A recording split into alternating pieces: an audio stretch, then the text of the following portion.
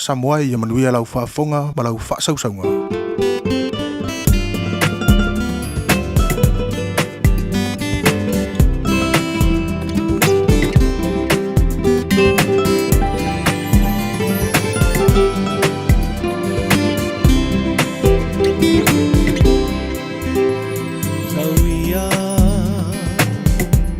Lautene Samoa Se eta umaya o lo ingoa Pete Talia ea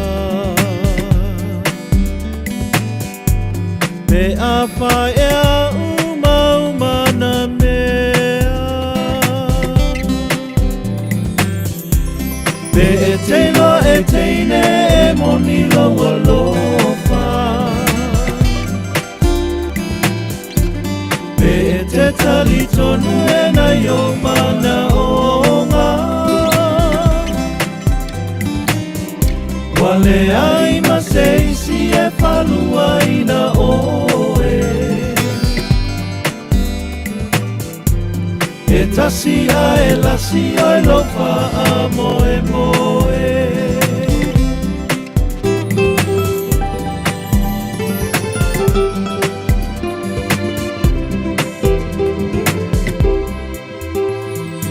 E te mana tua lau upu Ai e te lei malanga tisi o tatunu E te alu e toe sau Na yo mana o ngā ua le tau lau Pe e teino e teine e moni loa lofa Pe e te tali tonu e na yo mana o ngā Wale ai ma seisi e palua ina oe E tasi a e lasi o e lofa a moe moe Pe e teino e teine e moni loa lofa Pe e te tali tonu e na yo mana onga Wale ai ma seisi e palua ina oe E tasi a e lasi o e lofa a moe moe E tasi a e lasi o e lofa a moe moe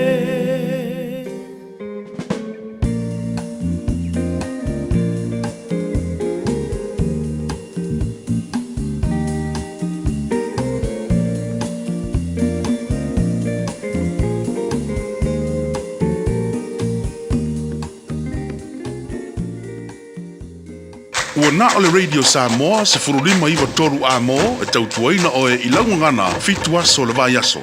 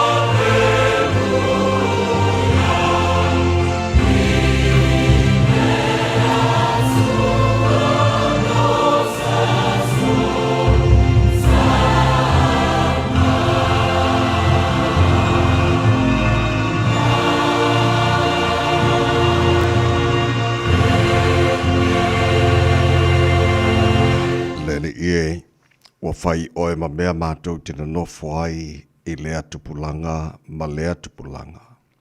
A o le I whānaua mai maunga, e le I whaia fo I oe le lalolangi ma lea tu laulau.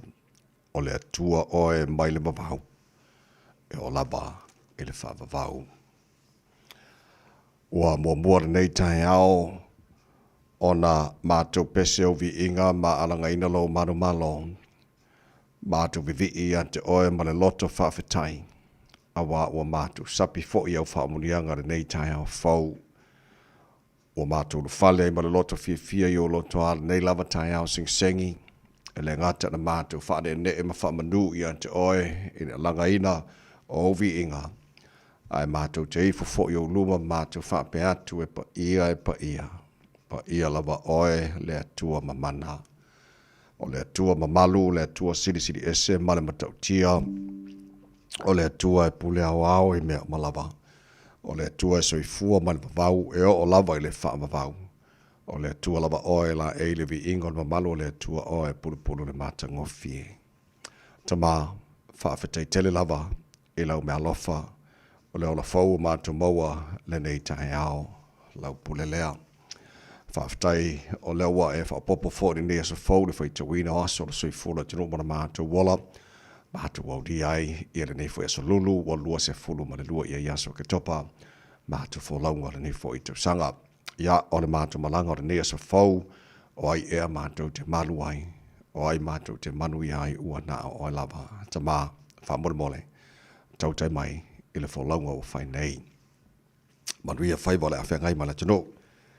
Le nei asa fau e a mai, manuia le tāpua inga nei a mātou mātua, tu asen sino le tino I malu mātou malaora nei aso, te tōru aina pe lātou le mawhana whanau le walofa e whafo isia pe la lātou sui fua lau le lei tino, siri lava le nganga.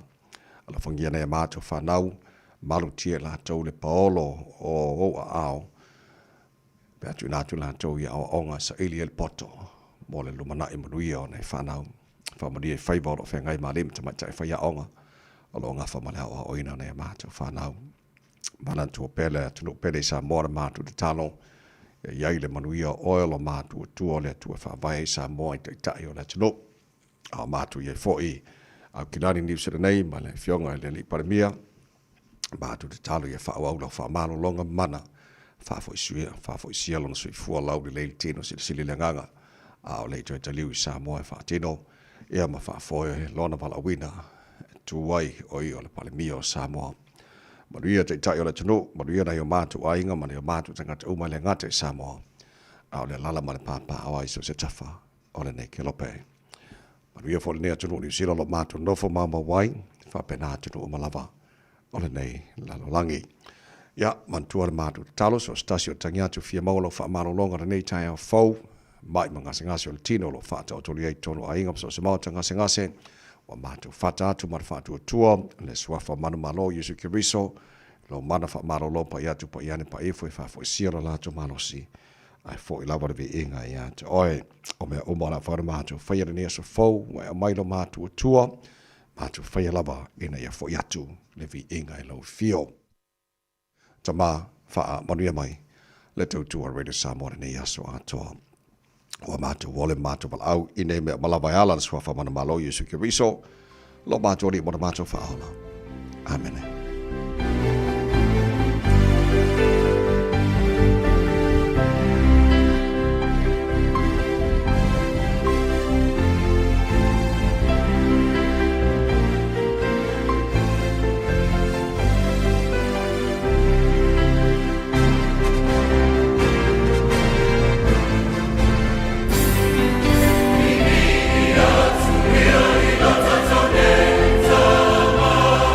What's up?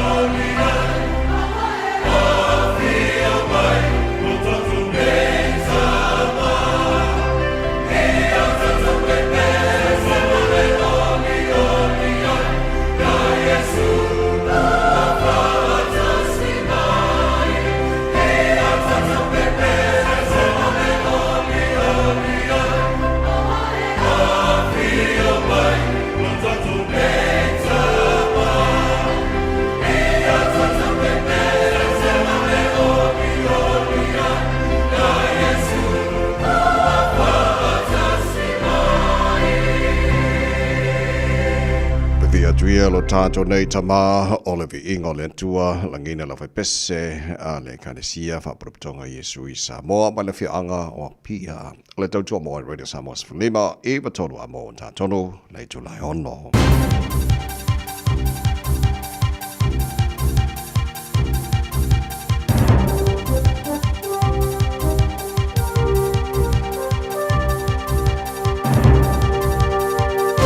In this update, emergency crews remain at the sites of several large destructive fires in Hawke's Bay and Kaikoura. State Highway 1 south of Blenheim is closed due to the fires, and RNZ is reporting 5 homes in the Kaikoura district have been destroyed. Thousands of homes in central regions remain without power, and several South Island roads, including Lewis Pass, are closed due to flooding. Met Services' Heather Keats says another system of severe weather is on its way. The winds associated with this front are set to ramp up across the day for places like Hawke's Bay. And investigations are continuing after a blaze in Whangarei's hospital's car park damaged almost 30 vehicles yesterday afternoon. Fire and Emergency is still working to determine the cause of the fire, but says initial reports suggest grass in the car park was ignited by a car's exhaust. It comes as Fire and Emergency is pleading for people to avoid lighting any outdoor fires this week. Much of the country has been ravaged by strong winds in the past 2 days, with Met Service expected to issue more warnings for tomorrow. In other news, Health New Zealand is warning of an escalating risk of a national measles outbreak. 4 unlinked cases have been confirmed in Auckland, Manawatu and Nelson. The agency says there could be undetected community transmission and is trying to identify locations of interest.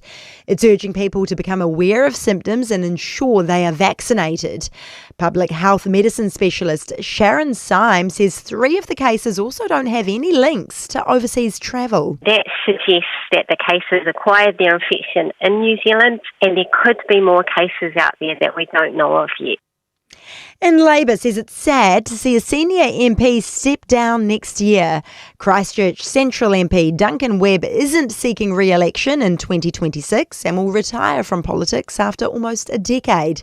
Webb is Labour's Justice and Regulation spokesperson and served as Commerce Minister in 2023. That's news to sport, and the Under-20 Super Rugby tournament has been scrapped as part of a review into pathways across the men's game.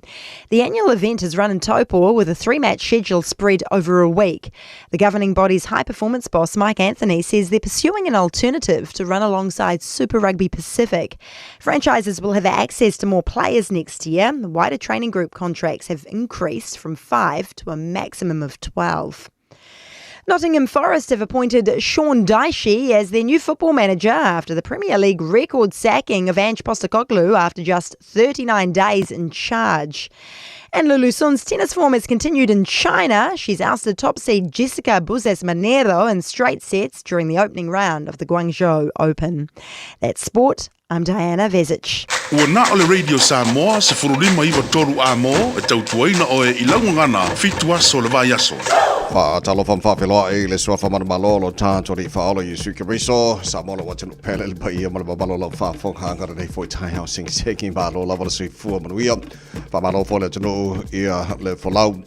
O mai au fatasi mau nei tai au fausi tatu abere inga mar fa tairo tatu ma tairo langi o tele lona lofa o tatu o ria fo ile nei aso le nei o fai le tua ya tatu te oni ori matatu fie yai par patiela na lei citizen SL tatu tapa o sili le langi o fai fo na bodi balo to si fo ma matro manosi o tatu si fa yai mar ria nei tai au ia fo ile inga ya te ala fo mai tatu ma tairo langi to tairo tatu fo longo nei fo yaso ke ma tatu fo laude laulo ala fo tatu yai nei fo ia so lolo ma lua se fulu ma lua ia yaso ma sila o ke topo tatu fo longo lua afe lua se fulu ma lima na tunu olo fa fo mai tatu bogala me so se mai ngo au kina name so se mai ngo New Zealand so se tafa nei kilope ma lola por sui fua talofa lava ya nai minute fo fa nga solo lo tatu bogala me masale bo nei time mo tai o limo o tele tulai ono o si mai lau fa fonga ole lui tau mo le aso.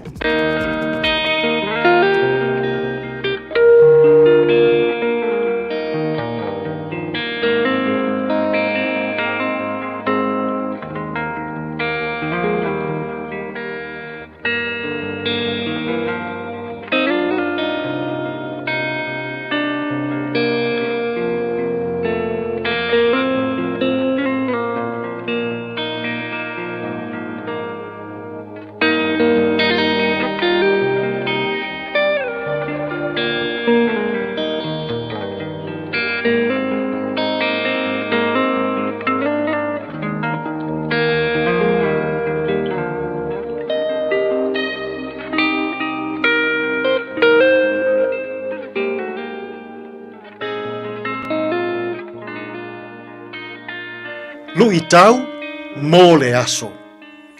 O le ta'ua mi o tonu wina I luma o le atua. Justified before God. Luka ma tā upu e sefulu ma le valu, a olona fuai upu e sefulu ma le whā. O te whai atu I a te outou. Nā luifo le nāta ngata I lona whale, ua ta'ua mi o tonu wina. Ai le wha pea le isi, a wā o se wha maua lunga I a te ia, e wha maua lalo ina lea. A o le wha maua lalo I a te ia, e wha maua lunga ina lea. O le ta'ua mi o tonu wina, I luma o le atua, justified before God. O se whaata oto lau I loa le neia Yesu, e tusa ma le tala luka. O le whaata oto, I le tatalo a le farisaio, ma le tatalo a le ao lafonga. O le tatalo a le farisaio, ua au tilo I le langi, wha ilonga o le wha maua lunga. Ua tō lau lau o na le lei, whai mailana tatalo, le atua, e wha alua o na ou ana pong I le vā yaso. E le misi lau se fulu ai I aso sāta I tasi. O te tausi I lau, o te whaia le a mi o tonu, o te le olanga oi, e pei o le ao la fonga le tūtū mai. Whailonga o le tangata whaamaua lunga. Ai aluane le ao la fonga e tatalo. Ua tū mamao mai. Whailonga o le tangata le amana I aina. Ua punou lona ulu, ua le mawhai o na tilo ae I le langi. Whailonga o le māsi asitele. Ua tui ma pōpōlo na whatawhata. O le whailonga, o ia o le tangata sese. O ia o le tangata angasala. Ai whai mai upu pupuu o le tatalo o le ao la fonga. Lea tuai, ia ea lofa mai ia te au, le tangata angasala. Samoai, ia tātou alo ese, mai le ola whaamaua lunga. So ia tātou te tō lau, o tātou le lei. So ia tātou te vivii, I tātou, ma tātou tautua, ma tātou au nanga, I le mālo, I le ekalesia, I nuu maafioanga, matotonu o tātou lava ainga. A ia tātou wō I luma o le atua, e pei o le alu, a le ao lafonga, ua alu ma le māsiasi. Ua punou ma le loto māua lalo. Ua tau tino I le atua. O ia o le tangata ua sese. Ua whaai loa I le atua. O ia o le tangata angasala. Ua whaai loa I le atua. O ia o le tangata. Ua matua mativa masae whaaleanganga. Samoa. Ma neia le o onga o le ne yaso, ma le lui tau, mai le ao la fonga. Ia tātou wa ai ifo, ia I tātou lava. Ia tātou wa ai mua, I o tātou sese. Ia tātou wa ai mua, I o tātou leanga. Ia tātou wa ai ane, I lo tātou wola whaamaua lunga. Aua, a e loa lo sese, ona e iloa lea whaamanga lo atu. A e iloa ina lo whaamaua lunga. Ona e iloa lea whaamau a lalo atu. A e iloa ina lou leanga, ona e iloa lea o nā alofa atu. Ile nei fo iaso, ia tātou fe au ma tātou ngā luenga. Tātou o ia e pei o le alu o le ao la fonga. E alu lava, ma le loto maua lalo i luma o le atua. E tau tino, o tātou, o tangata ua sese. Tātou te talo.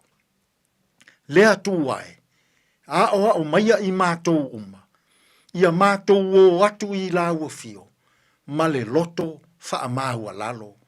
Ona wha ea ina lea, o i mātou. Tātou malau fio i fe au mga aluenga o le nei aso e manu ia ai mea uma. Lou lava suafa i Yesu lo mātou ali i male whaao. Wa mātou te tālo atuai nei. Amen.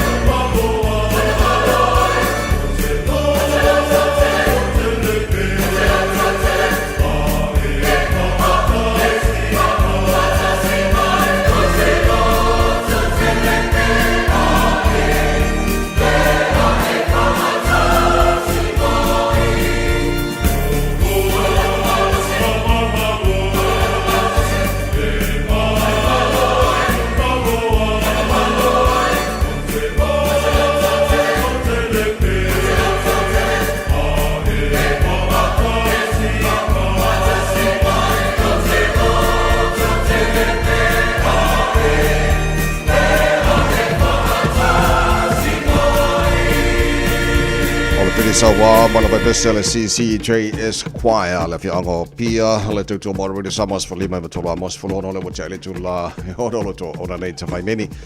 Yep, so some for incident to Facebook, Money, YouTube, or Samoa, Sarah Tassipatea, the Pesta, Algero, Sia, Walter Twaino, to Payamo to Malo Tatu, and if as a foe, Lord, a loose full way, they also top of Tata follow up, Hallelujah, and Luas a follow, Marilima, Minuto, and Fangasono for Tatu Posico, tie out.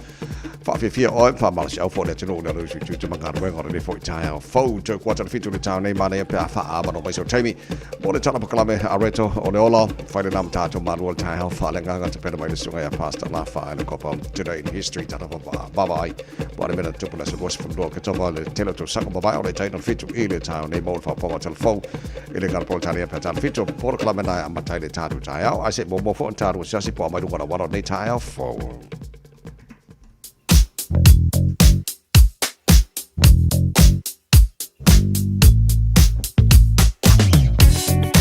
Baba tu ngala wala nei time all time au ai nei ba ngai yo te baba ya tu mo mai wa faisi pisi la titi ma poloka nei time au tu nga masani lava mo sifo ai le ba ku me wa ngai fenua pai ai alo te titi lo te fo e mo ta tolo lunga state highway lo se folu a pasi mai Hillsborough Road angai mai one hanga lunga wala papa faisi poloka nei ba ngora time au o ile o Jose mai tai o malava a sa ko pisi la kiki le traffic le tai au so lo te baba to banga na le mo mai o se banga o mam so longa lem saunga le mo me o mam a matan sama mai no winga la mo pisi foi ya life flow le ya mota to lo malanga mai saute South City bound all State Highway 1 e le ba Papakura ngai te kanini fa pena fo e te kanini ngai Manurewa pasi mai manu kau flow le la base pa il taunaga e kilani ole ba ingara na male tiltilatu tulanga ilunga na wala e le fo tani ole taiao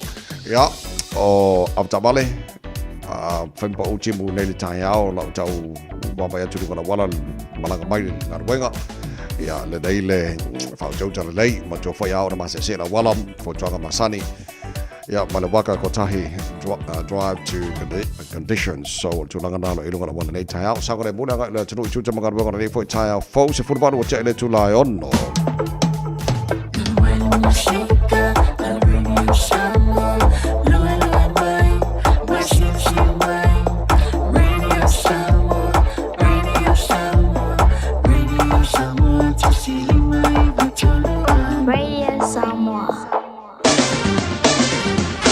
Mai ka batal talon tower nei fo entire fo mo au kilani lo fanga fa salonga radio Samoa mo ba tu fully mo ele malu du le ele nei va ngora tai au winga fa mo wino tau mo nei so lulu ora va sono pa ultimo ele telo ba ngo au kilani fa solo nangi ba se vidi mai matu si fo lua se folo ma ta sia mo runga fa no ele ma fa no le mo au kilani ele nei fo yaso se folo no lona ma wala lo tai au pa au lia la fa solo fo ele pa ultimo telo ba ngo au kilani fa si velo le e tai au so fa no na ma lunga ba ngo yon tua tu las for raile awa langi de lei o nai wanga ni se ba ngo au kilani fa solo langi de lei sto na e langi de lei sa pa ultimo la so fu ma la so lua ora na pa yaso numa na e atu o fa mo monga yo tu na mai la mai tau ele nei foi time le tai au tu na masani au fa nga solo foi de por kala mil maru le tai au la foi tara ba ba tu na ele tau te si ba ngor si la fa pena fa tau samo mari so ba nga o le kelo pe lu se fulu wa ele tu la e ono le fetuli ba 5 stars o le womoni talina fa fianga re sab holiday foi tai au fo le tu nga ju tu ma ga ngor tai au maru fa maru lo si maru ta wa tai ju tu ma favor afa tara ba yaso mari favor on de yaso on pesele mo Moni Elena lo oe ileana Ia patasi pea Pa oe ilene yolanga E mana tua ai oe Ia ufolinga ata La mata pia pia Amilio tau sa avia Ola tabafutana Ua o le loina lava Le mafua ana Ua lai o le nei mala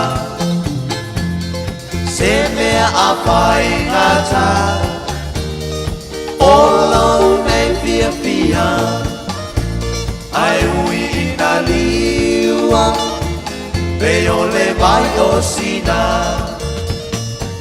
Pali mai a funga o so manatu pe te alofa moni ia te au e fai mo fie o na whaapuku pe a whai ua e musu Pali mai a funga o so manatu pe te alofa moni ia te au e fai mo fie o na whaapuku pe a whai ua e musu Vetu e o le langi Pingota o le sabi Se i tau maia se tasi Ko fea e ala uhani O oe o la upele ea O la umana mea e toa tasi Le nei ua mo atu E au noa pasetani Sauia o e laudia O lea sa o filifilia E monia le uputusia Popula le ngata ai pasia E ui ina o la ngona ina le mafatia Ai tu mea ia Fungai lo pa Italia Vali mai a funga o so manatu Pete lo pa moni ia te au E fai ngofi e o na wha abuku Pe a fai ua e musu Tofa soi fuala upele lo wau Momo ngā ua le taulau Wa motu si atalu le tu ina nau Pia pata si e paababau Tofa soi fuala upele lo wau Momo ngā ua le taulau Wa motu si atalu le tu ina nau Pia pata si e paababau Losu malwhānau tele July ono, Malona si Fomaria, Whātalo whai pāanga le tāra pukalame o tāra wheloa I lunga on Facebook, mari YouTube, arore samona ni whai taimi o le tahi au, Malona ba, ea le soi Fomaria, se o wawa I atu, ea, sunga ea whawhawina tanielu, ea Malona ba si Fua whawhonga mai o Tara, OT, Malona ba si Fomaria, tātou umano whawhonga mai o Tara, good morning, Malona ba si Fua, miwe whamosa, Malona si Fomaria, whawtain whatala whamai, ne foi tahe o fau, to whilau, suku whal SFMS paia, good morning sir, malola ba, ea le soi whamoria ne foi tahe au, o tā to whiloa iai, Ace Ken, good morning, malola ba, soi whamoria ne foi tahe au, April Sablia, Sina Papa Sabili, Papa Sabili Male, good morning, malola ba, whawtain whatas mai, Yoritana, Caroline, Leifi, malola soi whamoria ne tahe au, so, good morning, Malola va whaftain whatas mai, Nau Pepe Howard Stroga, Malola va si Fomaria,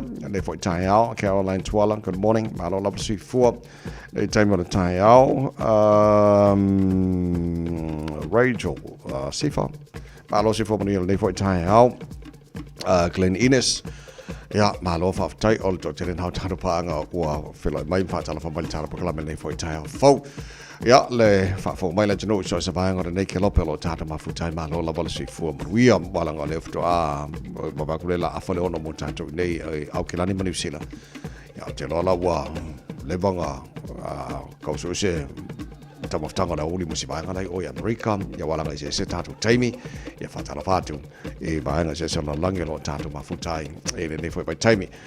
Easy cases forward misela lau te titi lo atu na maua nisi o pitonu o New Zealand so o li poti ale Radio New Zealand o lo iele headlines le ngana Britania more measles cases confirmed in multiple regions so o ana nafila o lau te titi lo atu e tolu new cases o misela li poti e tonu o Manawatu and Nelson o whamabonga ia e lua tamaiti 2 children iai tonu o cases i e tolu.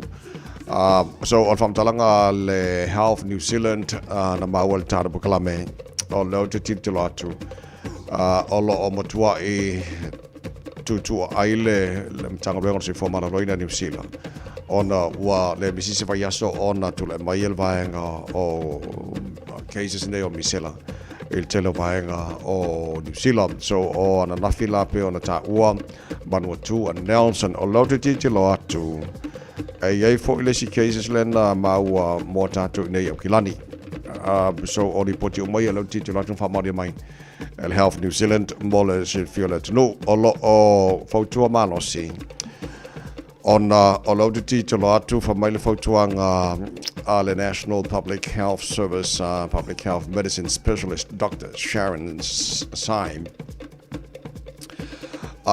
Measles was highly contagious and can be caused serious. Alona winga pipisi ia le misela.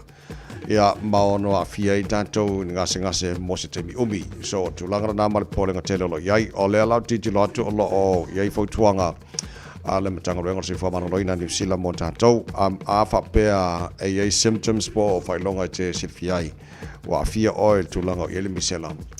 O lato fautuanga o lo tuina mai e tau wana fai tau wana fai le vaccination po tui pui o le misela MMR o lo fautuina fo inisi e malanga inisi tunu ona e fōringa mai o le misela o lo o awhia i te lo vaenga o tunu o lo langi o le fautuanga o lo tuina mai le sui fuamana lo ina Health New Zealand e le tauna fai tui pui a MMR pe amara vai yaso at least 2 weeks pe amara lua vai yaso o le imalanga ese mane atu no so ua manatu e batu nei vaenga ia mo oere nei tai au fai manatu mo tātou ona o le tulanga o le bisisi vai aso ona lipatia mai ia le tulanga o ile afianga fo ilea o tātou i New Zealand i keisa so le bisela pei ona whaalia nei foi tai au fau so tuatu i o tafa awane i ai mama i tātou tulanga lea ia e tau ona whaatawa ina tātou ia nei vaenga ia ua fo le puipuinga ia marsanga le mo tātou il neva taimi o la piscina misela mo tātou New Zealand tui pui a masela wa nei whanau o lai mawhai on whaia e tātou GPs fo mai ia pe whapso tai fo inisio vaenga si fo mara reina whaia sasani mo tātou o le lolo wa ma le tau wana nafi o lo titula o te leo vaenga na whaleanga ina inisio vaenga o New Zealand o niso vaenga le ngata o le lower part of the North Island, whapena fo le South Island, o vaenga o mai na silion na whaalenga ina o leo titi latu tasi tu ngata na maliwa na nafi Wellingtone, salopo se la awa pa ma umailo na ola leso na nafi, o winga lolo wai o le tau, le savatu tata paklame na nafi fautu e fo le mano le tuno, o le lau titi latu tele la tau le aufui mo, firefighters remain on standby, mai le po na po, il telo isi vaenga a mese lava tonu ia o le afi fo isa whaanga ina il telo vaenga o Kaikoura and Hawke's Bay. So 5 houses in Kaikoura, whaanga ina uma, peona iai, 9 other structures, vaenga uma ia o nisio whatoanga o lo te whawatu whaanga ina uma i lea son nafi. E le ngata o telo vaenga na whaanga ina. Sa vili martimu ia e fo nisio vaenga o rafi sa whaanga inai niso vaenga o Kaikoura peo na ripitia ne foi tai au fau. So o lo tu mau ona ia istemi on tatu tilo le talo tau mo le telo vaenga o New Zealand. Ai o lo ia pe niso vaenga o lo o lapta ia ele tulanga o ia i timunga mas avili maralosi. E le ma o winga na o tau mo tatu mo le nei foi aso fau tatu. Lia ele ngata la o le fa le tonu le timu ma le savili i vaenga o SSO ia fa pena fo tele wafi. O lo whalenga ina pela o Kaikoura le si vaenga lau titulatu tele i o vaenga whalenga ina. A peona iai, o le tangata leo titulatu na maliu Wellington le son nafi. Salapo o iese la au, a man was killed by a falling branch in Mount Victoria. Wellington o Maralosi Savili e roi la mua Wellington e lea sora nafi. So nei vaenga na tele ni so flights on New Zealand sa tau fia uma ona o le whai ona Dubai ia pe land il maleva le Wellington ona o tulanga i lolo wa te tau.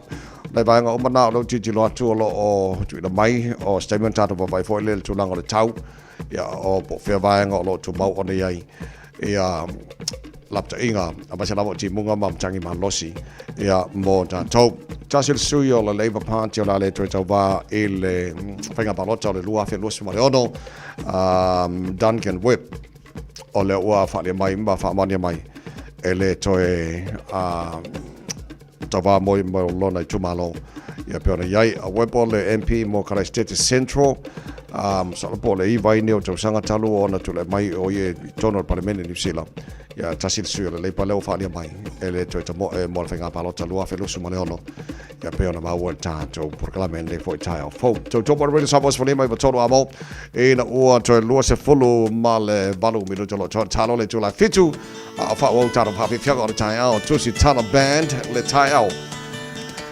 ele to por sabos for mai e todo amo ta to sa ngan lu po ma lo ngan lu ya mana to umi fo stimi ona to no fo le fa pa sa fe ngai mo to e le po Ave o le la ua punitia po I puao E sau malu e wha asusu I lau la au Sa sala le punga la au matala uao E tio fo I Samoa whai o na tai au Le amatanga o le asofa a popo o le olanga Le tae au nai matani ufea ngai ma le ata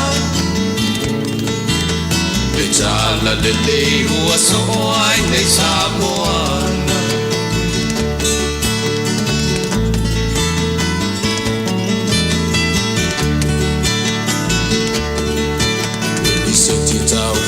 Le sua malie o le vine ula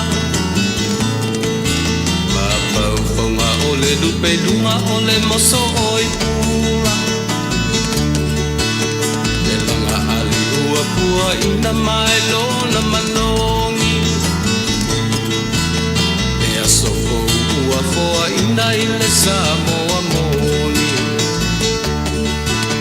Le tio fo I Samoa whai o na tai au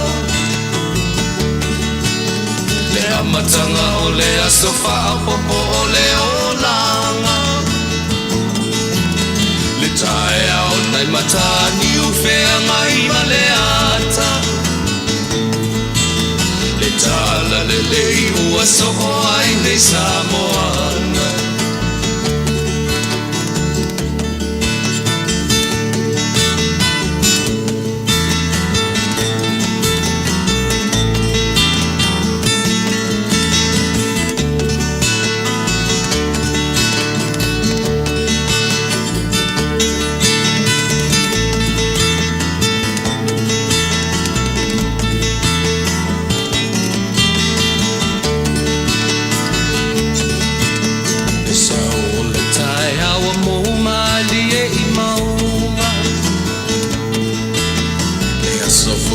Valo ia I mapau paunga E vi inga ua whaako ia tuile matai Tangata soi fua ua oli oli ma whaapetai Le tio o I Samoa whai o na tai au Le amatanga o le asofa a popo o le olanga Le tae au nai matani ufea ngai ma le ata Tala le lei o aso o ai nei Samoana Le tio fo I Samoa whai o na tae au Le amatanga o le asofa a popo o le olanga Le tae au nai matani ufea ngai ma le ata Le tala le lei ua so o ai nei Samoana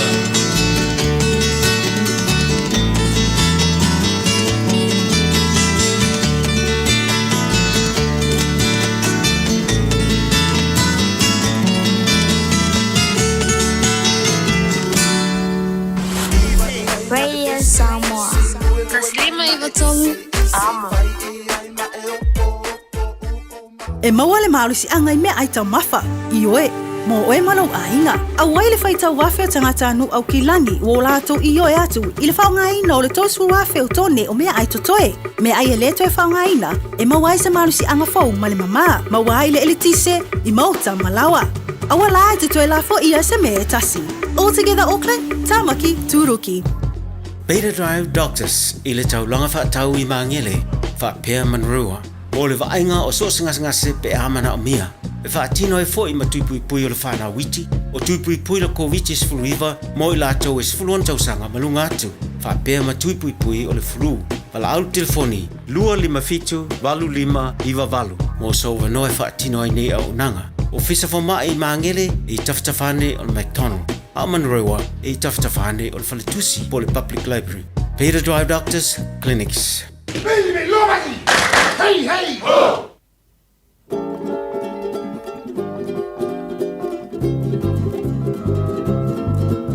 Midoi peo selo. Asiva ua ngao io. No fa pe uolo io. Suiti somali peo se poi. Aue la taru pe. Aue tangi aue. Oro ulo tolea. Tawina fa pele minoi yeah. Minoi yeah. Minoi ane. Minoi mayala upele. E ha te anuina uta. Imato o tuolo u ofisa. Esu e ai so fa amanu malela. So ia e te alu fa Lupe, aue, tangi, aue. Ulo tolea, tawina fa pele, minoi, yeah. Minoi, yeah. Minoi, ane. Minoi, mayala upele. Auele pulole, ela mole. Ala moa pei o serole. Avane a iloa fau I male I pukofe. Awe ore ulu sele mole. Awe lata lupe. Awe tangi awe. Oro ulo tolea. Tawina fa pele. Minoi yeah. Minoi yeah. Minoi ane. Minoi mayala upele.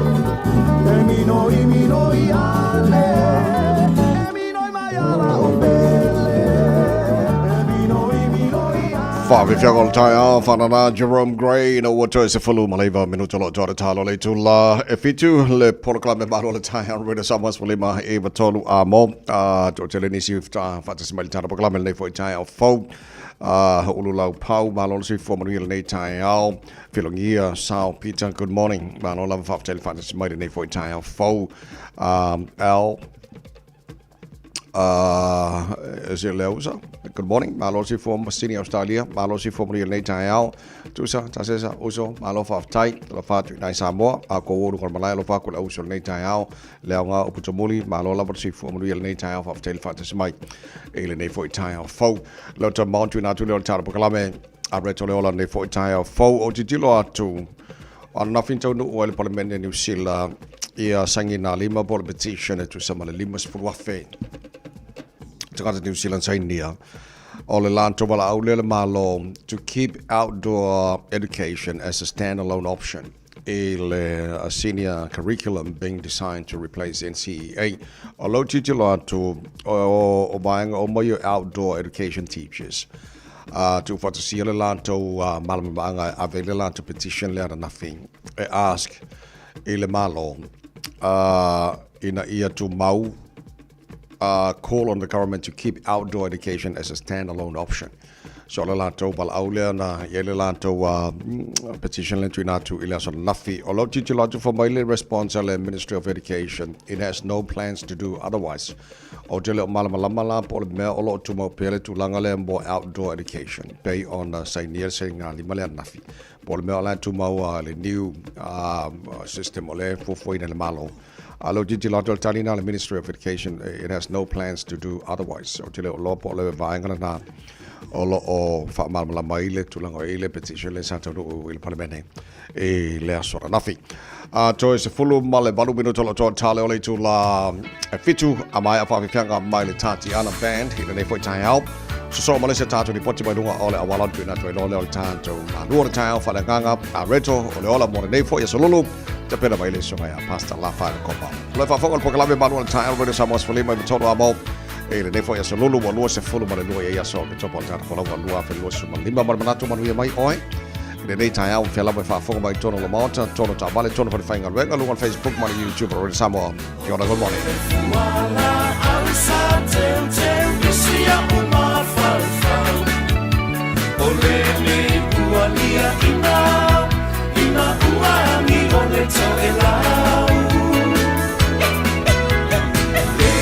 se fai lo taua pa una vale tua wa mano le moa fanua sola itai le moa fola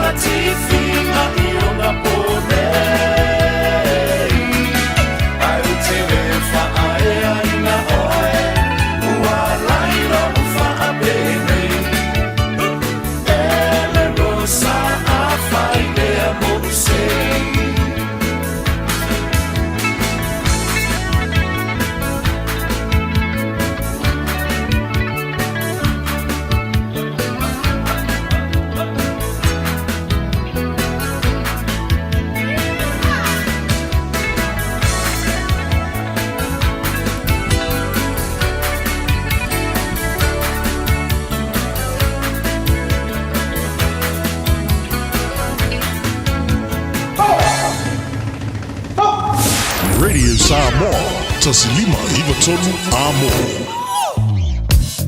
Amai al tātou ripoti lea mainunga o le awala o na tuina tulo leo le tātou malu al tāia whaalenganga a reto o le ola nei fo i tāia fau o le ana o tātou le poti mua al tāia o le te o le ona nei le tāia o le poloka o le State Highway losi full o leo whaamani mai le waka kotai e le whaalawalawe before Wormsley Road off ramp poloka le right lane e lane lo poloka o le alau titi la atu ua whaasolo ina o atu o le tano I Point Chevalier le poloka atoa o le kiu le mo tātou lo malanga mai west the southbound State Highway losi full o le whalawalawe nā le poloka atoa ina I le nā fwoi maenga so ai malanga mai le tulanga le mai sifo I sautanei o le tulanga nā lo e le whalawalawe before Wormsley Road I Mangele ia pe ona liputia mai nei tai au so o le right lane lo poloka o te le lopo la le umi poloka ai o la tampalitana po kalame matu mo lo sirfia o whanga solo I le teutua mo o le nei foi tai au fau le se vanga lo poloka le tai au o le city bound le state highways fulono tatou lo malanga mai sifo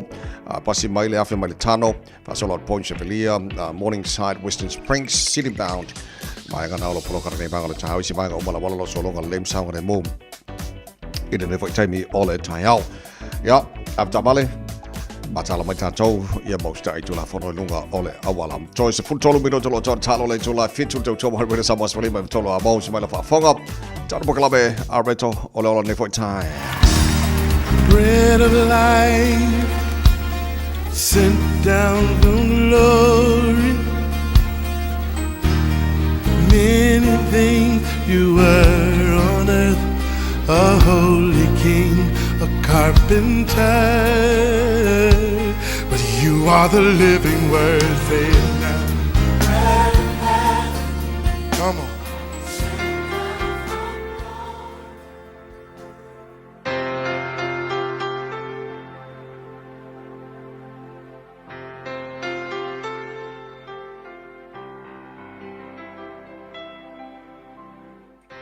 Au te whahtalo whātu tātua tunu uile a matanga o le nei vai asafou. Ia mai tātou por kalame fo le nei o le a reto le ola ma lor soifua manuia ia ti oe mawhai o le wheso tai mai. O le wheso lima o whai upasifuru ono e whapea. Ia whaonga ina e outou waso o le nei o langa. A wā ona po nei ua leanga. I le unga o le whai upu whai upasifuru fitu whapea. Ia outou I loa le finangalo o le li. O le upu mo o le aso le nei o wha autuina whapea o le whesili e whape whea na e sao I aso leanga. Tātou te ioe uma ia le tūlanga ua iaile nei vai tau. Tātou I loa ia se vai tau leanga ma se vai taimi ese mai lona tūlanga ua iai nei. Ia elena o Samoa nei ai whape na foi I le lalolangi atoa o se si o manga ua matua televave ma mawalunga ia le te tupu o mea sili o na le manuia I le larangi. So o le taluai la tūlanga whape nei ua o mai whape na fo I tātou lau whanua o Samoa nei. A whai o se matua I sau whanau o lo tupu ae ia tūlanga talavau whanau iti. E whale na tūra lava lau manatu I fo whapea I lau whanau. E te manatu ma e kea tele I lau whanau. Ia petua mani ao la tūgolanga I le tuainga si o manga ua ngai mai nei. Ia wafo I le tutupua I la tau whea ngai ma le tuainga environment le o tātou iai. Whaisi na whainga tātele. A le fasili la whatupu manatu mo oe. Whape whea la na la veai I tātou ma tātou whanau. Mai le nei tupulanga leanga, ma le amio leanga, ma le tūlanga le matau tangata I le tua. Ke lor tali. E ke maua lava I la loi fai upas furu ono, ma fai upas furu fitu, fai upas furu ono fai mai.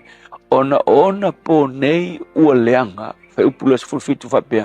O le nei, aua nei whaavalea outou, a ia outou I loa le finangalo o le tua. Ingisi upu kuso fai mai la apostol, taluai o le leanga, o le si o manga, ma le vaitau o kako iai.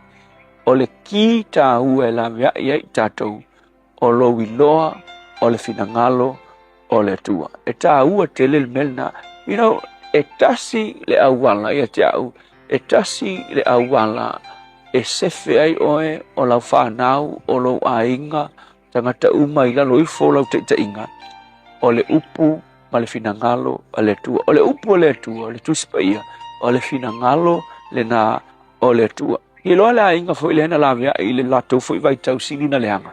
Ai tu se kenese pol mtau po e ono lo i ele tala fai mai uo o i luma o le tua le leanga ma le a mio leanga o tangata. O le si o manga ato tangata ua makua leanga fai a. Ai kasi le ainga fai mai a o noa ua alofangia e le tua. Ki ngā leanga mangongi leanga si manga.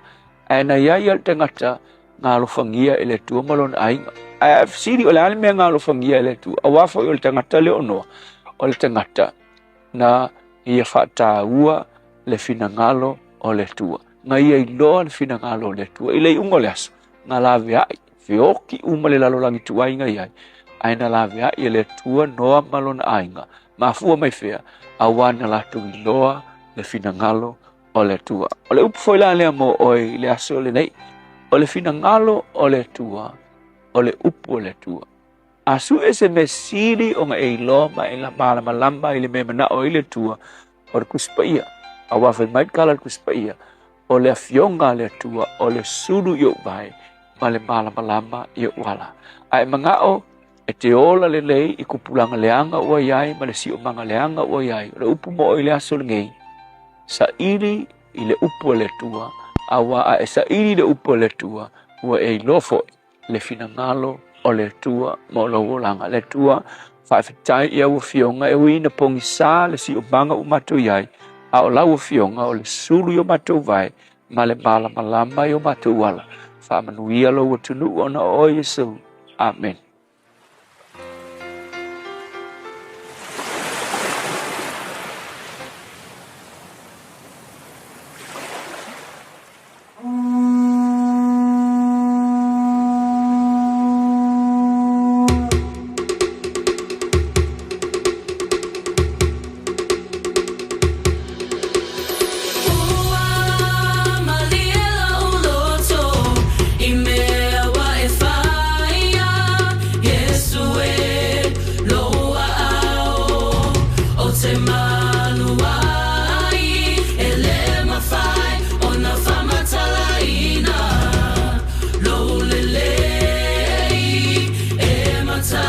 Fire.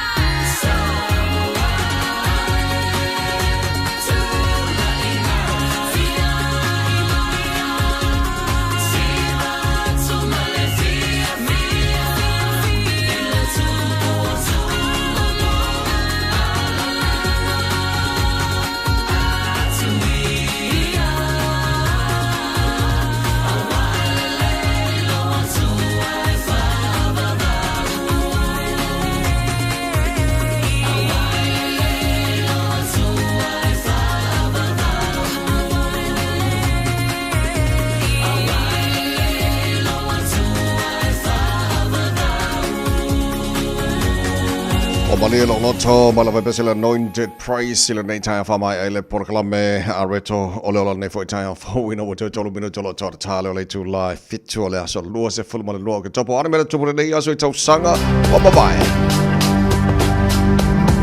aso lo se full mal lo ke topo tau sanga lua fe lua se full mal tasi ole aso na fa ma wina na fa sa loto mai le ayo melpone ele lona ono on a lockdown le vai time el koviki ole asolen fa mawina na ese mai melpone ia ma fa mawina ele oto e lockdown il na fo yaso talu ona tapunia ma lockdown ele lo se la wona se fuaso ele vai time el koviki ala stonu alalea ia na le to ia se lockdown tono melpone Pyönä famma winellä se luosi fullo ke topa lua fe luosi mal tassi aso luosi fulma luo ke topa ole tau sanga lua fe luosi fulma fa ole aso na famma win ile talonga le basketball LeBron and Bronny James ole become the first father-son duo in NBA history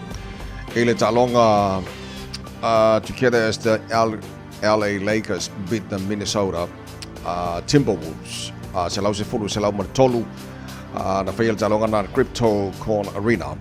Ole aso luos fulu la ke topa ole lua felu sumat fa mawina LeBron and Bronny James become the first father-son duo ile talonga al basketball tono o America. Nisi na me fa mawina na tupula so luos fulu ke topa ile tele to saga mabal to mo rede sama swalima tono amo to minuti male afa ile fitu Telefonen galpon taria pa mai atar fa salonga fa business in. Oh my, fata mo al follow chicken and things. My popcorn chicken, crumb burgers, my marinated wings. Le Chicken and Things, numera ono di Melvin Road, Onehanga. Te tala mai i le iwa le tai au anga i le lima i le afiafi, a songa fua i le asu tofi, ma le iwa le tai au anga i le tolo le afiafi, i le asu wharaile. Telefoni o iwa, whātasi ono, limatasi o ono. O le a iai si whaaputoa matau tia mo le te tala aloa ia o le Chicken and Things i le aso ono o ke topa. Ta alofa Samoa. I mawhai na fisoasoani atu Dr. Chen pe a whai te awhiele mai suka. Tauta mawalunga, le maua se whanau, mai sela, whatu ngao, ti ngā le ua po tuli, whaalusi le tino puta, ka nesa, ma le tino mangeso. Maua fo i le kulini fulunifo mo nifo ti ngā, ma toi whaafilesi ai lau manama. Tele nisi o loa e fisoasoani lo soifua maloloina. A fio ane loa e ai Dr. Chen, i le tuatusi lua ono Great South Road, Orahuhu. Telefoni lua fitu ono tolu tolu fitu fitu extension numero lua. O e si la fia me fatino e mawhaiona e umia i so fale motu le lumanai. A fai fo i so fale motu, o e si la fia mawhaiona fatino ni si o fuafuanga e whaonga aire equity o lo fale. A wane e misiere por kalame o le malu I fale, ia fia fio soruru taitasi le se fulu e te aile faa. O le a e si la fia ai au wala e mawhaiona e umia se fale motu le lumanai, ma au wala e whaonga aile equity o lo fale motu, e whaata waise isi o fale, le por kalame o le malu I fale, ia fia fio soruru wa yaso taitasi, se fulu e te aile faa. Baby, lobby! Hey, hey! Oh!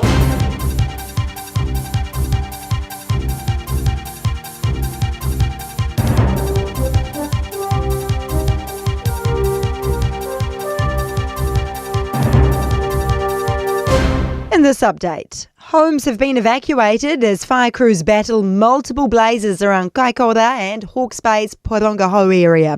In Kaikoura district, State Highway 1 is closed and 5 houses have been destroyed. Trucking Association Chief Executive David Boyce says heavy-sided vehicles should delay travel where possible and transport operators should check in with their drivers once conditions improve. It's most important that they know how to handle the equipment in these sort of roads when this weather comes up.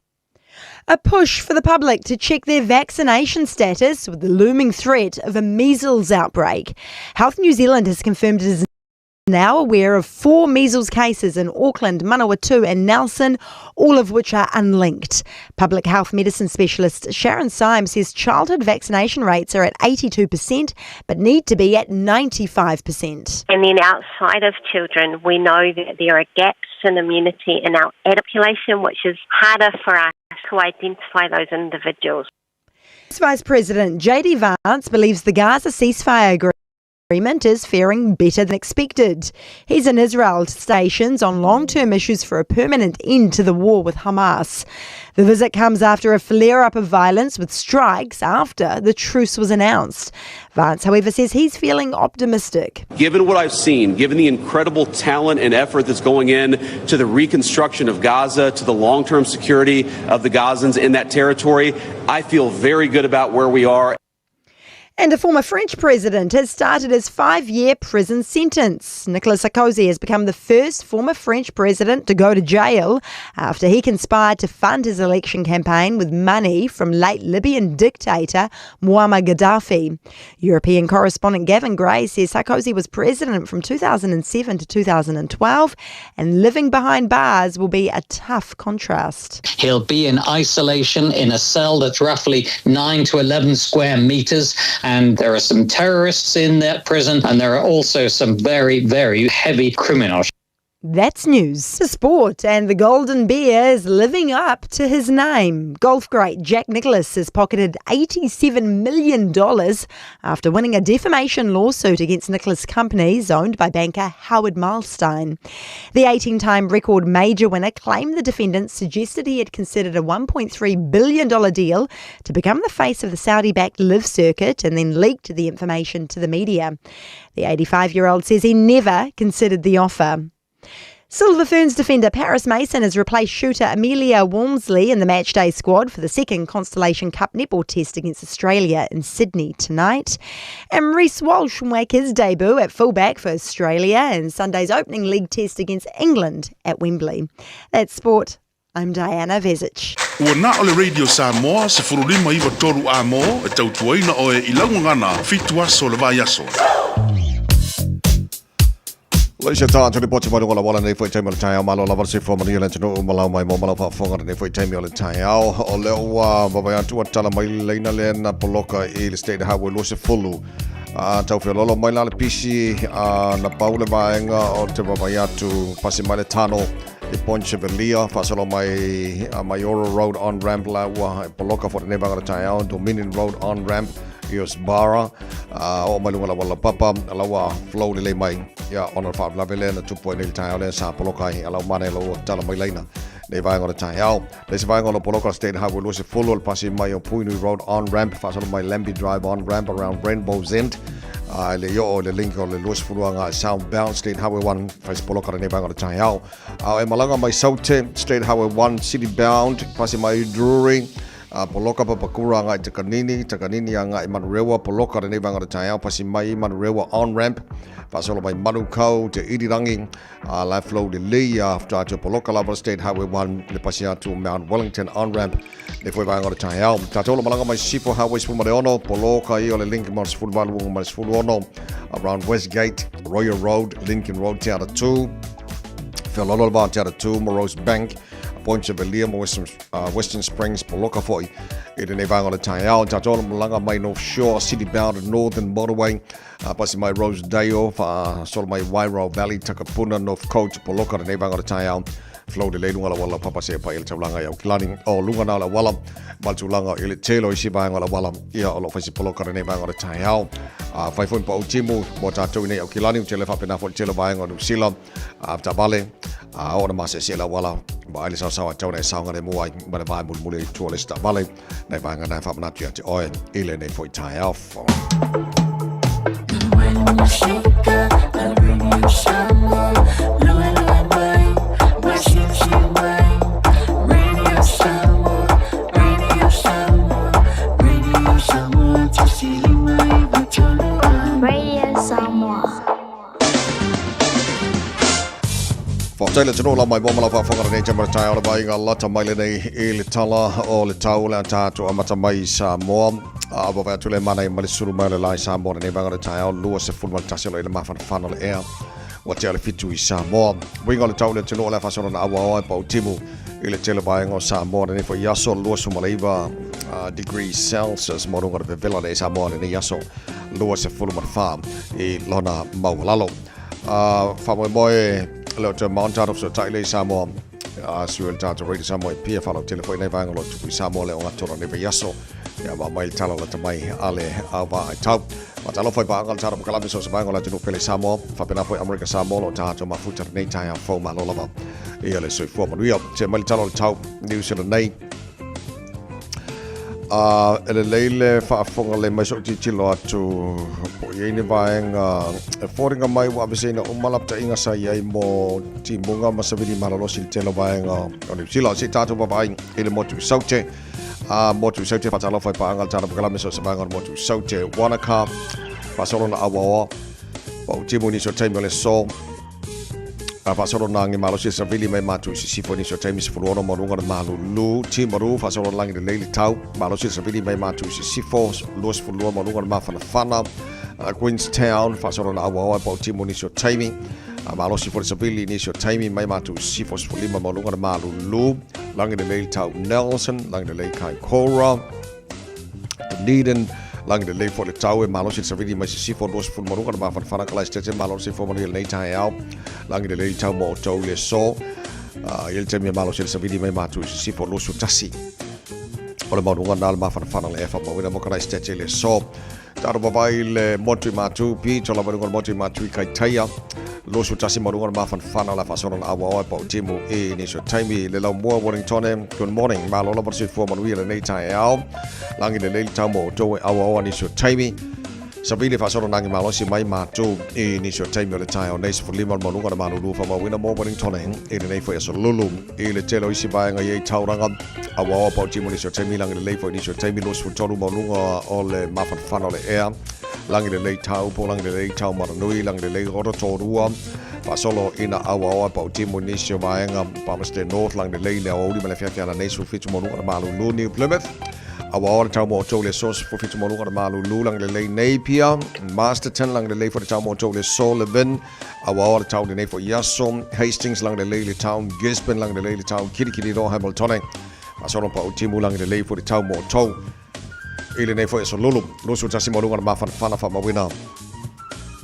mo Kirikiri do le so no fanga fa salonga radio Samoa Tamaki Makauro au kilanis for lima mo lunga malu lu olo ye ne ba ko ta ba ya sole ele mala mari ma ko ri o kilango le pong sa sole e se fo wi ngora ka ori ni ka ya ori wi ngora ta mo o kilani le so tu ma ona pa utimu ele tele ba nga o kilani lo su tasi mo ngora ba fana fa ma wina mo ne fo i o nga tono ba so ta tu yai ta au pa audio la fa so pa utimu tele ba nga o kilani lo su farmo lungo o le ma fana por be velo le ta au o vai nga yon tua tu las for vele awa lang de lei tau lang de lei las to na ilang de lei sa pa utimo la so forma so duor ba so o lo mana ya tu fa ma bongo ba na tu na mai la ma tau ile nei taimi o le tai ao le tu o la lampa pa ao ni so ba nga kilope e le tel tu o la maria ma le tau mo tau ile nei po ia so fo ua tato wo ria le tau tu mo le bini sa mas lima e wa tolu amo ina o se fulu le o te ai nei ia le tu la fitu ia ma no fa tai o la ska ko pikima nga yo nei tai ao o la septima nei polisi ai e ma nga yo polenga polisi ia fai ma le toast oka wala va ma ke le nga o se mele tele fai o le piti o le tai ao ma do le tai ao ia o pisi foi nei ma tu ma tanta pena nei fa na ule o ngale o ngatura nei va yaso ai solo te e na matu le tara po kala meleno fo tele ia yo te loa ala wa umona lapta ia o umalava ia ni so matu mo tomaiti ole ale ni la tu wa ona so tai ao ole po te maua e fo ia solo te health workers la vem for mai aso tai ao leile te pena le ia tato ma siana matu e le isi tasia ba ia nei whanau fo ia tau whai whengaruenga oma o le mele le whengaruenga oma langa o tong tala sui whanga nei vai taimi ia ai po oise sem whainaf sa swani ba ia nei whanau pe a whengaruenga oma tātou te pena i mole aswa tai au pe au lia o te baba ia tu o lewa te pena le te mari fo i pole alo Samoa la oli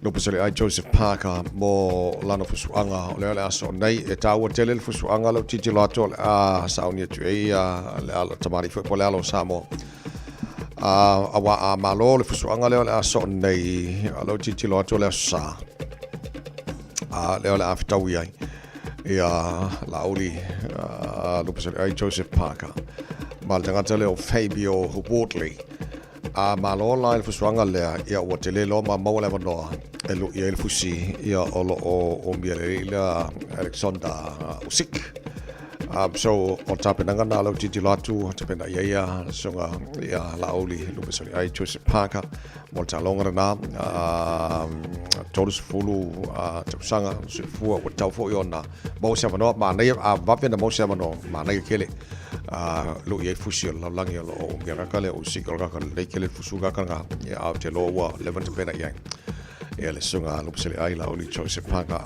o fa mo ngana la te mai so la sala so nei leu te papai atu tono lontona whātau no elfu suanga na ia le sunga ia lupa sole ai Lauri Joseph Parker ua whaalis whenenga lo le minista o Tālonga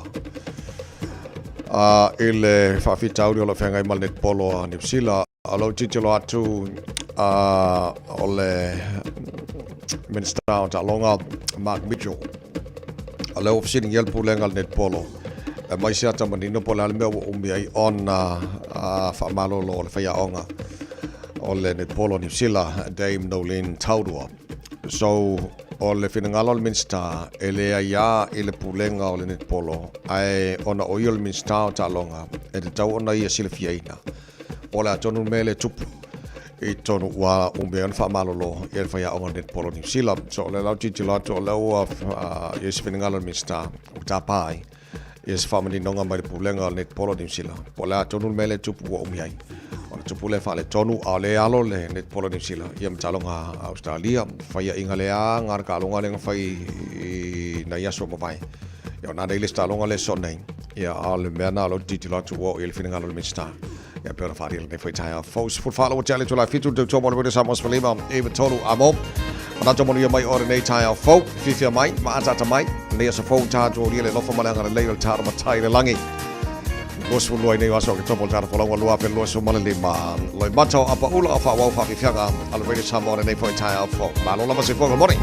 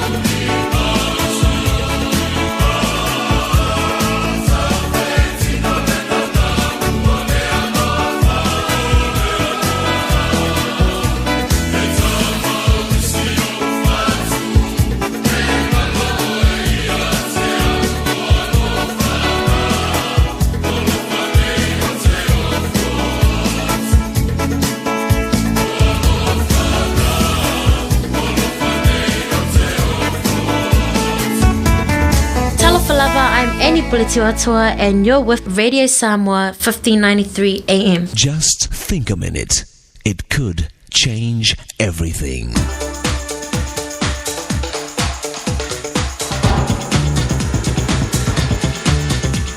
Think a minute. A man struggling to succeed in his career wrote this to a friend.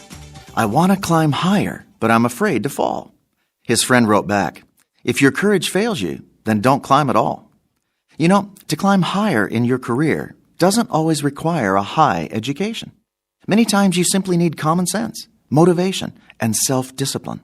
Even if you don't think you're a natural leader or manager, you can develop these qualities and learn the skills that'll raise you to the career you want. But you must start now, so you'll be ready later. Remember, success happens when preparation meets opportunity. Today and tomorrow we'll take a short training course for career climbing. So first things first, we have to walk before we run. We must first learn to do our very best, even with the simple small jobs. A wise man said, small tasks bring out the character of people. Some turn up their sleeves, some turn up their noses, while most don't even turn up at all. Remember, since the devil's in the details, we must sweat the small stuff. This is how we develop an attitude and habit of always doing quality work. So in everything we do, we keep up our standard of excellence. And this is what our boss and superiors will see and reward us for. Another important part of this early career training is learning to get along with fellow workers. You'll often work with different personalities, so you have to learn to relate to them and work together. Learn to help and to accept help. There are many intelligent, educated, skilled people who never fully succeeded in their career because they never learned how to get along and work well with others. Jesus Christ said, if you're faithful and diligent with small responsibilities, you'll be given authority over greater things. It's when we discipline and train our mental attitude, character, and relationships with people that we develop a life of success and reach our potential. And as a bonus, you'll be rewarded with greater success in your career than you ever imagined. So why not ask Jesus to forgive you for your past wrongs and let him take charge of your character and career? Just think a minute. If you'd like a free CD of our top 40 programs, write to us on the internet at www.thinkaminute.com and catch us tomorrow at this same time when we stop and think a minute.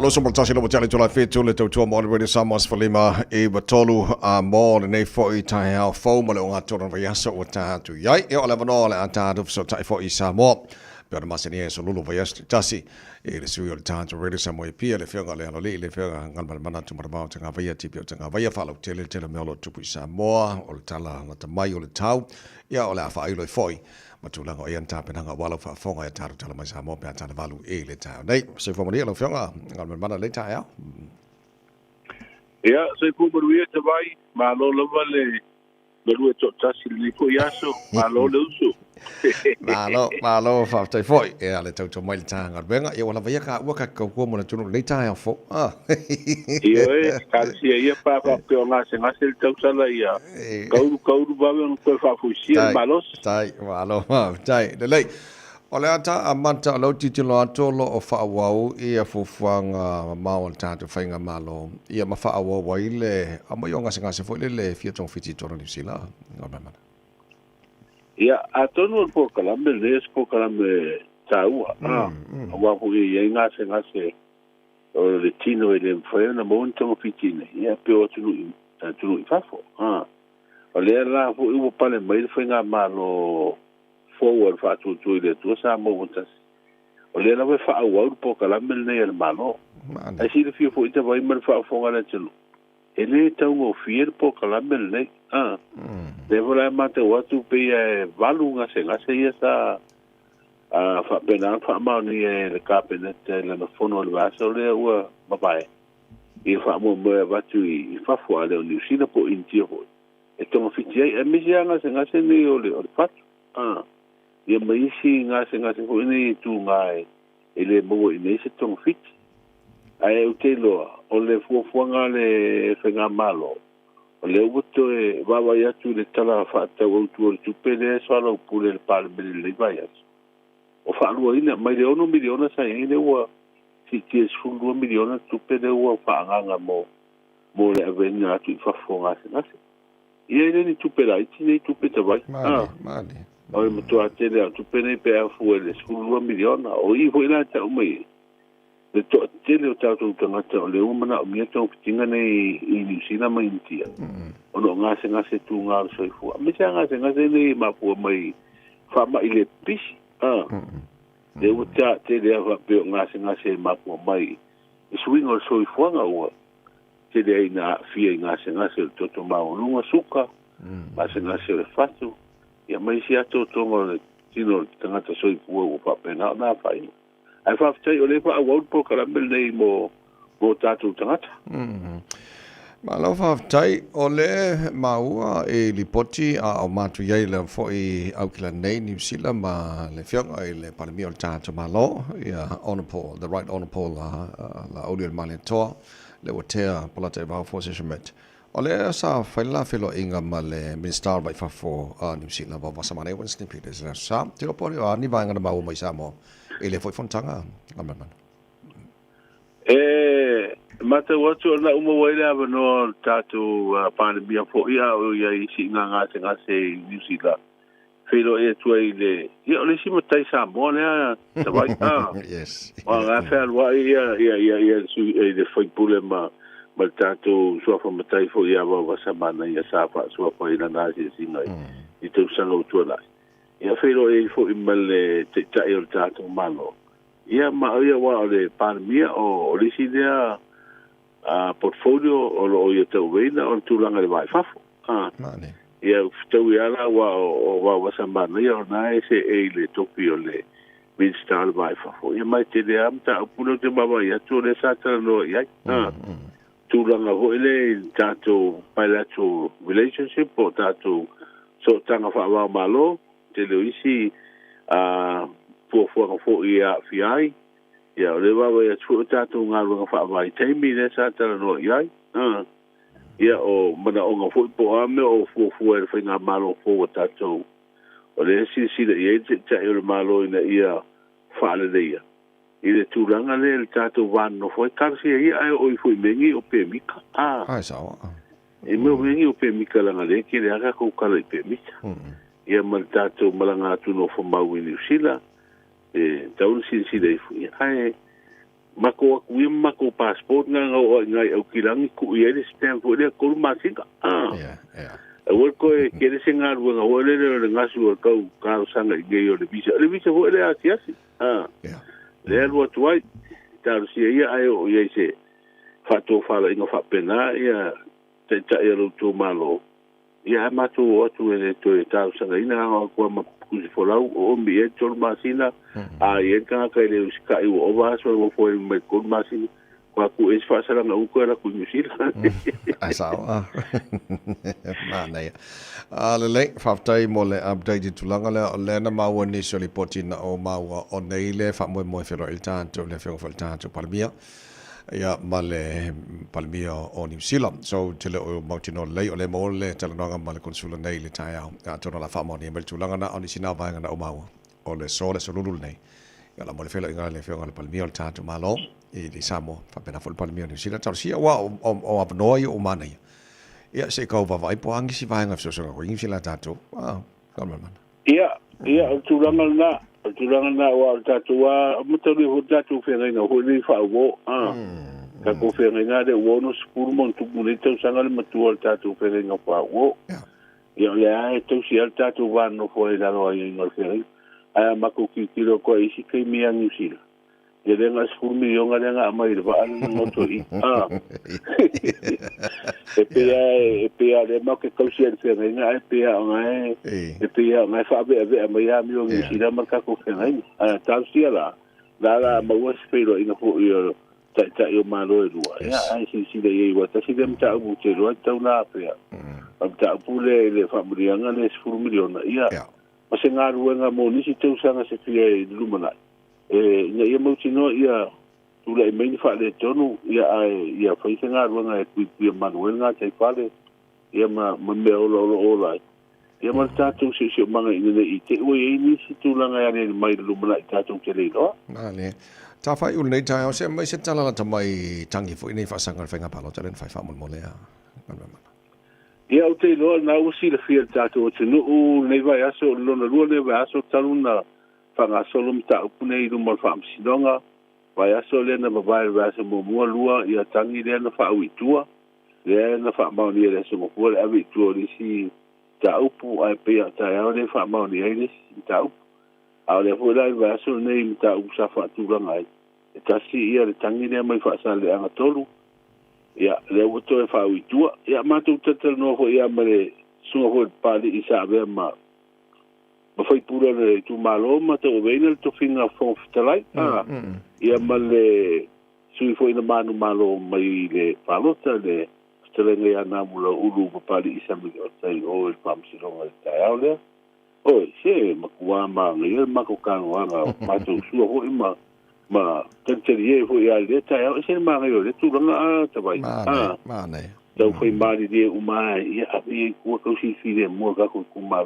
e o le dima tau sanga le se me umi fo yes to ko ia me te mari nei sa ave mo ho ia le strenga na mo ulu ma to fiore tu ma do pa pena fo le sunga pali i lio ia o te lo le ua ma sunga mari fo i mata u pole tu ma lo le ua pa talina pe ia le so vas fore te vala ua stofi tos fulo top fa maunia tigi ai le abi tu le fo i tangi tau palot ala fa ua le si ba ngai te vai ia ala fa ua ka le vala ua i ta upu mai o fa le di tas i lo vala unga ho le la su mo mo ta si o ka ho fa penga pa so mo ko ngam ka upa ai lo ka ko fo ka si mo le wa matan sa vali de si di matosa ai tala tu nai i fa mi si longa le o tangel palo to lo fa ngaso ma lo fa te tele o mani no tele nei va ngai wa fo ile fa fo mai la tino de nei fo ta fo va tu la no so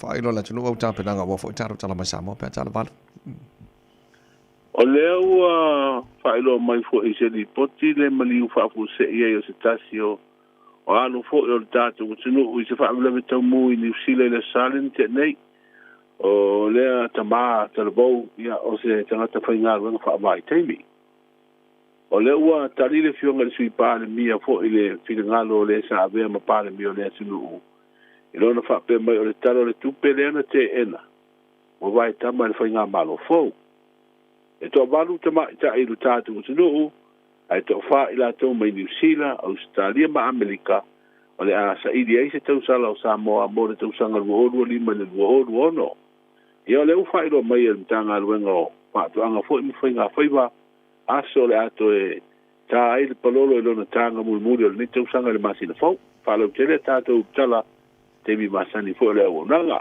ma lo fa te tele ia mo la tino o te masani na o le tala valu mo te mina New Zealand o la fa lo tele taru tala na pe na fa fo le tino le tai au ia ai ta tele fa to fa fo le nga tona nei va yaso la stala mai la mai tau mo la tino o le olo fa malu sia fa tuanga mala te ingo ti mungo mafa mo Samoa o wingo le tau i le so o sa video le mata polu o lo upiti ai per tatu sino mai au mai hao mana i timo ya fi ai Samoa i disio taimi pe ta ia se vaenga o te ingo sa video mati mungo i saute o lo anga i mali mai lunga o le tatu sino i le vainga le tau mo polu ma le motu sa va i le so e ba tele in lang i lei ma timu e fa solo ina fa tupula ia ile au auli e ono feololo fa solo ina mafa inisio vaenga fa pe ai wila mafa tili o le isi tala la tamai o le tau mo le tatu tunu fa mo tu ina mai le ofisio le tau i le tau le lima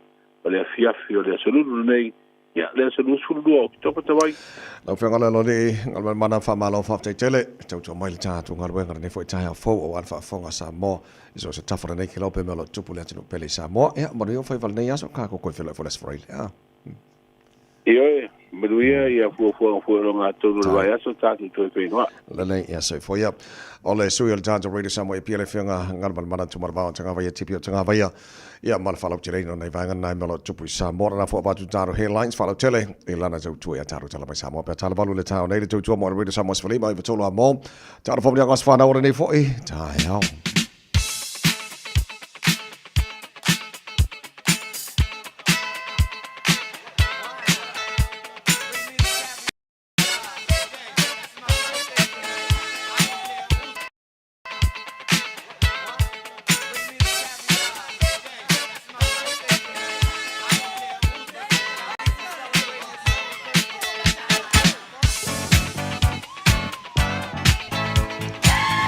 Nakas whana ola so lulu nei lua se fulumare lua ia so ke topo matala telefoni mo o tolu fitu tasi lima iwa tolo mo whena manoa nunga tātu emaili on air at radiosamoa.co.nz am whena whangaina fo le Facebook mari YouTube Radio Samoa awala manai o maila whamnia ngas whana ola ni fo itai o fo tātu telefoni malo si fua malo so fua tawai ano lavar si fua maria tina ia whamanuianga mo rea anau whamoni moli ia ia batu whaamanuianga mo le aspana mo le sunga le li ia o mai maadua o lasi so alu o lo i au kilani nei ia lasi ia whaftai le lo whaamaleanga le o le li iwa o le aso le nei wa ato i le lima sepulu o tausanga ia whaftai le lo fo le li i malanta i tainga tausinga ia te o wa ulia mai nin tausanga i teli ia lo fa le li in whaapololo so i fua ma wa feo le o malo se mo lo ola malo loina ia awale au tawina mo nga luenga le atua ia manuia lo wasofana nei aso ia manuia foi por kalame malo lo feanga ia nei aso ma oi ia o lo faanga pa manuianga na batu ia so au mare fa na ne Henderson ia alo fatu mo oi tawai manuia lo waso fa tailava tai solo au lo fatu maria fo le nei tai au fo Whamanianga mai lunga o tātou YouTube, happy and blessed 7th birthday, sis Fafafola to Yolo Anta from your sister Langi and family in Boston, Massachusetts, i America. Mani tele la bala wasu sui fua e le nei fo yaso. Laisi whamanianga mai tātou i Meli, o le whamanianga nei mole aso whanau, Francella, Manuia le aso i fua, Francella ai ono, Manuia tele laba lo aso i fua, ia maua le anganga fifia, ma lo ainga, ala whaanga mai a Filippo, Gabriel Rapati, and your Matua Moti and Litia. Manuia tele laba ia lo aso whanau e le nefo ia so fau a tātou wodia.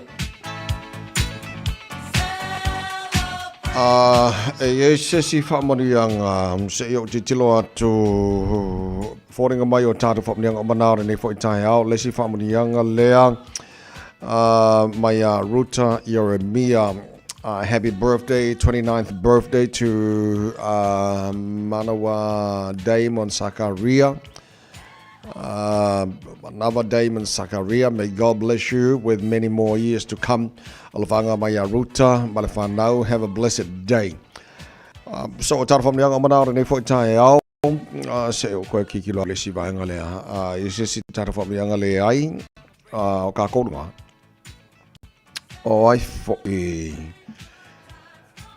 all right, Moliatu, Famanianga, Lea Sosefua, she also ya Fafafola to Yolo Anta, a theatre to South, Fafta Jamala Langi, Monito Sanga Tele, Monia Telelava, Famana Twin, Fitu Sefun, Marfitu to Sanga, or Lo Sefua, out of Angana Maya Langi Man, Yellow Wally Foile. So, for a Tata from the Angana later out. Ole pese family try to put on my finger radio Samoa. Ya maltar bokala me malu ole tai au. Le atu o famana to waso si fo as para ne yaso. Aber be inga le tua. Au ni to sanga lo to si fo. Fas pa ki. Celebrate ai le lo fo le tua. To waso para ne yaso. To no suma lo me lo to talo le to la balu. To po radio Samoa fo le mai toru. Amo.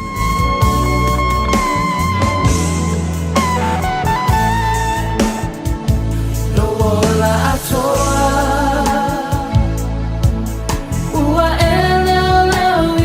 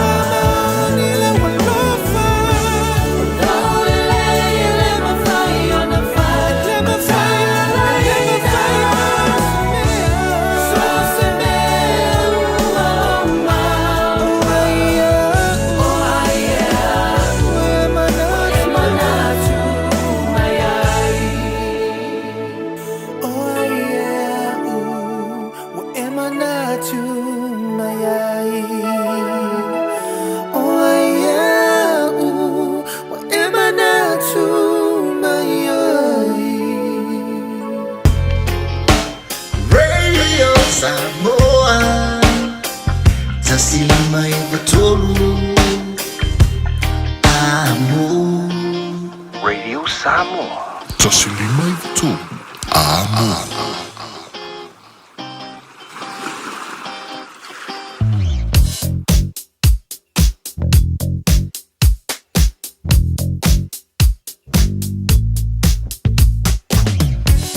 Laisia tātou le pote mani wala wala nei fo i tai au fause o vavai atu wa televai ngole a wala leo poloka mani nei vanga tai au se o titilo atu po o yese update la mai la waka ko tahi e le vavai atu nei vanga tai au lungo tātou highways faisi poloka tele o tātou lo lungo city bound state highway 1 e le nei taimi o le tai au poloka ba during Papakura, Fiololo ba Papakura ngai Takanini, Takanini ngai Manurewa on ramp poloka fasola atoa nei tai au.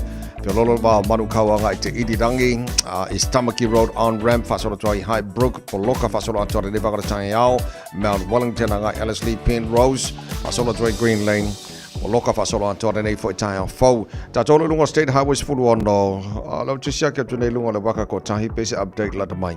Poloka mai lava i o le Lincoln Mars Football nga sfulu ono fasola mai West Gate, Royal Road, Lincoln Road, Tiara 2, Rose Bank, Point Jubilee, Western Springs e o le Lincoln sfulu ono nga le Southbound State Highway 1 whapena hore Northbound State Highway 1 Poloka i le nevanga le tai au e lau isi update la mai la vai tau a isi silane i se vai ngalo Poloka i le vai ngara na whapun mole longa bali tātu ofisa longa tātu Facebook bari YouTube le nei tai au lungo State Highway losi fulu Poloka for the nevanga tai au pasi mai le tunnel fasolo mai Mayoro Road on ramp Dominion Road Hills Barra lunga la wala lo papa fasi Poloka la titi for malanga le balava lele losi fulu pasi mai Massive Road like PCLF low on my Puni Road on ramp Poloka Lampi Drive on ramp Lincoln losi fulu anga southbound State Highway 1 Poloka fasolo atol tele na vanga la wala fasi Poloka tele lunga la wala nei tai au vale to amari tai malava on sai Mala fa bola ale toi tātou ngā luenga nei fo i tai au fua fo i le morino nei whanau la o ngā fa bola tātou matua faisi pisi tele o lunga la wala ele nei fo i tai o le tai au le tautua mo le Samoa Sfalima i vitola mo to Sfalima i le van. Health workers' strikes are planned for Thursday 23rd October. Hospital emergency departments will be open for emergencies only. If it's not an emergency, you can visit your GP, urgent care clinic or book an online GP appointment. Or call Healthline on 0800 611 116. For after-hours care in rural areas, call Ka Ora. Find out more at info.health.nz. O e mo mia se fai mo limo ngā wenga o lo mo tā pisinisi po malumalu tā pua. Mana tua lole ma tāwanu electrical o te vanga Filipo a kau o silia ma le lus full tausanga o tau tua i ngā luenga wha e le tise i sā mua mani usila dei. Wala au lole ma tāwanu electrical i le olua tasi lua tolu, iwa wha. Olua tasi lua tolu, iwa wha. Moni quotes pe whilo i fo i whatala no ngā luenga o loo fuafua mo le wha i unga o le ring tausanga ai mai se le tausanga fau. I ma whai foiona e emaili i le info@matawanuelectrical.co.nz moni si whaamtalanga. O se tala fia le nei mo i la tolo o mana miele vai yesi, vai sasalapa ma le vai tamalingi, mai le Samoa Herbs, ua mawhai ne o na whaatau atu le tātou ofisa, a le TR Marketing i le mautou Samoa i mangele, e nao le lusful tala le tau le vai, ma e ave le wha mua ia i la weanga i mai le ofisa, e totongi mapiki a la vai, Morisi whaamtalanga whao sota iane, i le olua tasi o lua o 5 valu tasi fitu, Morisi whaamtalanga, i le tātou vaiesi, vai sasalapa, ma le vai tamalingi. Talofa Samoa, o Atish Narayan, o le Licensed Immigration Advisor mo le Auckland South Immigration Consultants. E visosoani mo so se tu ai ngā visa e malanga mai New Zealand po Australia. Telefoni mai nei loa i le o valu o tasi o no valu whawhitulua. Po le olua tasi o no valu fitulua tolu o. Toi se fulu mal tolu mino tolo talo le tula valu do to haru le Samoa Sfalima i tolo mo mana to manu mai tai au le lofa malanga le leo talo matai le langi ma tu o te penaina nei pana fo mo la o ngara nei tai au ma lo sa. Alolo sa lo taimi lo malosi mo lo mau tupe uma fa mo fa na nei taimi lo fa putunga ora na mo tai au fa fianga lo tai au to dai matia tuna mai lo pepe ya ile le mo umi seki mai le kabi o paska me sa mo pia se fa uma mai ko me usura ka ko ese e reach on me so mai la usi va la no me se fa fa casi le o su luma e pa ko lu le patata mai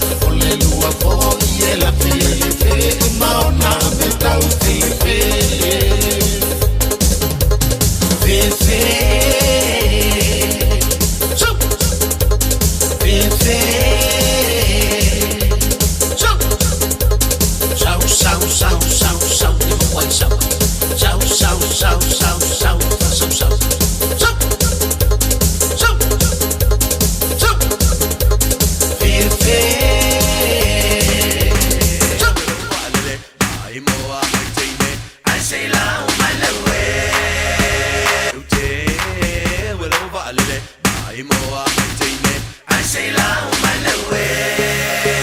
Don't you fall in it. Don't you fall in it. Don't you fall in it. Mr. Tano, Toto, first class na navalala pero Mr. Tenary, hey, pati popo, awal ba na iba mga pilo masay sila yaw sa mila follow leo pinga maway fole ang ay mo singa yemo mama sa mo lang uso Katerina legasin yung Sosfina malas Ethiopia South Chiao Nea full mo fika to make you pa may ulta sis yung mo find the merla la fanga Tano ika manuna saki may ya all the dirty bully red wines Billy Balaganja pagasin yung may malapo po elava uli po between 4 elava uli po between 4 Sang Pero vaya de sang me ponele Lulu may ili musika Palele ay besyo mea Siye yung ovima Yung tapapi o niya paaw Palele yung mole ea Palele yung mole ea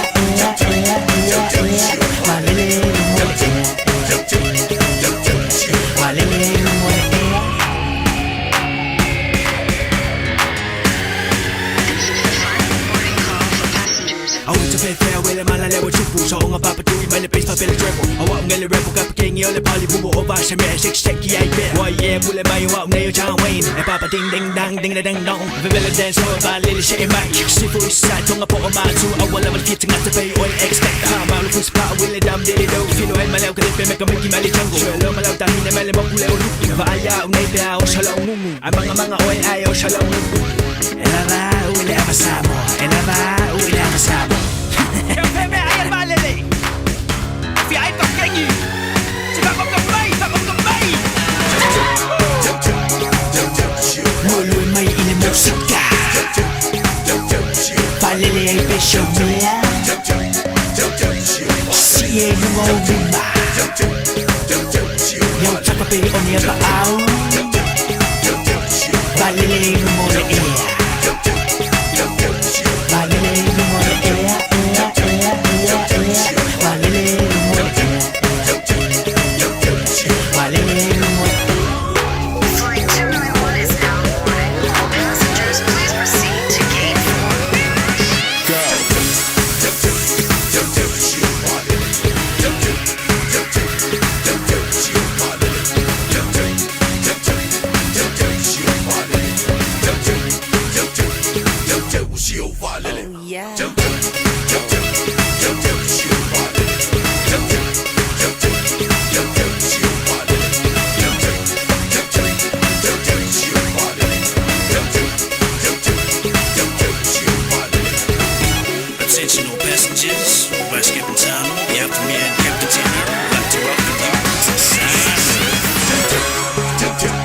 Alo mole mana te nari tu tua tu show va lele no to ro bino tolo tolo chalo le tu la valu hola va fonga le por clave malo le tai ha ro no samos polima e tolu a mom ya lele a timu le se savani fina fai de timu kwa ka le pese mo kwa si ba fa le fa ya ngam fa malo stino mo ta to ne fo ya so lu a ma nga yela nga mai aloni se fa bi fia nga Mr Cowboy fa pena fo ibani to lo so mo ta tu tala mai sa mo nga to ne fa ya so ta to i good morning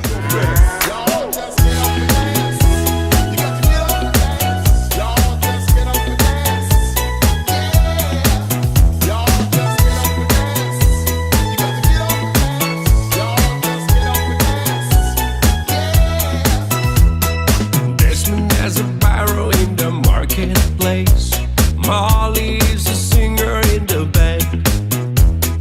This one sister Molly, girl, I like your face. And Molly says he's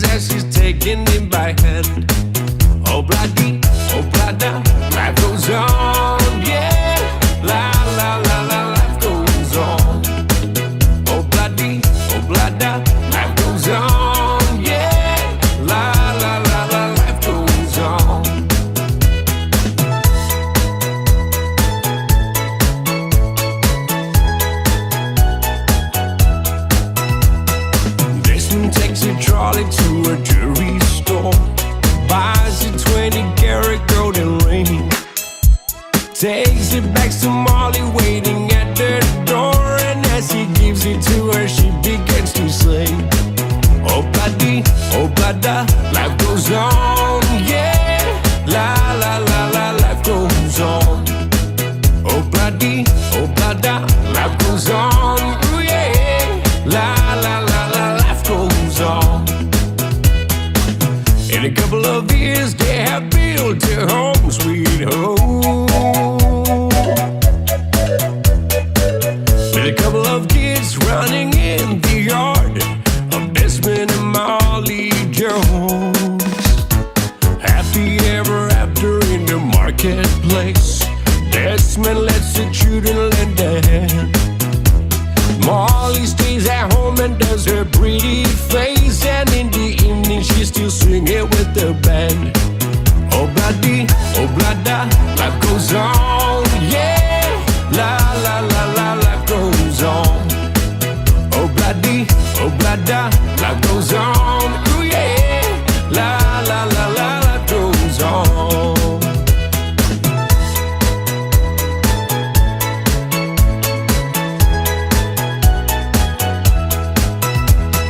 Desmond has a barrow in the marketplace.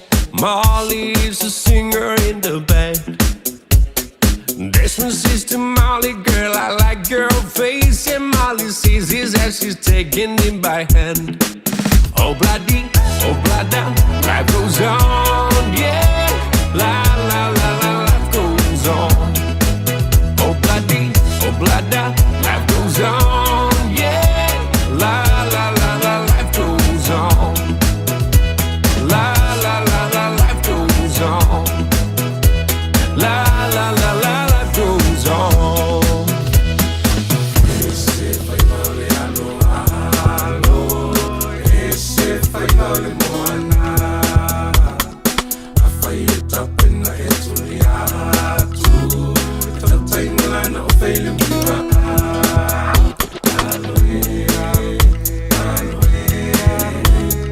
Tulia faiva tumatane.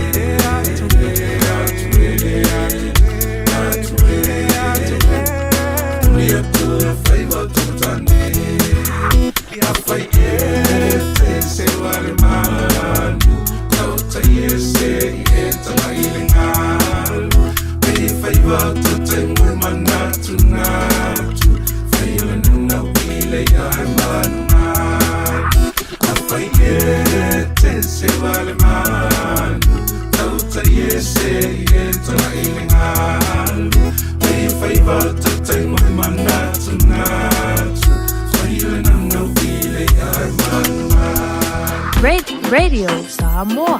Taslima Ivaton Amo. O mawhai na awi natu telefon mai Samoa. Ona o le lango mai ale ofisa malanga o le Ades Travel. Telefoni o iwa, tolu iwa, lua o, whaselau. Tolu iwa, lua o, whaselau. O te toi whatalofo e ro tātu o tenu i nei fwoi aso fau o tātu mafuta. A wāre whapoponga o le tautua masani tala taulongo longo mai Samoa. O le atali o talavini saunoa o samata i savai e lona lua i le whanau e toa fitu. Ua whai poipo e toa whao nalo. O le aso se furu o le masino se temo le tausanga nei. O le teimi muri lea na talanoa atu ai le tina o langa fuaina tau paolo whaasavanu. I lona atali a o iai ngā ruenga whaavai teimi New Zealand. Peitai o se tala whaanoa noa, wa whaate i ai le tina ina ua longo ina le so upo ngā ruenga whaavai teimi. O lona alo ua whano le so i fua i se whaalavelave, na mu ai le whale na whaamautu wai. Whaalia le tina o langa fuaina, wa whailo antu o lo whaia sue ngā leo leo, i le mafua anga o le mu. Ai da tupu le whaalavelave na o lona atali i sai ai le whale, i le asosana te nei. O isi tangata le lātou au piki wa toi fo i mai i Samoa, ma lo lātou te tai. Ia kusai fo ia mole avangoa fa penga ku ina mai ia awa fo ise fa makalanga fo i winga fo ise ka serfanga ia ole afia ole susa pose meola akanga le fa ia fa kwa makoma ua ile kala kusai fo i male fa la velave o kupu mai se ka si fo irfanga ia ole kaimingi ia ele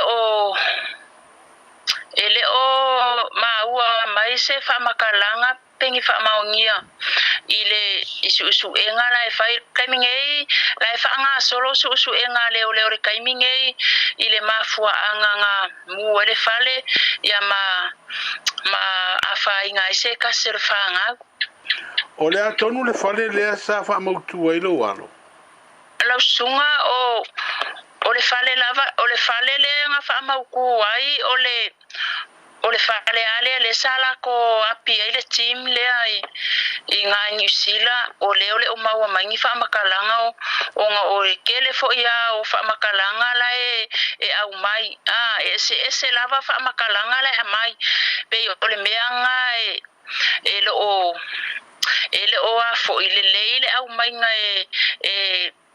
ele so upo po ngisi fo io o leo ia le mafua anga o mea uma ina siringia nisio ila tau fo isa malanga malo walo inga wenga nei o le atonu men tupu ia le kaimingei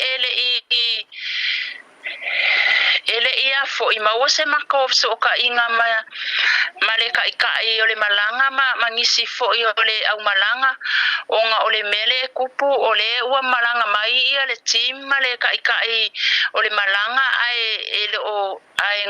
ele isa wai ia lo walo le ngofonga o ia New Zealand pe yer kulanga lea mo fafsi ole atonu le ngaluenga le sa ngalue ia sio walo le ua maliu ia ole ngalue ole au piki ngaluai ele o po le apu po le moli po le ole apu te longa o le mafutanga fa matua ma fa nau te mi fa pende ia de fa ingofie langa fuaina ia le lava ya se ma fo nga o el tina lo mafutanga fa nau wa emisia isia u se walo ia faftai lava la sunga mo fafsili ia esa awama fa ma oni la usa noanga ia ole kaimingei le kaimisa o fa alongo mama wai kala ile fa la venga kupu ia sale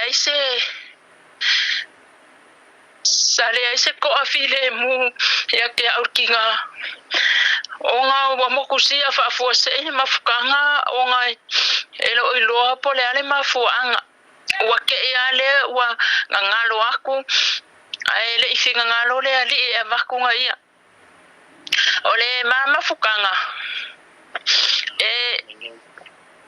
e fa ngalo ngakaya ke unga fa ngalo le kali onga le mafukanga foi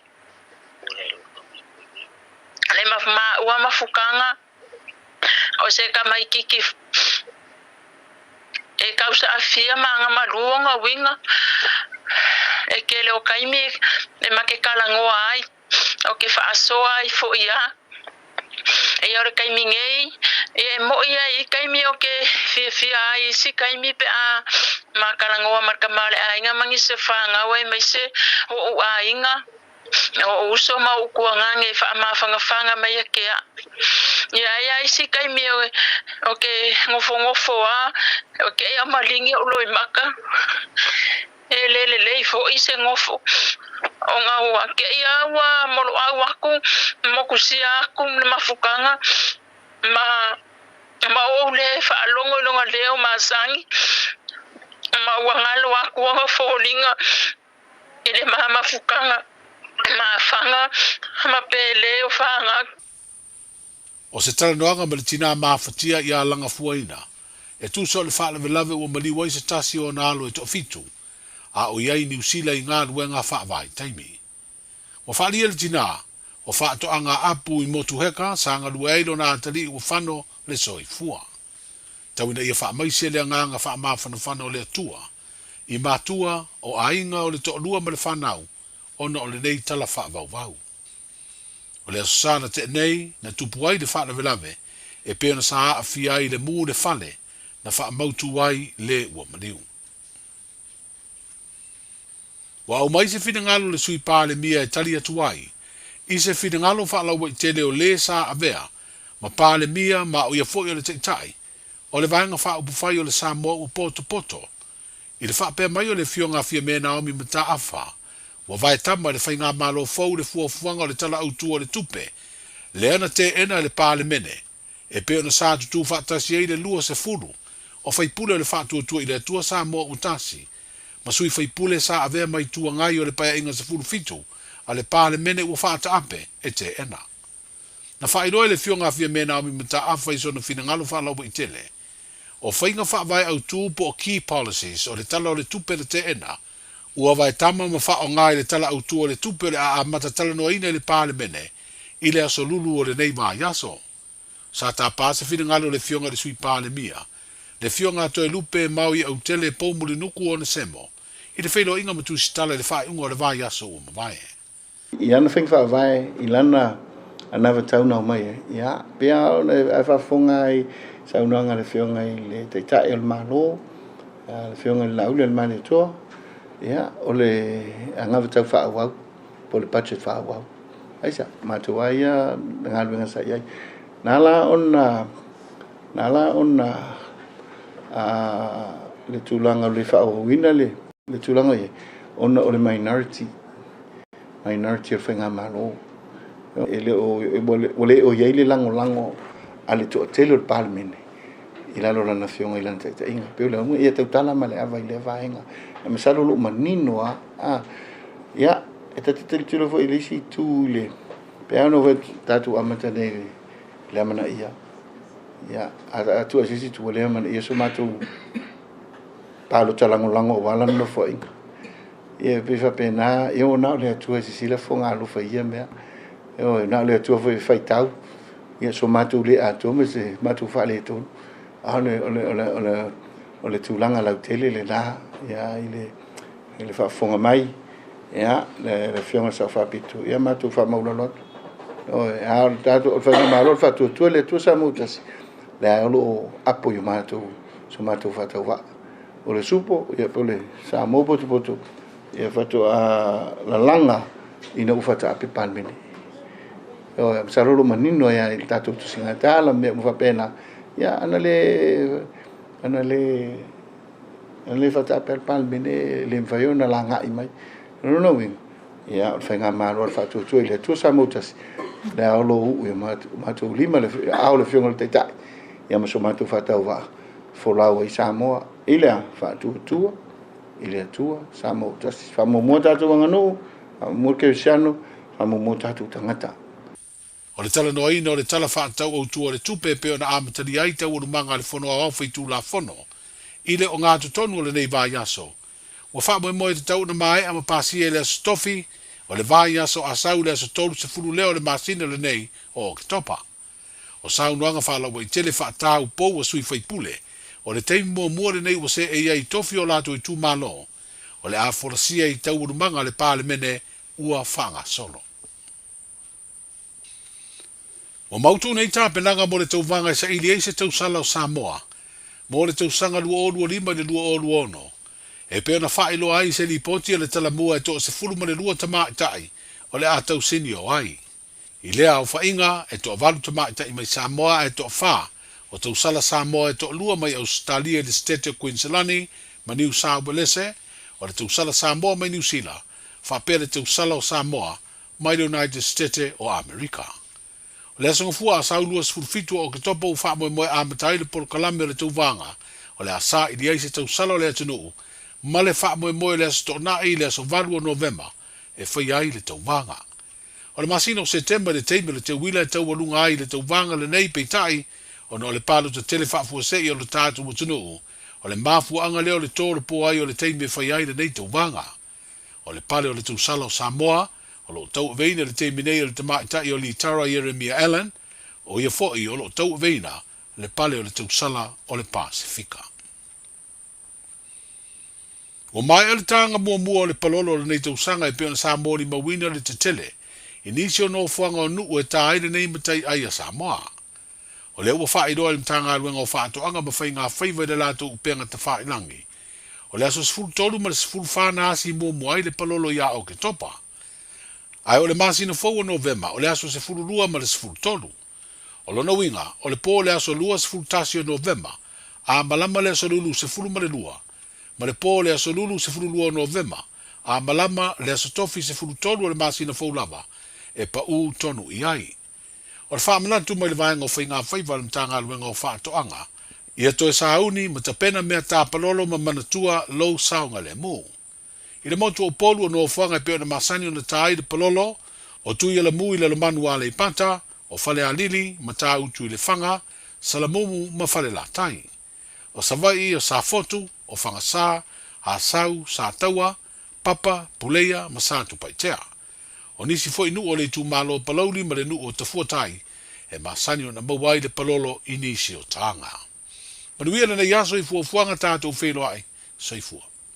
Talofa, we're the Katinas. Talofa, this is Pat Lam. Talofa lava o a o lapi marina. Mau pela o litio. I le Radio Samoa tasi lima iwa tolu amo.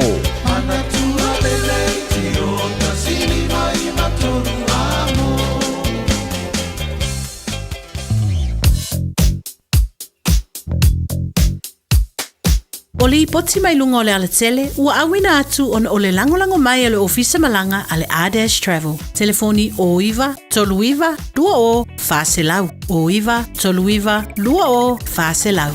Ua makua mumu whasola ato a lunga o highways nei te mele tai aua peia o le au a konga le kamamo i lunga o Eden Park i le mumu mai o lunga la wala. Nei tai aua o nei loa o siake ngai le waka kotahi po i ni whaamlavelesi update la tamai le waka kotahi. Ai afa peo le te lunga o taro highways o le se fulu valuanga le se fulu ono makua poloka ni bengal tato i o lo malanga mai sifo. Highways fulu valu pasi mai Green Height le malanga mai le mai North Shore. Whaasolo mai whenua pai. O loka whaasolo atoa link mai se fulu valuanga se fulu ono West Gate. Whaasolo mai Lava Royal Road. Whaasolo mai Lincoln Road. Whaasolo mai Teata 2 on Ramp Rose Bank. Point Chevelia, Western Springs. Oka. Ka whewhe ua makua i po loka whaasolo kari ngaru ngi kai au fau.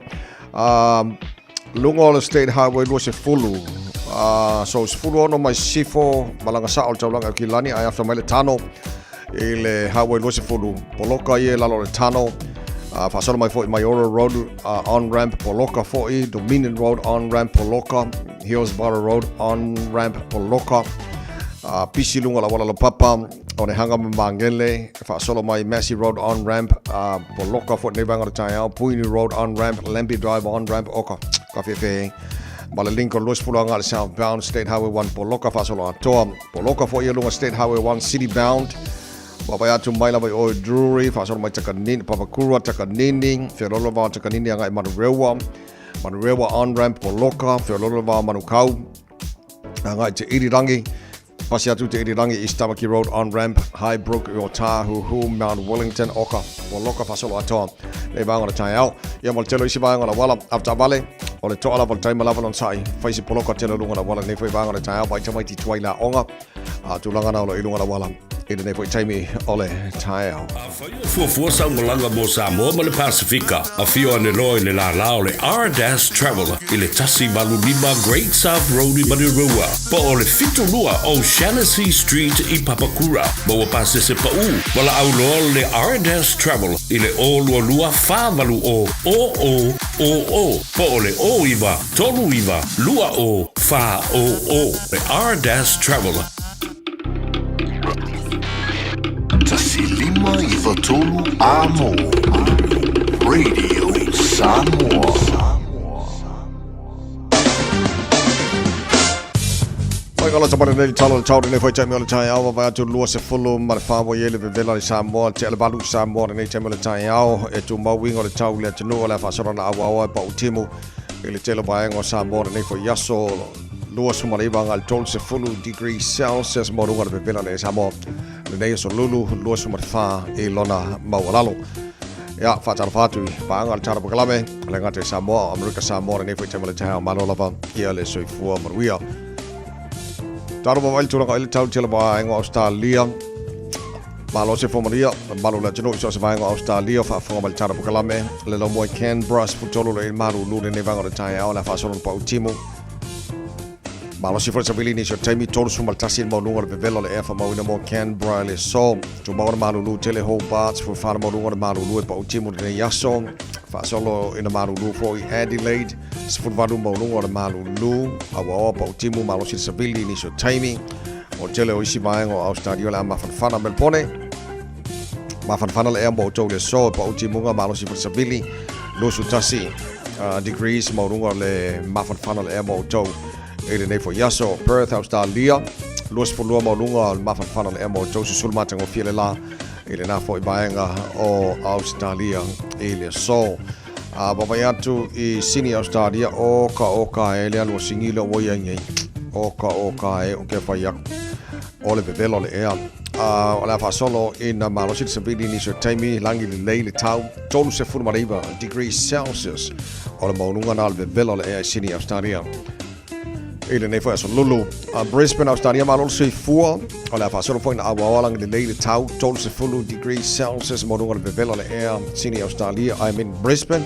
Morene for yaso so sulmata ngo fila la bevela ile e Darwin todos for lima morungol bevela o bainga mona Australia matulanga ile tau ole ne for so lulu wata to lia for mal talo tau no fanga fa salanga radio Samoa tama ki makaro wa kilani so fa o ile malu lu ne banga o tai hao o ba to fa fo olo fa po timu o winga no tau le so po timu ngal tele bainga o kilani los fu morungol ma fa fa wina mo o kilani ele nei foi so lulus pulono lona ma wala lo tai pe au lia le pa o foi timu tele vai ngo okilani lo so fala mo lunga le pelo le fa ma una mo okilani ele aso tai ora pa ngo on tuatu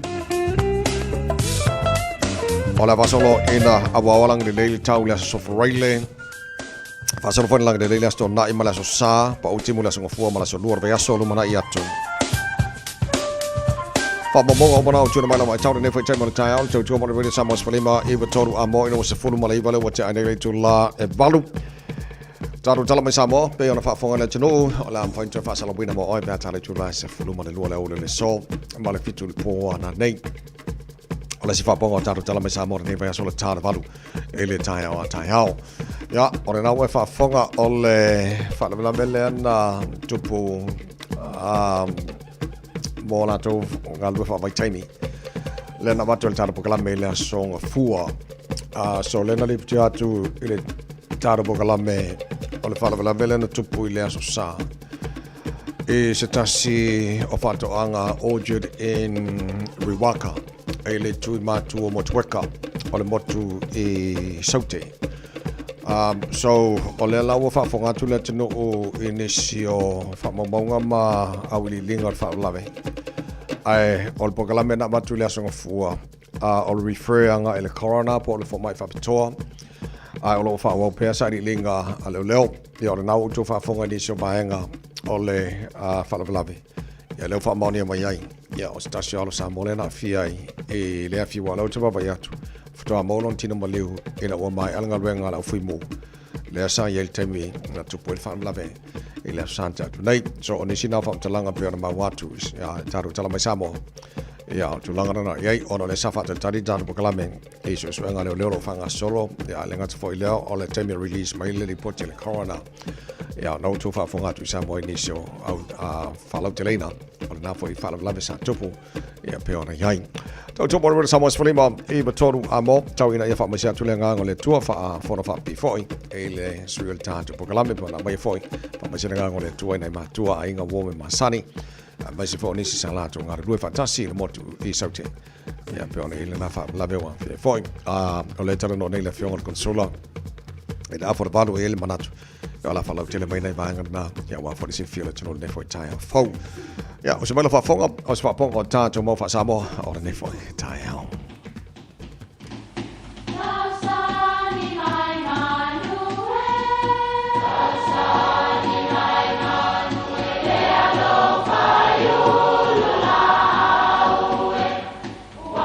E o whanga manu i ululu o la au, awa e whawhanga I funga o la au. A o le tangata, e whawhanga I upu matala. O le mawhileo o alanga upu mamuanga ngana Samoa maona whaapongai, e a fua ilo na sio mianga. O lona lea sao I le whaatufunganga o le iloa whaale aso, mai le tautua se ia o ina pule.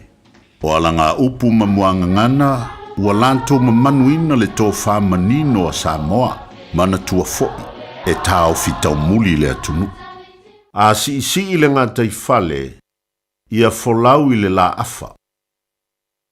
O le la afa e malosi a wae le langa mai le afa, mai matua afa inga tāo na leanga. Po le ale malosi o le afa e le tai o na masai. O le ala lea e whaonga I e tautai I taimi e malosi ai I le matangi po le wha. E whatusa I taimi e au fia ai le pa ia ma le mamalu mawalunga.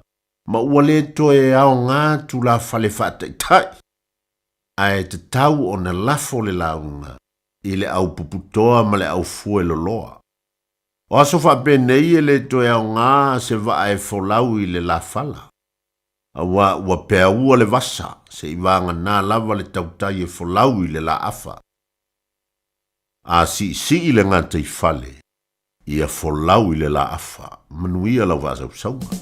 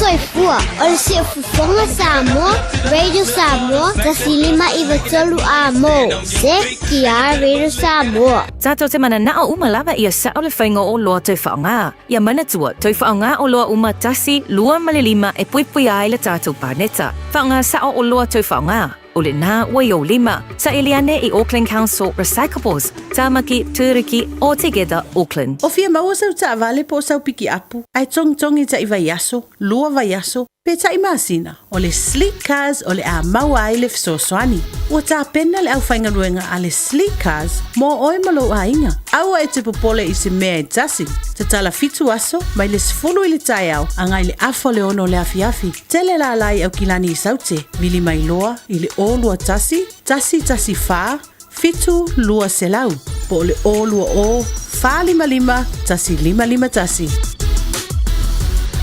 Papito maua e le fruit shed. Pusa piso po Pasifika. Selau lima fata la iva. Pusa tayo a Palaiti. Fa iva ta la iva. Pusa pipi. Ono walu ta la iva. Pusa Eleni Ocean Best. Cholo wano ta la iva. Susu mai I le fruit shed I tutonu o le shopping centre a Maangeli. Tele male ano anua I o whapitoa mo le nei vai tau. Pa ai te wo misi la wavanoa. Ele umi le nei whapitoa. Asi mai loa I le shopping centre a Maangeli. I le fruit shed. Poi loa e mawhai o na whaongara o Q7 e whai matapasa mo lo whale mōmua. A whai fwoi o Yeso mō kesi e mawhai o na tato sosoina o nisi a wala I whale tupe sese a tonu e whetau I matulanga o roo langa timinei. On mata o nanga I Supreme Mortgages, mata o te fisosoani e sue se tali mo first home buyers and refinances. Wala o mai au Sam I le orua tasi o valutasi toluiva valutasi. Pe emaili mai I a sam@suprememortgages.co.nz. Talo falava o a Lapi Mariner, mau pelo li tio. I le Radio Samoa tasi lima iwa tolu amo.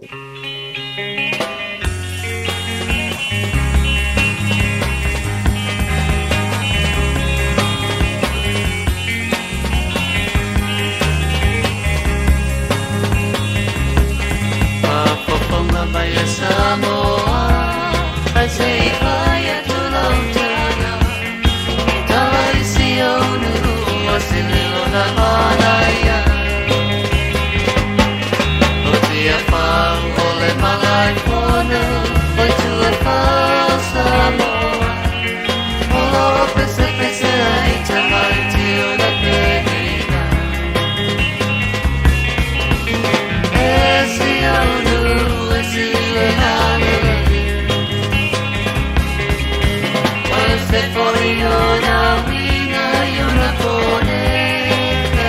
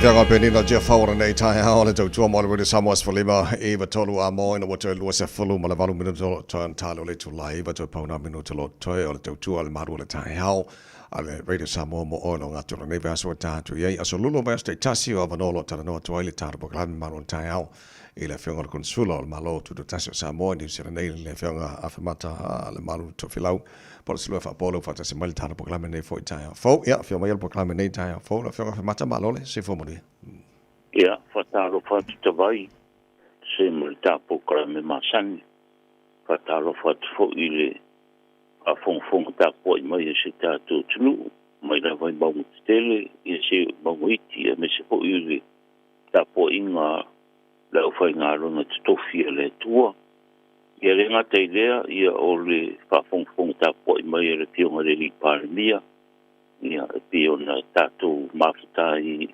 New nei ia ona tinga e fataro fato ia lo ia i tatu pokala milita tai au po felava tuingo kolopo mo mai ta pokala ia talo fatalo falava Ja, farvel en for nei tai fo no finger consuela malo fa te tele mo le fa no wel time nei for tai fo ja manu o lewa e farvel fo ile fa fo mai le finger le tai o tatu malo le finger le palemia Fiora la ole male toa le hotel polante va for schmet ja a mai se tala ma wolo o mo lava maftanga fo ile aso male aso ja pole la fale tuo fa so solo mo pe ja le fatafanga skas fo le fiora palemia afemata ia fa ia tawai ia la vale anga le male lo fo le tua o fa solo mo ia lava le tenga ia io o le fiora de palemia ia baone to tinga o fafta ile po ia mo le madu le tulu talo ia mo se ta po inga mo se lava le ofinga no stofi le tua o asia to ipea ia ma futa mo le tio mo le palmia ia ma pamia po i ma talo e tu sai mo na singa to tinga ia i se le ke o ye to i lava le nga faftai i lo to walo lofa ia me se poi lau tu talo mo ta po inga Samoa o solo manuia lava e pionga le pale mia mai le o malo lo po i nei mali e ngai lava mo pontanga ia mafuta tu inisio le tu e se sia tu i lo bota ia me se poi na pontanga pa malo ia mai si pontanga inisio o company matulanga fa pena ia o patino la vai tato pizza i official control i mangele e mele la mona ile nga pa stai ia e wila wana la o mai ono tonga fitinga e pita i wa paso solo manuia ia o le tu ai da voltenga i mga ruenga tu o si tato tu te vai male o paso solo manuia be o mele lo po mele nga le le tu malo faftai ole na mawana il fontanga le fianga pale biama le minister vai fa fondi sila le sa il mot for consul pe ne sa noa te le lopes is fontanga le so ma le pale bioni sila pe fa on e fa lo le tu la fa pul molea ia o lo tam fa la vai e te utunga inga ia mo se fega inga tu le fianga pale bioni sila ia ona e si fi fuita vai va tu fa fonga le tu ia fanta no lo fe mai ko ile ke mari par bia ni sila mo pontanga tu langa pa pena mali aro panga so lava fe tungai ya me se ro ta pena langa malanga ro ia mai se te mi o rumo le pionga ya la u de mali to e tu sai mo tu le mai te tai o sta to tunu ia o fu ia tu langa i lana malanga pa ba malo alo i state Europa ia de o te da vale i lo i lo telefoni tu langa pa pena mal pa bio di sila au le kono le sa ia o se por tanga la vasa ia i lo i mai le pionga ia va vasa ia a Vincent Peters ia ona o malanga po ia tu ba ia no pontang pa va malo ia te lo i mai ai malanga i te ni mai ia o to fo ile pionga le pal mi sa o ia o se la pilo i ngā wale ia tala no i nai po ia ni si umtau pitaua le ngata i ke maranga inga ia mtulanga i pe mita ma visa mtulanga whapena ia nau o i rila tala noanga ia me se po inisi ao maenga taua i o loa fi au ina mai ni si le mei ia me se po i le nganga whaaftai ona o le alopa i le te ngai ai o sia matu tu maro sa fata ma le paale na ngoto ai tu langa papena ia ele i loloto tere la ona o se filo inga na o se fast full minute tu langa papena ia ale pia filo i melava masi mai fionga ia va vasa i le te ngai ai o le tato palmia ia ma tinga ai tu te ri o tu sa mota mai. Okay, ma lo fa te tele mole update e nai vanga foi. Ya o tato ma futeni se nei male fionga le palmi o tato ma lo sa mo. Sali potil tato bukala me lo fionga fe manta i le matanga le so nei 511 seasonal workers il motu saute ele yeni fa talanga telen sa fa mtu mai ili poti na maua. O le na mai nei tala mai sa mo. O fa mani mai o stasio alo sa mo le na fi ai mai se update mai lo fionga consula po la le tele lo se fia ni se fa talanga tu semba le foi fa la be e fa state vai i ni ko i fara grave mo na ma tu fa mai senga i ainga ia patai to lo foi ma fa na ale wa fia sa ro wo i fa se fego inga mal tato office sa mo e vatu lava fa machenga ia inga fo i wa fia o no nei fala velave msalo voto te viu o se tala fa topia o no lo fe ta fia ia se vi poti alo ia temi nei o no lo foi su nga leo ia tu ile male tanga no tine mo i ve fala velave ona na o sita masa ye le fa ia ai tu pulo le fa le tonu le fa le sa ia o taliu sa mo e na pe ngai ma ia o te po sa mo le na to vaenga sa nga lue patong a sa no foi da le tau le ona ye po i ni tu langa pe on ta no ai pe ma avere le tu o laro ma fautuanga ina ia tautuana le kanga iei ma whawhitau i o tūranga tautula whono i New Zealand nei. O le rara na le malanga i tau le i Samoa. O na o le lo malo na whamasinonga i tūranga lava i me o lo pasarumia i nofo i whatuanga sa iai. Le rara le o le te liu Samoa. Ia ai tupo e lo le wharavela ia o faila va su nga le officiale le umsalo to ma ia na mai le sili potialo ia o sili pe ko le nga le par bi nei ia me se ko ta to va nga Samoa ia ro mal we tu la ngo ai o se i potiatu na ai o ato to se sue po le ma fo ang ia matulanga pa pena ona o lo punpuia ona ia pia me tau insurance tulanga pa pena vale e fare que tu o le tavai o le tafa o ba le e o malanga mai au ba le vando o mai ai su matuia le ngate a inga o se tato tu e fa ma le ya pano mai se o tua a inga ia ai balanga mai ia a le nei o mau so ko ia te na tu ai a inga maranga mai o no nga venga pa vai ting ia e ko wa matonga nga solo mai ia tau tuana ia nga nei fala vela ia ba ta ai ma tau tuana ia nei tu no no so nga man ia le nga venga pa vai ting e me foi la ngolong sua a inga ina ia tatu New Zealand nei ina ia i pa boi o na ia inga msio tatu tunu malanga pa ia tu ia tatu pa na mo halo na pa vai te ta ba ma lo fa te tele ma tango fiele tu ala fo ima le fa mana tu nei fo tai fo mo le fa fo ma le tino o le mai al proclame nei tai la batu telefoni le fo konsula mo la office en fa na bala wana ia ia on fa mal mal te le bainga au nanga tu for lau pe fa nau mo bainga umalava ia mana mi au nanga le fo konsula la mo na batu le telefoni bala wana ia ai mo le nei tai o le ma wel fon tanga le fon fa fo tu le lo ma nei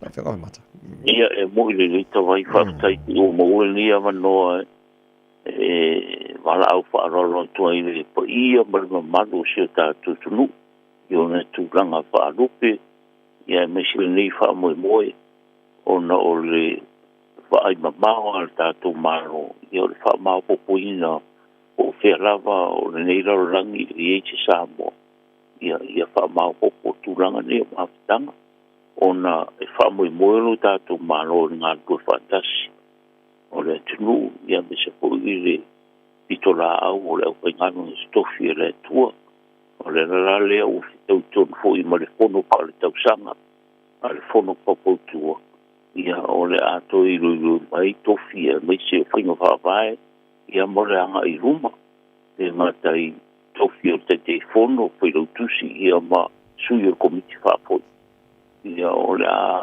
i lu i no ma i le fortanga i vai a saula so malo lo ta vai le so po ne i le tale i volta i le tatu sa mo mangere e va au fa lo tuai o fe lava po o fa mo ni fa ni tatu po tuai tatu tatu filo ia ba i le tulanga fa ma po ino tatu po no fa tua i le tulanga i le va le malo ia me se o le pa ia mo le malo sa mo o kila nei o le iva le taeao le so fo le so malo lo ia tato filo ia ma le falo la patava ma lo fa tele ia ai le fa mata filta proclame nei taeao e o le tato no te ingalava ia alu luma ma le tama ai o le tato no sa bo ia tato sa New Zealand o fa ka wa ka ko lo ma sa bo fa mata io tava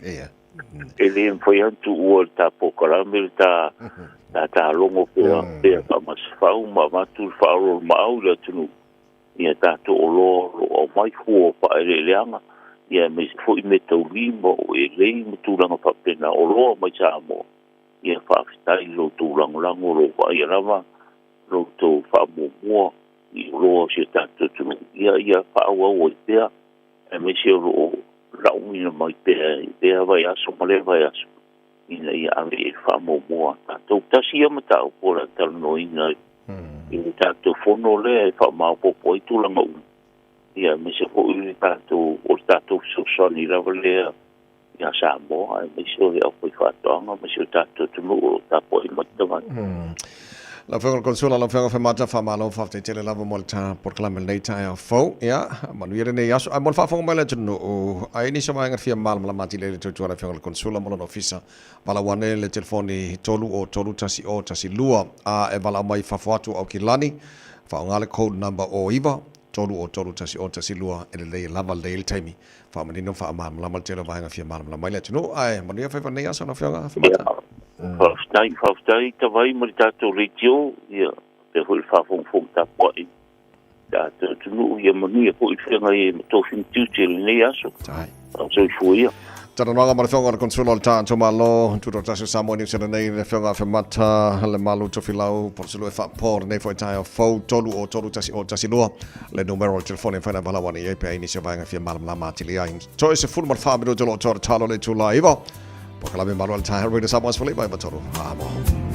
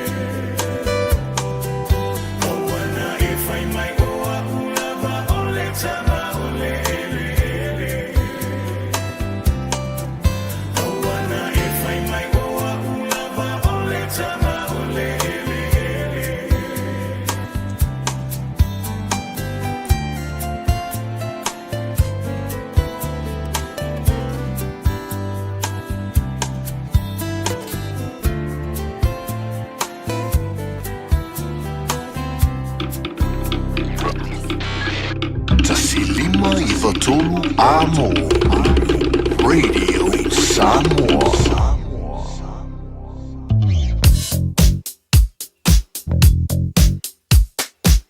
O li poti mai lunga o le ala tele, ua awina atu on o le langolango mai ale ofisa malanga ale A-Dash Travel. Telefoni o iwa, tolu iwa, lua o, whaselau. O iwa, tolu iwa, lua o, whaselau. Tātou le poti whai umalunga o le awala nei fo itai au fau tu mau ona po loka le tele o highways a maise lava tātou lo malanga mai se sifo, highways se fulu valu, link mai se fulu ono, makua po loka le nei vanga le tai au, o lo tu mau fana po loka, lunga le highway lua se fulu, southbound, malanga mai sifo, anga mai sau te nei, a pena fana po loka, State Highway 1, mata mai lava Drury, Papakura, Takanini, Mano Rewa, Fasolo mai ei, Mount Wellington, Ellerslie, Penrose, Oka, Poloka, Fasolo atoa, Poloka fo i North Shore, Marcello isi vaenga la wala after valley, Pamanatu al Tara Pukalame, Masani, Awalo Saunga le Mu, ina ia fautauta le tātou, maustai tu la fono lunga la wala nei fo itai au.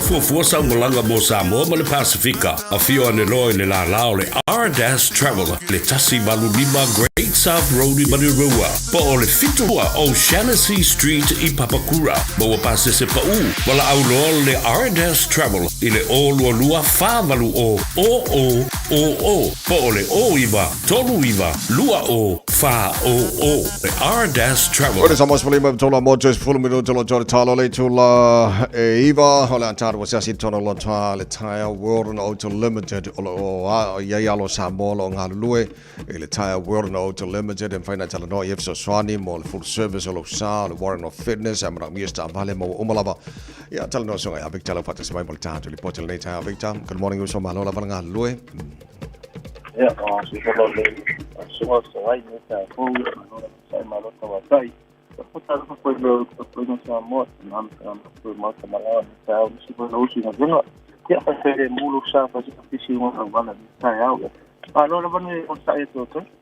Malo so ko fa kim mo ka ya sa oso. Isang pili ka mo ta ya. Ya kimi la, kimi mo ito. Ya, may tari poti family mole, Victor. Sai vai mo to no, amata ta to po peseni.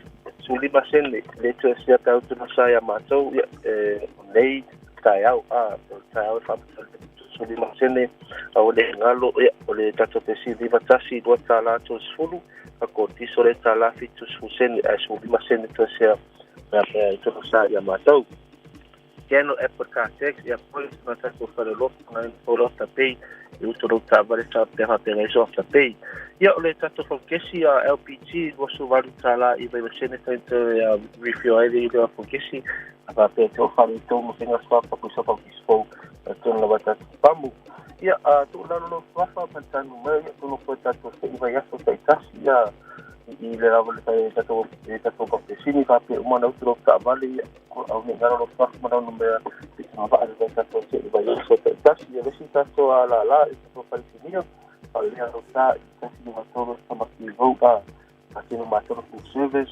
ata pole le transmission service ina ma tuta vali o nesi maulunga to le disi ko le dis ko snoko pumpas se tisai na mo tine ya ma to ya sai mera kuinga se tengo que me vea solo su sala que me mata verso tengo que solo na pena para saber ma so snoko fair que no pi with facts tanga te pole so LED lights I step ya o le te pole wo fe lo su sala que to ya ya ma no fa te pole wo ni ya ma so pena so sha que ma so ta va fa que me singa so o ta va it's white o mota to SUV o to high press tato pick up for Ranger High Lachman is two-wheel drive, four-wheel drive. Umateu, ang kaya ko sa Tavali po sa full. Ang nagkalo tato pick up umanalifi, umafo na kuwalis noko, pampam ang tato tato pa umangta sa magpapi niya tato afawidi pero pati na terminate tato pa Tavali. Tato Tavali, uman teu na modify tato spoka di 50 Malaysia 50.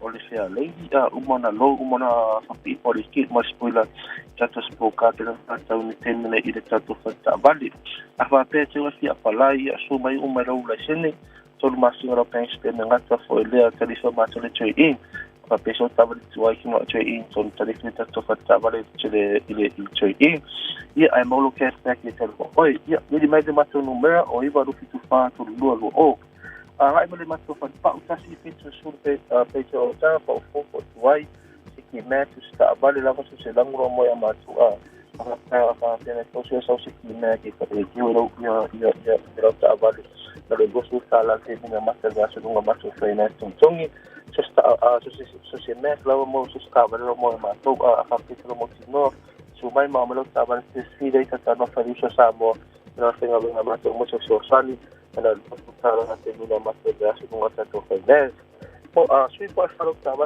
ti nga ma to te ke au sui po faro tava anche police grid ne na iso de fare ni ko ko fa but to pa martin to tasma tu se pen pro motin ma to te o ke ri ka nga mo mo pa isu mai ita to pa se pen na mo to pa martin ko mo to po really fai no fisile ma fai fe tu dai tanto to mo ta masani ya va per ia la fa so la vale le de aso o de sempre veno la festa de to sanga le to por tu viva la tenía más de la sesta estaba de la monde ya su va fai to mai mo ma no mo ni fai ma to de tel Victor of time mole potil nei tai au moni foi faiva ole nei foi asolulu ya la tunu malau fa fonga malau mai mole nei foi tai fo mai lo au abatu lo lima ta wo fa to fa ol ta ma ol tai au na mole nei foi asolulu fa ma lo fa tai lo talo malau ta fa inga tal fo ka tala mole ta nei so mole proclame fi mai fa wo to to re samo mo mole nei foi asolulu mole nei taimi stay safe God bless so to ona ta vai meni so fu mai amanuia Sa uno fo fatali male ono sai o mao ele umalo saluai ilo fia falongo sa upu mai ya wehani ba imau ba futanga ba fana be anale ai le ole ne olanga o langona wa mawa luma ia osunga no fa wa lunga o e ma i aso uma o fatu o atae o vai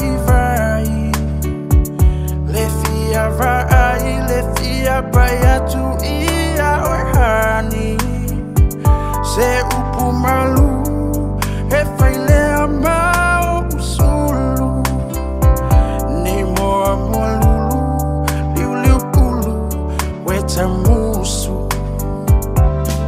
se masalo wa emusu yata ita Watau nu o upu whapesi Tinu stila Tau le mu Lo ufatu ia ufainga Toi foi au e malolo I lo ainga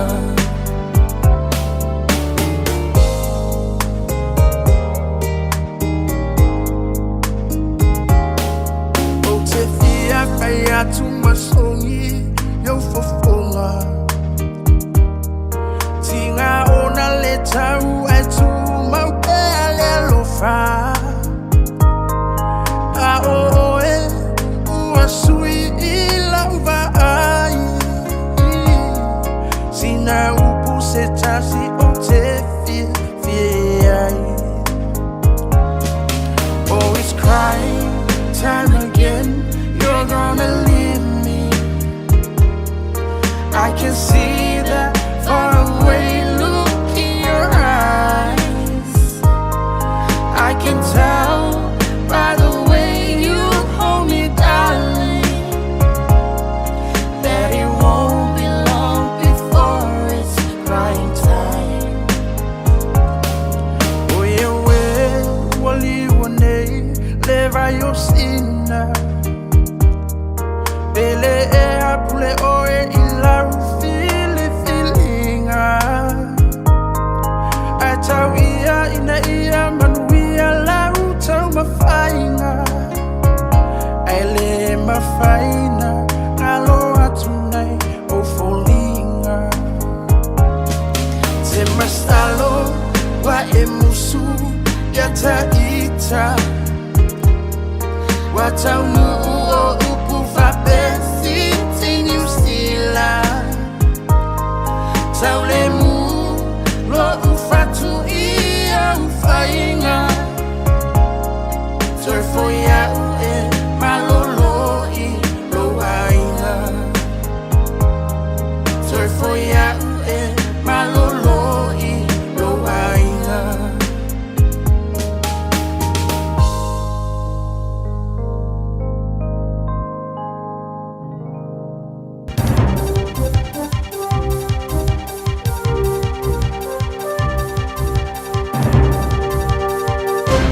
Atalfatu, talani mai a te roa, moleni tai ao malo se fōmanuia. O se aonga maolunga o foi nai whātinongo tūmanga nu mga ngana mo tēne Pasifika o le atalina o na whāti toa se lauluas fulu te mai tai aonga, e le vai tuanga mō mō le tūsanga asau. Wailai o le Sisters United Academy, o le aonga e langolongoina le wharabu tonga mō tūpulanga te levo o le Sisters United, se tasi o aonga tūma oti po le charter school, e fōrafolaina le whainga malo so whatasi. O le a o inai to mai tia onga tūsanga iwa e o le tūsanga sifutolu. I to mai tūsanga sifuruama sifutolu. E o fōina i eia o onga so whatasi. I potua onga i mawhaina fitu na i ai por flexible combinations of classroom learning. E o fōina i fōi ma o onga whātai tai mō ngā luenga, a o onga mo tu spasi maurunga, a wanoa ea o a ia tunu i whafo, a e por whātai tai ngā luenga. O le isio so atama tai sa whaavaina le nei wharaputonga le Sisters United, Kendall Collins, la i whalia. O lea o ngā fōu le a sui ai te urumanga o onga motanga te Pasifika. O teini te o tasi o lea o ina ai o lātu tupuanga, ngana e tau talatua i a o onga, e tau walatu i a o onga, o walo tūmanga nuu e sunu i do tonu o mata uputa tasi uma, e lātu te a oina e biona whalia e Collins. O aso a onga o tamaiti o la vai roina vai ngai lua e puna i ta wai. O li tae ao o a onga mole a tamai. Ai o le au oli o a onga i tomai le o langa i wha vai lunga o wha naunga te walatu palo keti e a o ina. Whaaliere di ministalo langa o a onga David Seymour o tamaiti a onga te te si umai ala ngā te taule a vei o a wanoe hao ao ma whiolai i o wala e sili atu na patino i ai la tōu. O lea o ngā le Sisters United Academy, wa awa ia tune isia o ngā tuma o te fōu e whā, e au fia ia o ngā tumai ta alonga, o lea atu talina le vai tuanga mō mō le nā tūsanga. O sui o le union tanga whai ngā rua, ngā le mata ngā rua, ngā le komisio tau i o whārawala wha fōsei le Accident Compensation Commission, por ACC, wa palota e awa ia tu le te te pito tele tanga whai ngā rua, e whai ala soa tai hao. whaaria le sosio tanga whainga luenga le malo le pisa e siria male afe lua se lau i tanga whainga luenga le amatanga luenga ile tunu atoa o fua sava di ese mala tunga luenga mai leono le tai au e o ile valu le pō ma a waia tua ile tusa malisela wafe o tangata whainga luenga mai i isi matanga luenga le malo le sava di ese manga luenga ile asoa tai au sa te umwhai atu le Johnny Sia mus whaamtalanga mai le ACC. O le tama tai whai lau tu sia ora pisa a ia Fleur Fitzsimmons sa i whalia e le i mawhai le malo o no whaina se ofa tala whengai mō tanga te whainga luenga ma fō ia tunga lunga wha wau e tu sai matu masani e ari li mai tu tono whale whainga luenga. E le o whaaro ngia whoi, ia le o whainga luenga o tau e whaarewala whaafosei, e le o la ngona whoi o la tau leo. Ma tā mamau te tongi o whoina e le tai o na ngawhati ai nai, le taunga tāre soi fuanga. Whaaria Fitzsimmons, sa whinau ia le pisa ai au sia se malienga ai le whaia le te i le aswa tai ao, i le whaaua wai o tananoanga ma le ECC, a o whaaua whoi tananoanga i le pūlenga o so tango ngā luenga, mo se malienga. E te usanga te tasi e whai te wafe mawhe te unga tupe ni silane e te punia. Ma tupe o iei o toi whau iatu ila matanga lunga o tupe whala whonga le Inland Revenue. O se tangata whalongo longo i le Joseph so taimai le to New Zealand. E whapea, sa ia mo se tusi mai whale tupe la tamai nei. E whau tuai nai o ia i le lato fuafanga. E avena tupe le i tapaina le matanga lunga o tupe whala whonga. Sa ia whaari ai olona a inga e ia le vaenga pito i lunga i le leitu pe mau o tangata tongi la whonga i New Zealand. E veona la tu whao ngai nai company tu mua mo tupe wha mau mau, e wawaia la tu tupe mau o ma wha tino le tu la whono. A e lona ma whau, o lea whainga na matanga luenga, o tu sai ma se whainga le ngoi wha le tu la whono. O vaenga tupe toe wha fo i tangata tongi la whonga mai le matanga luenga, tupe wha la whonga i le tapaina po le unclaimed money, i lalo le tu la whono tupe le tapaina, le Unclaimed Money Act, e mo whaona toi whau i atu le matanga luenga o tupe wha la whonga, pe a whai lea. E le episo o tais tangata mo le whali tupe a e po o le wha ngai o ina o sea te unga tupe, e au fiai ma te unga tupe wha vai teimi mo le lima tusanga, se te unga tupe e silia ma se lau tala, i le pale ni iai. O whare tupe pito tele New Zealand le ANC, te sa la to whare ai, te rumai le aso momo ke topo le roafe maru fulfa, sa la to tapuni ai le tusa male afe fitse la o te unga tupe le kuata momo le tusanga. O isi whale tupe o le tia fware te puni o te unga tupe. E le tamai ne esi le male ono se lau miliona tala, i vai ngā tupe o lo iai, i le te unga tupe le matanga ruenga o te unga tupe wha la fonga. E leo tapai natu, ma a whai le tapai natu tu tonu le lusfulim te sanga, o le atu e whau ia tu lom whatu moitanga, ale malo. E lata le tos fu ta vale sa fata ma ye se afi le tulanga o ta vale le au whainga ruenga ar whale mai whangarei, i le tau whasi usi unga ilunga o le motu nei ma tui leo au le na nafi. E ia ki tununga o le afi sa amtaina mai se paipa vevela o le mafo se ta vale sa mua ni vao o umi la tane li tulanga o ta vale. O le li su e moafi mu, Jason Coffin, sa i whari ai o se ato le CCTV e whoringa mai, sa wha mauni ai le mafuanga. I ta vale sa tūra late i vao mango masala la watuai, e le matangi isi ta vale. E le isi sa fia soi fua, i le whala lave. O le tō telo tangata sa mo fite ia i mare matau tio le tūlanga la matia o la maroloina o no le o mea i pāleni po le poor nutrition. Matua i ai o se tasi o pongai o na ole whawhitau le taunga tā telo le tau o le soi fuanga. Te e tapula tau mawhalelei mo le o la maroloina e awa noa i te tono le tinu e pe ona mawai se li poti o le whawsengana o tau mafa. O le li poti le tau o le whaafasengana o tau mafa le cost of diet analysis sa whaalau te lina le matanga ruenga o whaatoanga i Samoa. Ma le polkarame o tau mafa le lolangia malo o whaatasi le WFP o whaailoa ai le white iai o le tunu o male whaale tonu o le pānini o tau mafa. Ma wā tile o toeno leanga i le sifi ese leo tangata mai mea ai sa masani ai. Ai whaalong lango i mea ai whaud whale atu tau mafa e mua ngā se seina matu aisa ai le whaud whale nātu le tunu. Sa mawai le lipoti e ulava. O lo tele i tau mawhai whaulala i ele maua le malo se o le tino po calories, a e masani ai o na le lava tau mawha pālenia mo mia mole ola malo loina. E dusa mare whaafsengana le lipoti. O tau mawha pālenia i Samoa, leo foina ina malo se ma nutrients, mo le ola malo loina, e siria mare whaafaina, e taunga tātua i nei lo tau e whaalu i mea ai masani. O le mafo anga lena o si ai ma le fast food pasene o ai ngai Samoa e le ngaftiaina tā mawhapaleni mo le ola maroloina. Sa tā ua fo i le ripoti e late e le valse food pasene o le itu pātinamata ma i Samoa. Ua whaawasengaina e paputa tele po le obese. O le melena e siri ai ma le 50% o soi fua e whano i le tunu e yeso tanga ma wha mai e le pisi. Ia tāro tālonga o le Champinia ia i o fuso le rorangi le pangmamafa o Alexander Usyk o mana e fuso se i se mano mai le fuso anga le valu pesoria i lauri Joseph Parker ma Fabio Wardley. Ano se i se fuso anga ma le Champinia mo le rorangi ia Tyson Fury o te puni ane whaitotoa. O lo taula ia Usyk ia lona toi te liu le mai ai afa mo le te sanga fōre roa whamara furono. I se tasi e manu le vā Parker ma Wardley o le amo mo ave ele ava noa e lui nai le Champino rangi. E beona whaadi ai le fau Usyk Suhi Lepin i le vaenga o tala ale The Ring. O le tai au le sasa taimi New Zealand whaenga le vaso nei. O le awhatau e Parker ma Wardley na malai tele le O2 Arena i Lantona.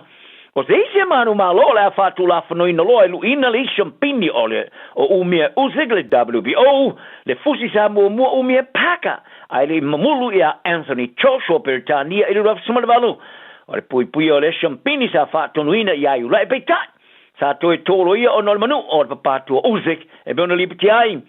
Ai ua whaalia nela pen o toi manu ia le papatua Usyk ma o toi iai lona malo si ato atoa e toi tuli wai le maia. O taia ina nei la ola kapili kia le toa sa mo i whawhita au leo tamai manu nua alo manai. Le latu ta alonga lona lua, male mate maha tonga o le tamarisanga o le Pasifika, i le whaiunga le vaso nei, ia Cheste Vanga, ma ata Mariota ua le o Avanoa, ma Jaden Sua, ele o Mautonu. Te Vanga ma Mariota sa tau whai safa i ulu e taia, le sa tau whai te tewa solo ai, ai o Sua sa tu ua le malai, le fitsi ma leono minuti o le ta alonga, ma ele o Mautonu, pe o le atoa luna malo si ta aloai. Whao popo iai whaale tōna manua o le pou malo si a Tero May, sa wha malo lo no se a whianga o ngā vai a lumana i le tālonga sa whai ina i le Kiwis ani usila la sa. Ma le whai a onga wha ururu Ben Karena o i tāro sia o le amwhana toi te liun malai. La petai, o i whaaria o se vaenga le nao tālonga te tele si tu ai ngō whātau tino iai e peona tuu la fo ai ei tino tamata ala molo la tō tunu Ma e whoninga mai, a le Chanel Harris Davita e po penaia Ioelu, o le atu le tulanga huka e peona au fia Ioelu ile au whata moboen. O se toi tali umai a mei e whaona mawhai, o na vai ai Josh Papali o te lopu den fōleo whaleo leo makarina e tuwau, e tā pai nā tseisi vai ngoni so tama mo le wha malusi ai, o lana au. O le tamata alo i lumo le kalapua le Penrith Panthers, sa whasalaina le 5 minuti o le tālonga i le tuai o le napu i le awhare tō Samoa a Jerome Luai. Ai sa le i tuina si li poti ala lofali o tā al whaso tūlafono i lea teimi sa whasalai. Ai o le toilo i longa le komiti o tūlafono le NRL sa tilo iai. O le apu e tuai sa re tau tuina le li poti le lofali i le po e whaso tūlafono whatulanga ina momopo le grade 1. Whasanga ia Isaiah Papali o le kiwia ni sila li tālonga le sai au kilani i li tāmarsanga le Pasifika i lalo tūlafono le NRL. E mawhai ona whaia whasalanga o tangata tā alo in so tūlafono le kapiliki le NRL i tālonga whawao malo. O le melea, o le afteia e Papali ima se sala tupe 50% o lon tutongi o le tālonga e avesea. Pe a whaia na te vave tau tino le monio lona morianga. Ai a whaia na te mana o fina wina i le ruilonga at whamasnonga, ai wane wha maoni lava, o le alusi lo le se 40% o te tongi mo le tālonga. E paule isi tamata alo sa wha telitani ma le atu tuvale o le tamata alo i le nei tua le tō Samoa, teine marina, le sa tuina i lana ta alo whasol tu la fono i le lipoti. Petai, sa whasau ina mai se whasalanga e whaia iai no manatu le komiti o tu la fono. Nope. It is if you don't go to Oputala now in the Yasso. Manuela Tunu so for you. 24 hours a day, 7 days a week. Radio Samoa streaming live on www.radiosamoa.co.nz. fia le Moana Rentals se whailonga antula na whabitoa mole masino se tema o ke topa ma Novema. Luse fulu pasene o le apa uma walano ele tongi o tavale. Pe a tolu aso pe silia to foile umi e te whaonga i nai. E mawhaiona piki le tavale mai le malewa lele i whaleolo. Po o whangali, whapelo tātou ofisa au tui ala fua. Pe momoli e to foile whaletali malo o loo e whaamautu ai. Ai ngā whaapitoa. Olo ia tātou insurance cover e te fili mai ai. Ina rei tupu se whaalawelawe ai olo iai le puipuinga. Mara tuolo iai le tātou account i Dusila. Pe la fo sao fo i le Moana Rentals. E whaonga i le Pacific Easy. Pe whaonga fo i le credit card e whaatino ai le tongi i nolu sa. Mori si whaamtalanga wala au le Pacific Easy i le ovalu se lau. O tasi ono. Po numero masani au kilani o le lua fitu ono fitu iwa fitu wha. Po le lua fitu ono fitu iwa valu wha. Matalo sanga e transfer o e i le Moana. Pe asisi ane le Facebook a le Moana Rentals. Po le tātou pengata whailangi o le moanarentals.com. Moana Rentals o laupa anga e taitoloina oe au e malanga asiasi i Samoa. Health worker strikes are planned for Thursday, 23rd October. Hospital emergency departments will be open for emergencies only. If it's not an emergency, you can visit your GP, urgent care clinic, or book an online GP appointment. Or call Healthline on 0800 611 116. For after-hours care in rural areas, call Ka Ora. Find out more at info.health.nz. Talofa Samoa, o Atish Narayan, o le Licensed Immigration Advisor mo le Auckland South Immigration Consultants. E visosoani mo so se tuai ngā visa e malanga mai e New Zealand po Australia. Telefoni mai nei loa i le o valu o tasi o no valu wha fitulua. Po le olua tasi o no valu fitulua tolu o.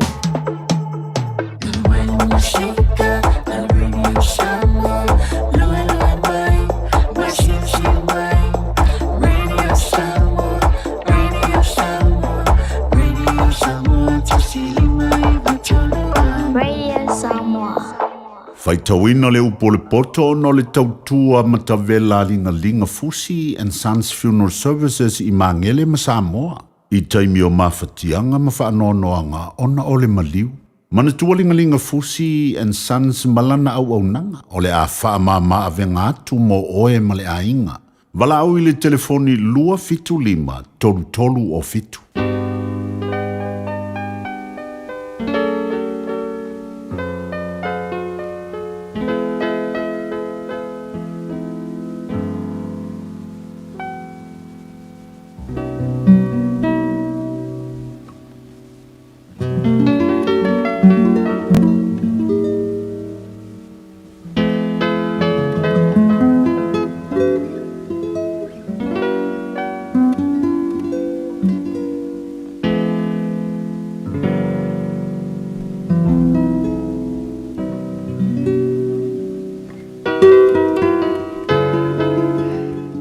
Wino rau po le poto mo I tātou le nei tai au.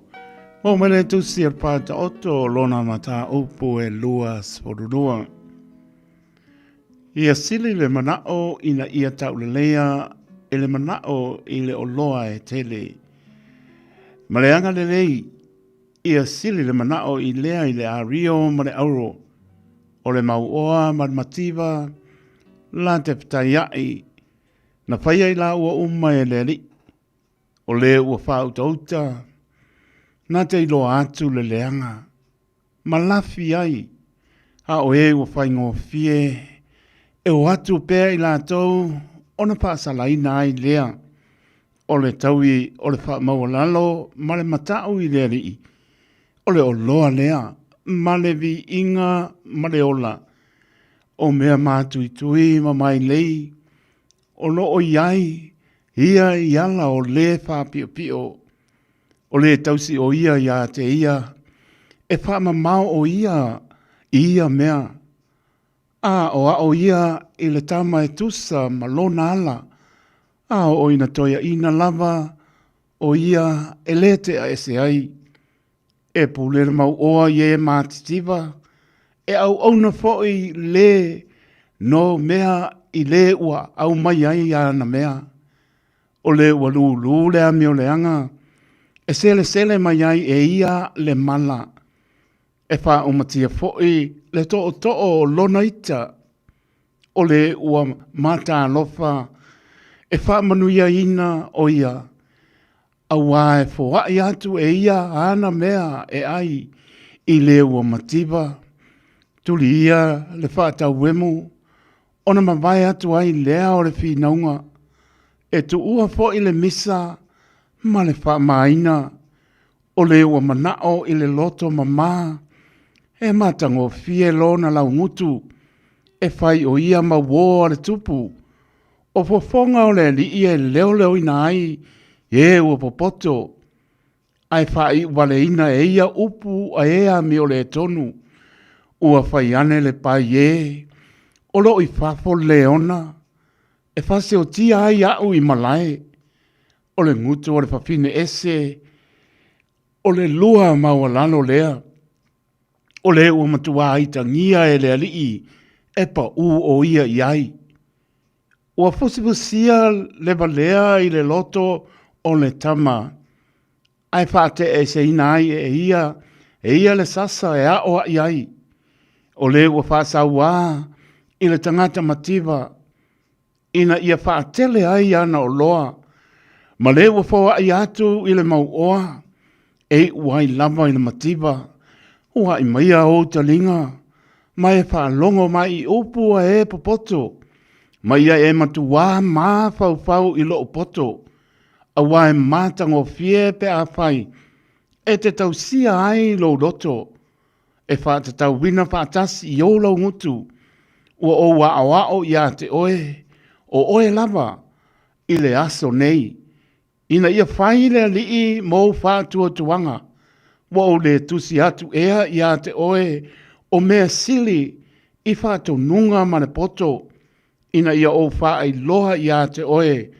le wha maoni o upu moni, ina ia e tali atu wai upu moni, i e a au mai ai nisi i a te oe, au ai te wha oa mea le tangata mativa, ina ua mativa o ia, au a foi e te pasa wai le pai tutoa, le ua ti ngā, au a o le alii, o ia na te whaia la la tō fi naunga, na te pasi o tia foi i la tōu, o e pasa wā i a te i la tōu, au ane i fe whaawo a i maritangata i tango fie, au a foi lua te o maritangata lotoa, ina ne i e whaao ao i ona ala, o na maua ai leo loa nganga i le mai lei, au ane i whai oe masola tōu o e peta ngofi i lima, pe a whai oe mamoni i mea wa ai tā lafu ai,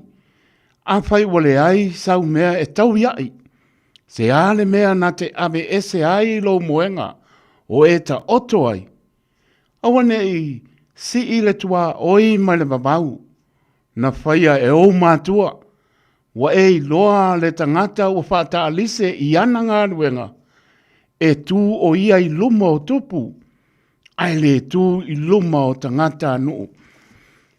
Upo le poto, mo i tātou i le nei tai au. Ua awina atu le upu o le poto i le nei aso, o no le langolango mai a linga Fusi and Sons Funeral Services. Ua mawhai o na tu whātasia o au nanga tāla whea ngai i ni tautau ngō fia tele. E fsosoni atu ai, a o whea ngai oe ma le popole ma le wheme mea. E mori whātasia atu ai ma wha mai senga, ma wha mawhana whananga mai a linga Fusi and Sons mo a inga uma o Samoa ua whea le maliu ma le oti. Malau mai loa i a linga Philip Fusi linga. To ia whaapō linga, to ngia si ulavea, pesusu mai i le luas fulvalu Canning Crescent i Mangele.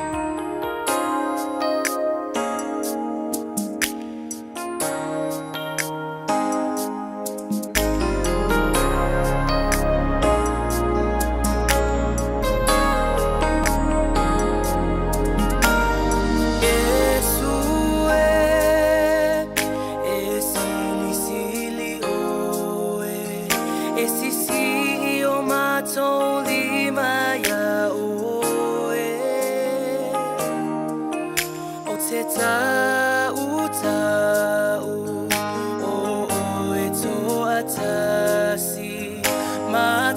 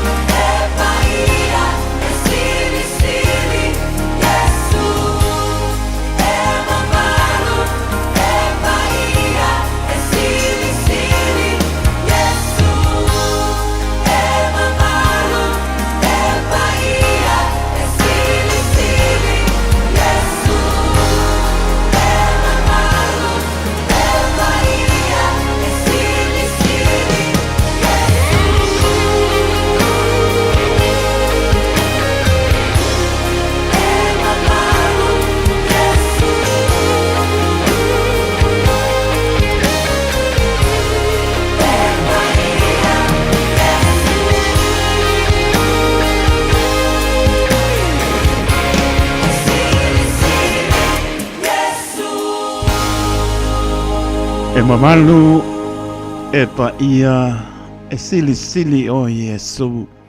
Se pongmani aleluia o septima o tau. Pa mai atu waile pa tau wina o le upo le poto mo i tātou le nei tae au. Upo le ola le sulu i o tātou wae o le mamalama i o tātou wana. Spa ponga po le upo le poto le aso a tae au. Mo moli ailo tau soifua le mātou wola i le anga le leia lo tātou atua. Loa sua fitu muna bidu te leo ua te ale tu la iwa i le tautua pa wawa le Radio Samoa su lima iwa tolu a mo tu aum tu wailonga tonu o le vaiaso le salulu ta eo lusu lua oktopa lua o lua lima sua pa manuma loro ta tori pele o Yesu ke riso mi ngāma le whālo alo e tatau wai o te pata lofa tu ai le maulunga pa ia o lo tātou atu no mai lava I monga maulunga pa ia se o au pito I titi tā lofa lava pa tā lofa ia pa aure tala leo lo pa tunu pa ulia so staff o Aotearoa nei le lalangi a toa tau bine o tau suina le vai o le soifua wa lama ni nganga ia ina mo ia malona malo o fo lofa pa tā lofa atu pa tā lofa e tunu malo le tunu pa te tele lava pa ai pea ia sa uma le ao ma le po o isi ai o ala tai au lai mai mo mai pa ponga mau mai pa tai lo to liaina liaina lau ta po inga mai atu e mau ea ele vi ai o ma tu tangata ia be vi inga ile tua pa pe no foi au ki lani manu tu o ia o po lofa pa ta lofa tu ia tu e mau pa ta lofa tu foi so mo tanga sanga se mo ta malawa lo pa ta to lia le malu ta to tu no ngase o le tino alofa te le atu mpatala patu ia iai fa malo longa le li ilo to soifua mo tato wola to mo le malosi tato te au ngā mo ia mo lona fingalo patalo patu le uso i lato umalabo tuli fasalanga to wa pe ufa ngalo to le ai mana tua pe o to le stalo tolu ia la ngona pe al salmo le wi pai mai ona ta mai ai le o ia ma to e fo i lona ai alo pai alofa te le atu pai mai ona ele matango fio le lalolangi mau al soifua tuli pa maoni o to fasalanga va mai se lao se lau fie tātou fie lo ai. Wea la ngona lea lofo le li sa tu musu. Atu au tuli lo pasalanga. Lo a fine fo i mai. Lo a tali i fo i mai. O fo ino le soi fua mo le ola mo ia mo lon fingalo patalo patu. Ai la tau umala mo tuli pasalanga. O labana yalon pa nau. Ma aloi ma tua le uspo. Mo e lama ka maa e usu tinaka lo fai. Io e koe sau koe fai le kuka alae. Ya, malo lama. Tapi na lama. Ai ngonga manuwi o lama kam fai ala fine po le atali. Ai le vabenga sau fai. I kai le town mo sau fai i kai le out square. Ya, ole na ai malo lama fa tai matua. I lo sau tia le po la inga le ao. Lo mana ina ainga, lo mana i ka le sia ma lo e mai se o fioanga. Wa lo pa nau. Ya lofa le li maua pe la tolu fia ya i pere ngango le li loto o le whanau ya awane i wia ni ala e le tusai ya no ato le nistu langa ya maua pe la tolu tau i le li o le amatanga le o me le lofa mo o tau pui le li loto wola pe ngai ma onga la lama le upo ta mama tina na ma vaya neta ya awane ngalo pe atu o le onga me fatani mai ai ya o ni ngano te me pika na to maiti lo fa tele mo to la to to fe au nga venga sanga lu le po se u ma lo pale ai ma no fa iba ale up ta bi ia le i kia ma lo ka manga pe ro ma fa le ma kwa fa le no fo pe e moya i pe o e mo moya ya ma no la ma no wa e ma lo fa iba le ta ya po bi nga le i manuia po ya tu moto mlawa la to lungo la fa mole a ora fa nga ina telefoni ta ora le mole pasia moli ora fa auto lei fa ti moto mlawa bi ia le ta ora lo tanga i mar mlama i fa ilo lungo le wala le ai ase si lungo tu la fono sorry un kala ma so i fuanga ngei ia atu no uma ya me se po ora ave ora ko pe ola ni mano ya ngai fia ai lo fa pa auto le me ano fa na le ina mai mo tato uma fai mai e te ma fau tonu ai te ma fau le ai fa nga solo por kalame pa mo le nga pa i o le manuia po ngam lam singo le ne yaso mo au ni alo tato tua ilo to soifua los por bar minuto ona tale o le tu la sulto e una tato tala pero to tua sunga se yuli mo lau pa nga solo tato por kalame e nisi o tato fa tata noanga pe o pisinisi ya meso fa salonga pa pisinisi ya anga espe pa ia lama le spuru mo le lua su e pole no po mo mai po le pa sala fai Lainga ya se umani por lainga ponga mua to te maputa se pai po stemma le fiaf fa dal batia Cristina tan masa mai merpone lo fa tele atu apena foi ya to filau sulu por ese ya pia mes paia ya lo fatu ma no lava fa tai ya ma pele motsanga mai la to umolo eva mai California America ya ma ngai ma rurunga we o ko ya na wa so luo to so lu ma to nga tono va yaso pa ta va fo le puro causa ma la sunga kalama ai nga mo man pa to ya bai male no falo lianga vengo le ne yaso ya ko ya sia ki nga por al kulang o elong pa ka ngasi ya le pa ya ma nga ya yo o le ta lo va to ile so ya si papa sabil male fortua mano fano i mano city pa tai ma mai ya nuia lava po panga le nea sa panga solo tato por clame io o mano lu e malo por es mano o le ka ko voa i everybody sing yeah everybody sing yeah everybody sing yeah everybody sing yeah everybody sing yeah everybody sing yeah everybody sing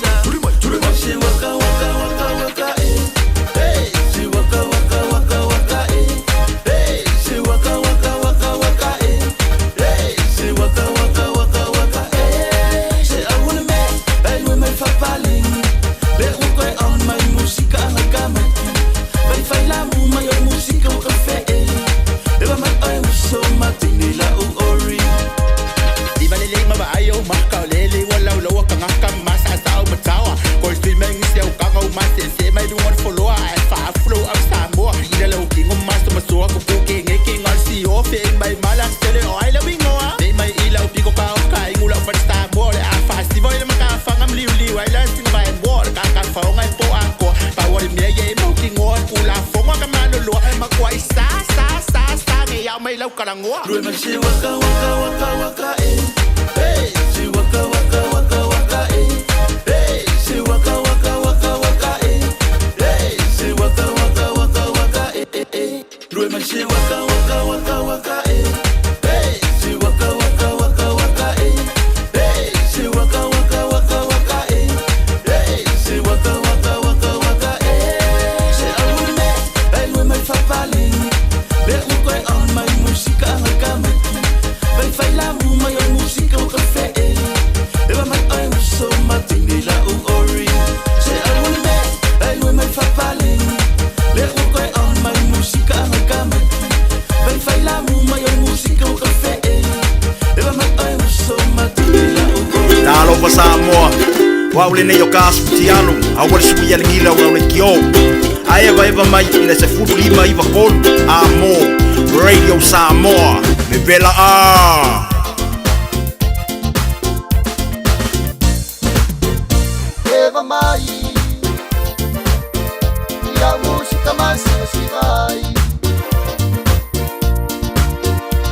Eva mai. Ya música mais se vai.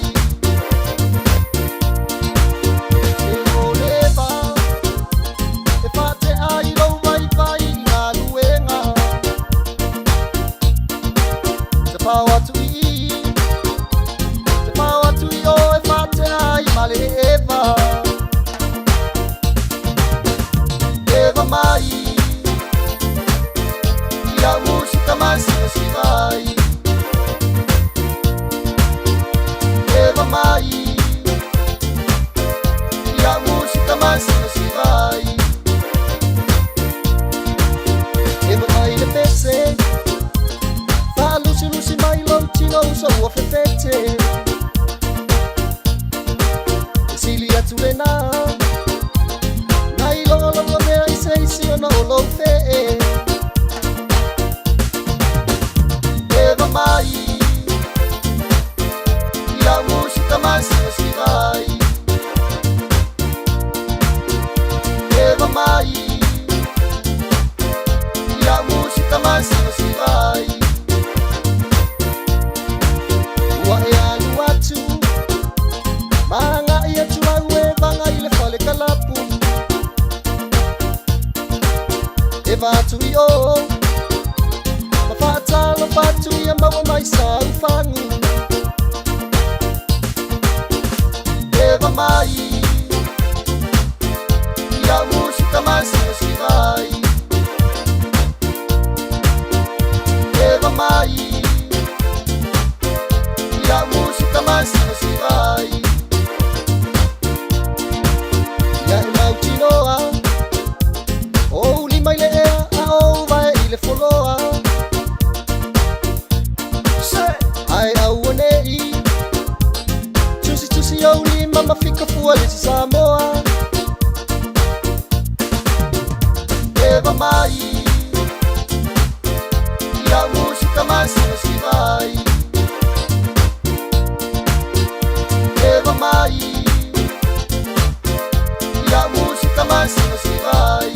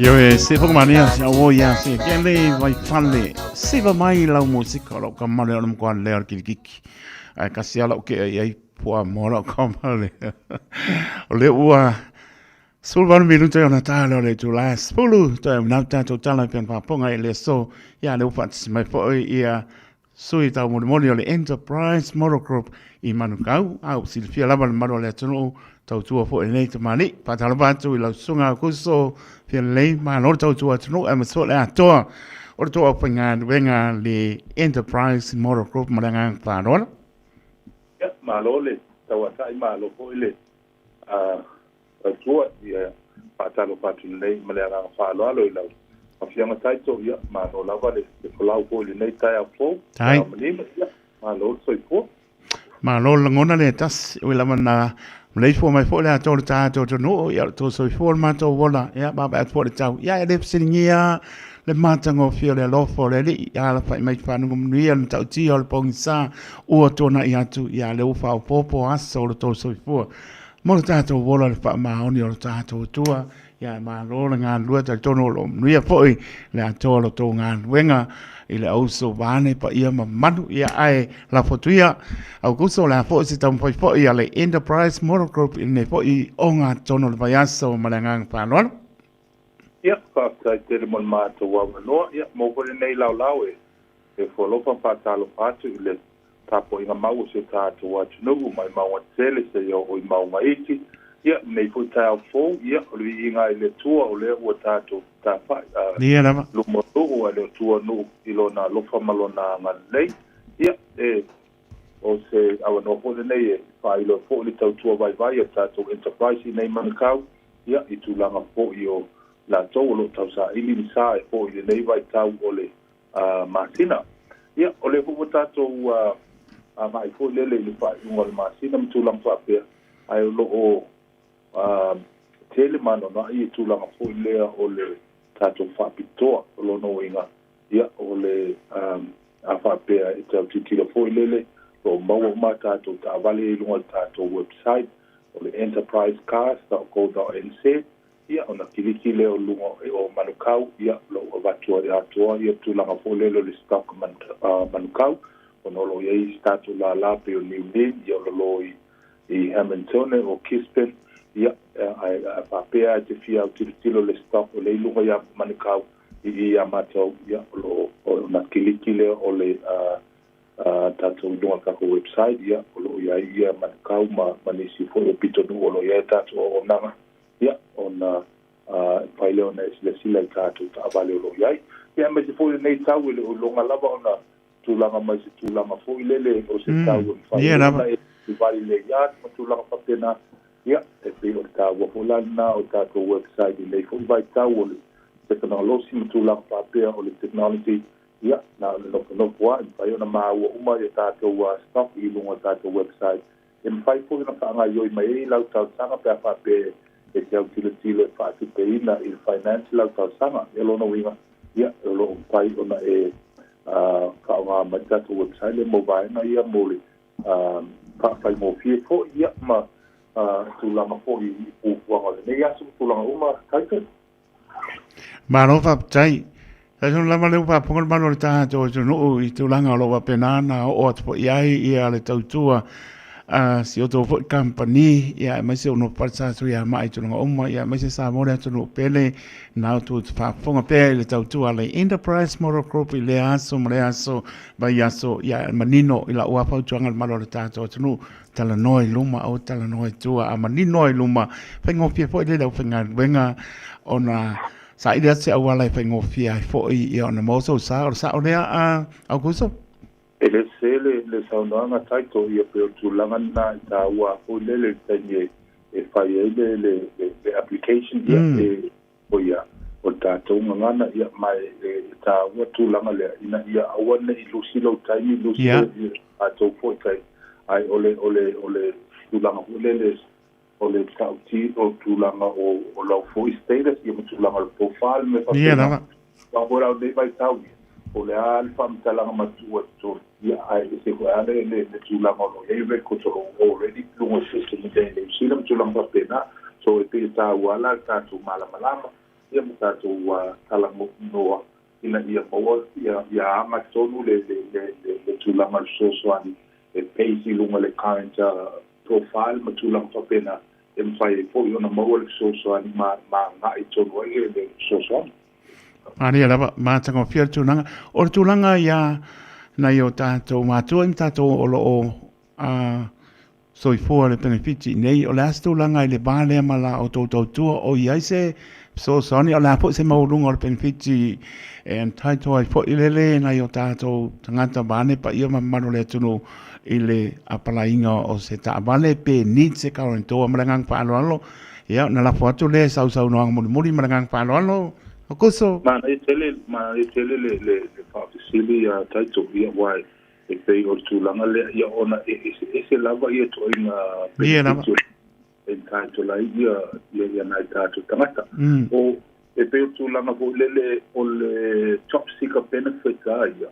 E whainga tāte i finance lava e whainga Moni lava. O na whaanga i o i tūlanga le ona o le top seeker e le o iai se tūlanga po le e a fwea tū mau ulono winga e le taimi te o whapea mai e le MSD e le RTP lau ona o le meeting kai o unconditional so le mela nai le o whainga finance on consider but o tūlanga po le lo pensione o tangata fo i o sick benefit and po le solo mada o solo fara ia o lisina vai o la pai consider taimi nei but e paule benefit o la bi fo mata o le tamalale o le top seeker ia I base umalava i le tulanga fo le affordability ia po tulanga o le nafatia ia wai li fa pe fo i o le ATP uma ia tulanga e service ai lau lono tavale ia ele mea e o le tausima ai ngam tulang whapena i o lona winga e tā ua le sumai ia matatou au titilo fōi ina le ngata ina maua tāwale a ia iai lava se le ni mawhai ona whaanganga mō le tausinga fōi le whanau ma tulanga whapena. Mana ia, leo manino ia au whana le tulanga lea sa pe sile po i nisfo mara le tano lau sin mai ia leo manino mea uma o e tanoa i po i tulanga ia mō si pia tini e mara le tātou tano ne ia sa isi mea e le o anga ia tu ia lau sili ia ai whamai a mei po i sau no ia enta tau mabai le marangang whanau lau kus. Ia, whaftai lawa, ia, ko tūlanga māsani, ia whapea lo i lunga marketi, nei fo i māsina o kitopa, ia, tā ua lawa li tūlanga fo lele ina ia, take your time, wa mole sila fia, o le tābale, o le me pitos, e lona lua mai the most expensive thing, e tau tiro, e mua le fali, lona winga. E mana o mia lava le tūlanga fo lele ia lava le taimi e fitutuna i ai ma whaatala noa fo i tono ainga pe ngā whatia le paketi mi tūlanga whapena ia ona suma i lea ia ele ngata fo ina ia o lunga mata website o lo i ai ia mo meo protection fo i mo o pay meni ma whaina na e tito pa lai e pa le ni malau pasoa ia o langa na ina ia whaingo fia fo lele ile ai o lo tele mana no tatu ta vale la matu fitu afe anga ilunga o lona winga ia o te titilo pe meni por fast futala le lima futala ia lo ia fo alta toa finance in-house finance lo winga ile umi settlement fatali within an hour o maua tali o lauta sama ia pe o na tulanga ia a pe o lo ia inicio tulanga lo fia mo le malam lama anga ia o tatu telefoni masani o le o Barcelau, ono tasiono, pata sivalu, o Barcelau, ono tasiono, pata sivalu, ia, polo suma ile tātua tuatusi o le lima ono fitu, anga ile lima fitu tolu, i May Grace South Road i Manukau, ia, o lo whai o na mātou ngā lue, ma le sunga le hipule ia Terry Coon, ia, tamā ia tawa papo, ia, poto au auna nei, o au kuso fia le lei, ia, i whai o na tātou vili mai, ma sumai foi, ia, patala noa nisio, o tūlanga o lo na mia le mātou so swani.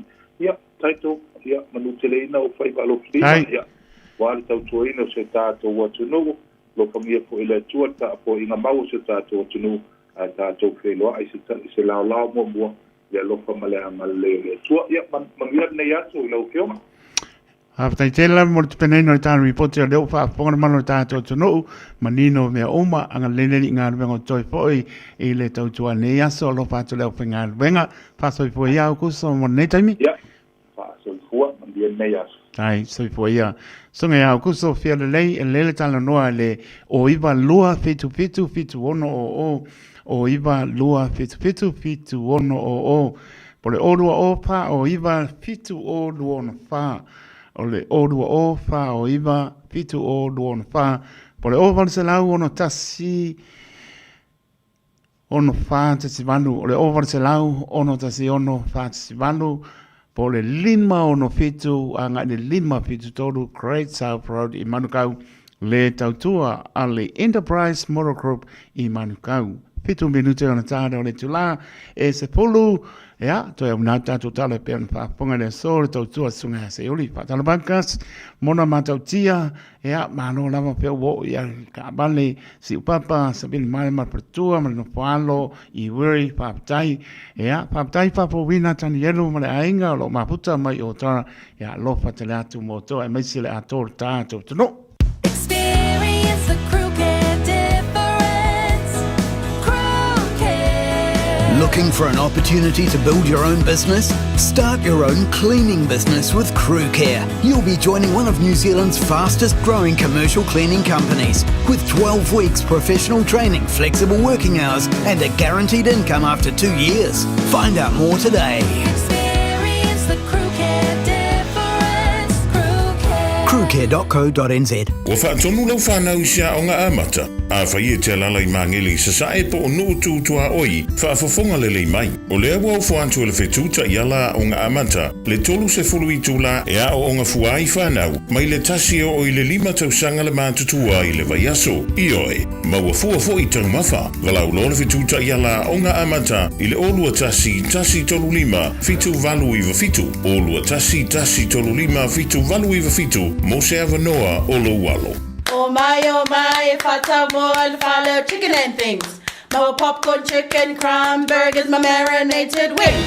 Le Chicken and Things, numera 1 Melvin Road, Onehanga. Te tala mai I le iwa le tai au anga I le 5 I le afiafi, a songa fua I le asu tofi, ma le iwa le tai au anga I le tolo le afiafi, I le asu wharaile. Telefoni o iwa, whātasi ono, 5 ono. O le aiai si whaapitoa matau tia mo le tatala aloa ia o le Chicken and Things I le aso ono o Oketopa.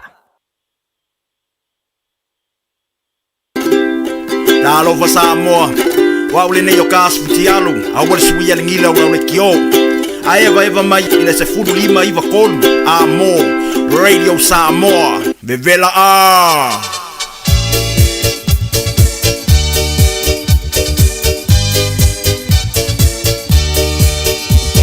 Salina e watinga, lea whaanu tutunua, sewa malamalua, I le pepela malalawa sa. Oi se wataliloa, wafaa solo atoa, elenga taili tatalai, anita mululeiloa nava, fataitai fua ya eva, masiana mio ualeva, kaleke kele fefe, lamea ayena na isefe.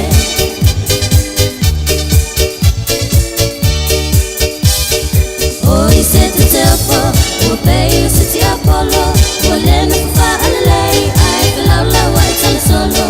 Alofa se tuia, wina ia vale manuia, saunga me faitele, fangatu ai musi au failele, inati ole faife au, talo elele ma fau fau, tua ina I fua tai fau au, ai supo ai la fanau.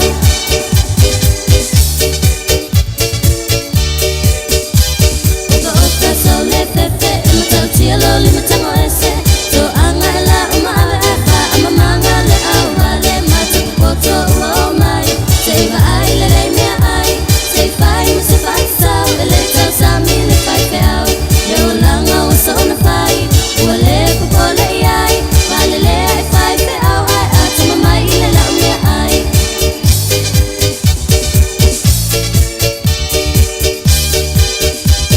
I supo mapusa moa, alua tune ole fasoa, o mtai ma oa oa, ole totele ua falolo, oi se tangi ai ole loto, ta fale na ole ono, tinga ina I mea fai so o ai falata I fasipo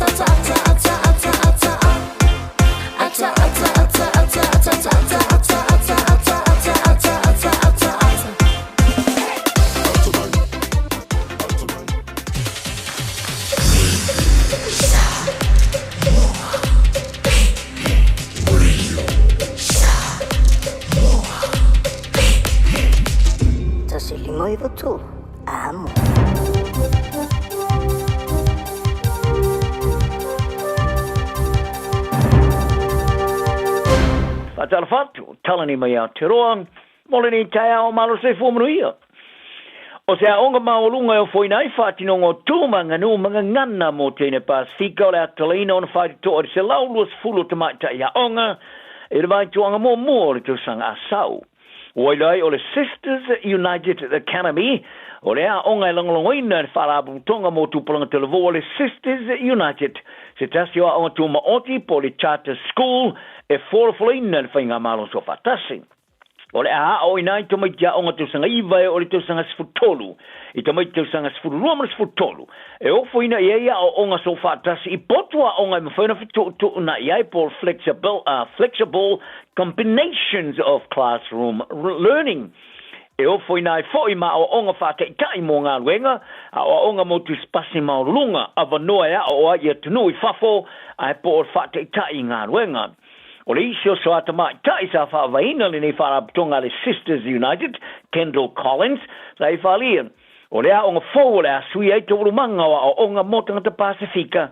O teini te o tasi o lea o ina ai o lātu tupuanga, ngana e tau talatua ia o onga, e tau walatu ia o onga, o walo tūmanga nuu e sunu i do tonu o mata uputa tasi uma, e lātu te a oina e biona whalia e Collins.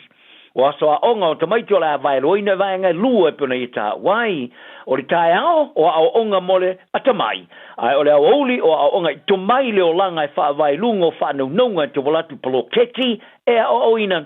Wha alire di ministalong langa o a onga David Seymour o tamaiti a onga te do tasi umai ala ngā te taule ave iei o a wanoe hao ao ma whiolai i o wala e sili atu na patino i ai la tō. O lea onga le Sisters United Academy wa awa ia tune isia onga tuma o ti fōe whā e au fia ia onga i mai i talonga o le ata talina le vai tuanga mō mōne nā tau sanga. O sui o le union tanga whai ngā ruenga le matanga ruenga le komisio tau i o wharawala whafosei le Accident Compensation Commission po ACC wa palota e awa ia tu le te te pito tele tanga whai ngā ruenga e whaia le soa tai hao. Whaaria le sosio tanga whai ngā ruenga le malore pisa e siria male afe lua se lau i tangata whai ngā luenga le amata ngā luenga ila tunu atoa o fua sāwa di ese mā tu ngā luenga ma ile ono le tai au e o ile valu le pō ma a wai atua ile tusa male se lau wafe o tangata whai ngā luenga mai i isi mata ngā luenga le malo le sāwa di ese ma ngā luenga ile asoa tai au sa te umwhai atu le le Johnny Sila muswhamtalanga mai le ACC o le tamai tai whai lau tusi a ora pisa a ia Fleur Fitzsimmons sa i whalia e le i mawhai ale maro o no whaina se ofa tāra whengai mō tanga te whainga ruenga ma fō ia tunga lunga wha wawe tu sai matu masani e ariri mai tu tono whare whainga ruenga. E le o wha arongia whoi ia le o whainga ruenga o tau e wharawala whafosei e le o langona whoi o lātou leo. Ma tā mamau tu tongi o whoina e le tai o na ngawhati ai nai le taunga tāre soi fuanga.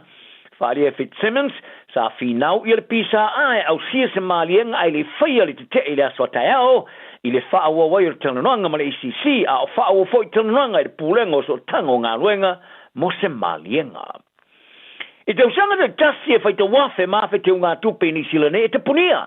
Ma tupe o iei o toi whaawi atu i le matanga ruenga o tupe whalafonga le Inland Revenue. O se tangata wharongo i le Joseph so tai mai le le New Zealand. E whapea, sa ia mo se tusi mai whai tupe la tamai nei.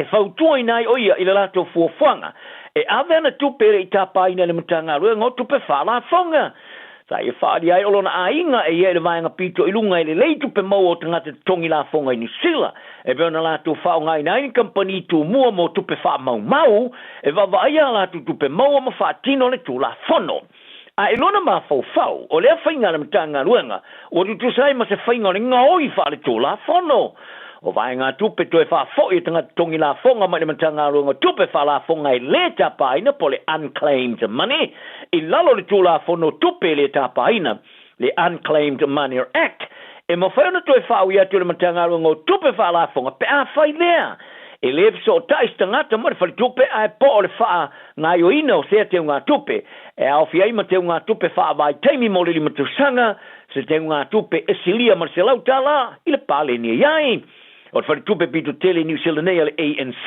te sa lato whari ai te rumai le aso momo ke topo le roafe maru fulfa sa lato tapuni ai le tusa male afe fitse lau te ngā tupe le kuata momo le tusanga o iti fale tupe o le tia fori tapuni o te ngā tupe e le tamai ne esi le male ono se lau miliona tala i vai ngā tupe o lo iai i le te ngā tupe le matanga ruenga o te ngā tupe wha la fonga e leo tapai natu ma a whai le tapai natu tu tonu le lusfuli me tusanga o le atu e whau ia tu loa mwhatu moitanga.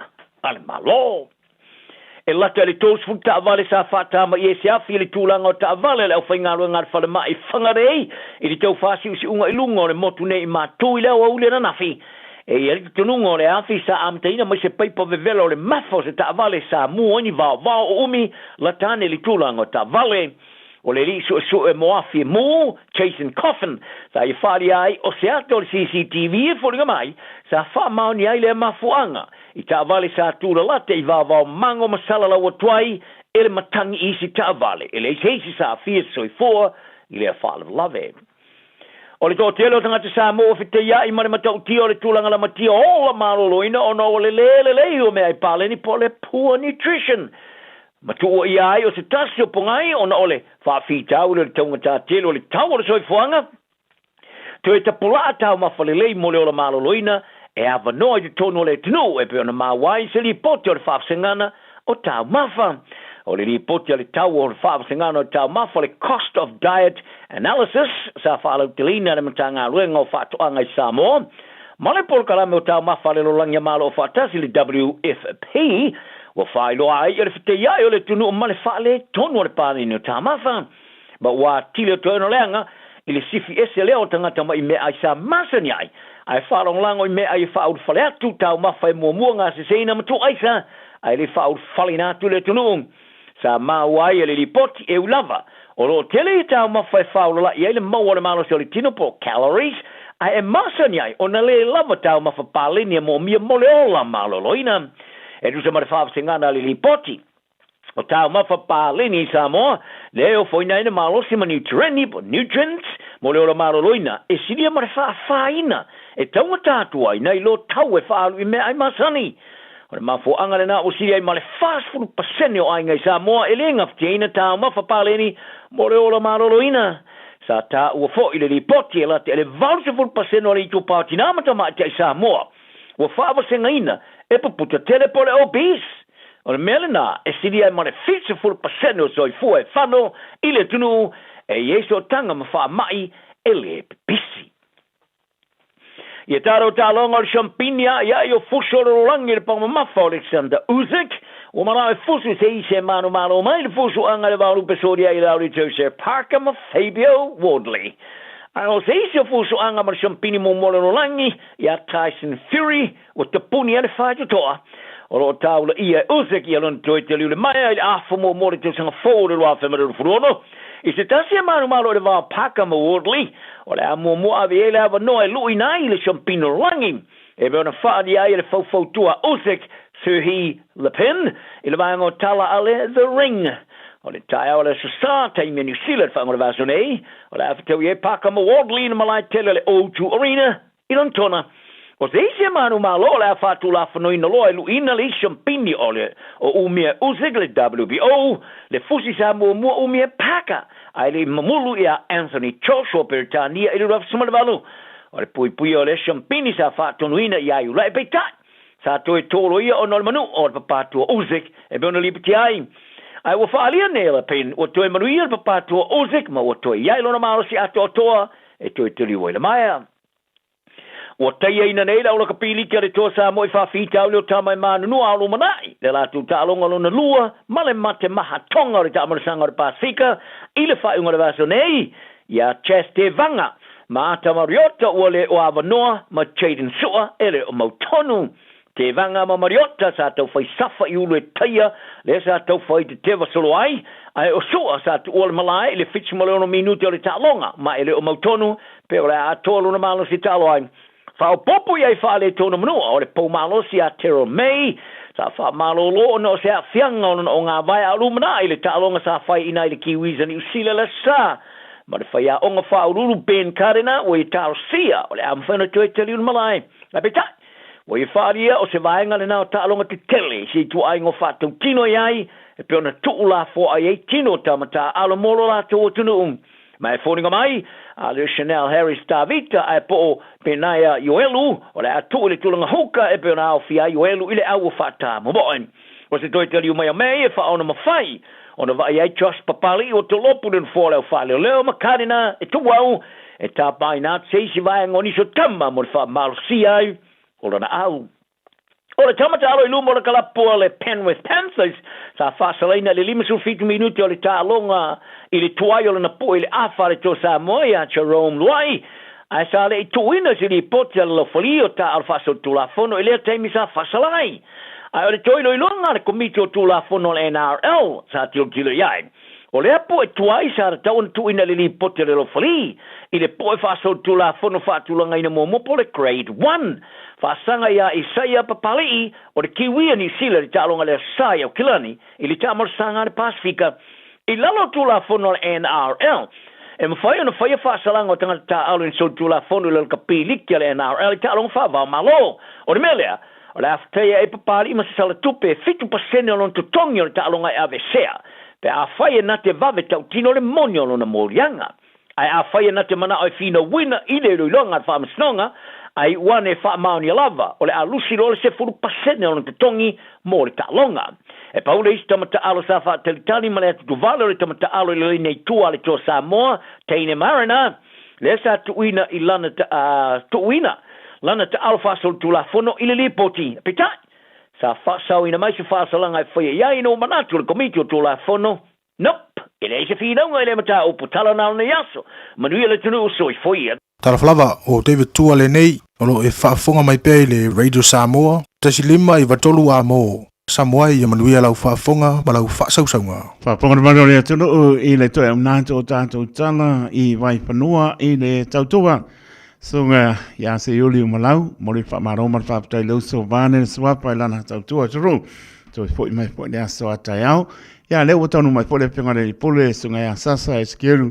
Ia, e leo toi pōl si whira nei ta mali bāni fo I ono pa ia mauna malu tau tuai le GM Cars telefon malu le tunu o lo a ngai atu fo ia mso swani iai ia se pai po se tala le o ngā tonu o le vaiaso whataru batu le ngang pa alolo ia o le uso vāne o pa ia mo malu la sunga le whailaonga ia me se fo ia le tau tua malu le tātou tunu le GM Cars ia o tai tonu e vo steime anuanua ia ame fua umatata mali whataru batu le ngang pa alolo sasa ia aveni lau tui whatalo whatu lau sunga ia wa o taito o roko penan tu mai foi ia ua lawa le tau tuaina ia mare longo pui awi I ngā tātou watinu I nei foi yaso man nei tai au malo sei fu malo lange ma taito malo kwet pulau ia whatalo whatu foi I tātou tomansina ma tua se tātou snu o roko penan na tu manimut pangamoto malawa e pengai malo se tātou snu I fi au matute wata tonwale loto taito I relatu paiwa tapuai Ie lava ia le penana manui ai ia fi au maluenga na malu si tatu no le fangaluina foi ia patalo fatu au na tofia le tua so se fata foi taulanga ro penana no mano ia walava se manuia mo tatu le ngante ia patalo foi batele isso se foi taulanga talo lava ia o faisina lo taito le nei ia le foto ato mo tatu so tainga ia ia e pa yaso le ia dentro le ser te no ia ai pa tano pati au lo so mane o pa ia mo manu le po ue te no po ia ma pa pe lo fo le ato ta to tru mo ne au ia pa ia so le li le po ta ma pu te lungo pe au ngalo le ia ma pa to i sai mo ba ku o ia pangi ia o ba ku e mo mai o America ia ai o tūlanga la por tala i ora tala le le va pe o inisi tūlanga ia pa tai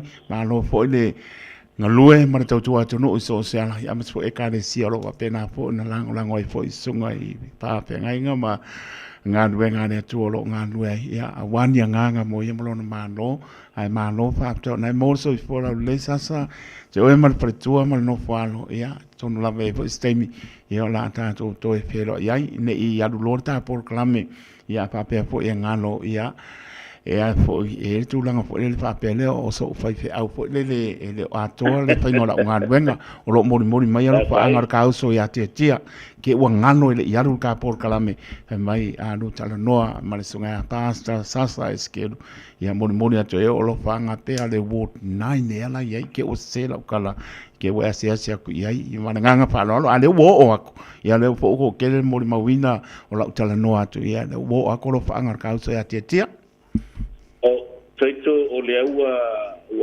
whaarua ina no whinangana.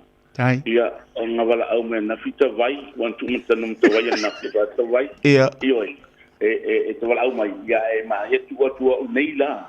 Au leo te whia alo e asi tia tia. Ia, o le ua ke i mai ia, e sunga ia ta vai. Ia. O ke rei loi a tia tia wapeo o mo kalanga wapeo le laita oto o potu muli wale le la ai sili. Oleh tahu forma kalau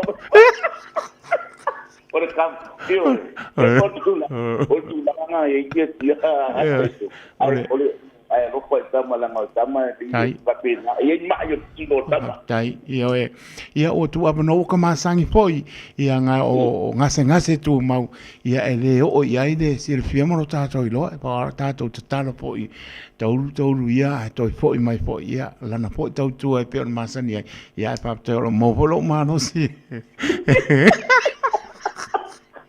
wale tau apia tia i sama ia tu man ona te mandala malo si fala au ore pa me ko lo pulo skauso se manu ele ngalo lan fa manatu fa manatu tau mafa to fala au pa me ko lo pulo ia se manu ore longo po ele ina o la to lo pena ai leo ka mafa inga ka fala ia ai pa malo ka lofa ki tia lofa atu tano bo ia pa pusia lo manosi ia awal por man ka ko ngadwen puda pe ka sa ki si masi wale ora kala mai por ki si mas a mau ano manosi awal por mai tia kisa wa su yo i ngai masi ngai pe ko lu e ko ai fa ia o pe esa kala ko maro le ku langi nesas mai fa ia o se kar ko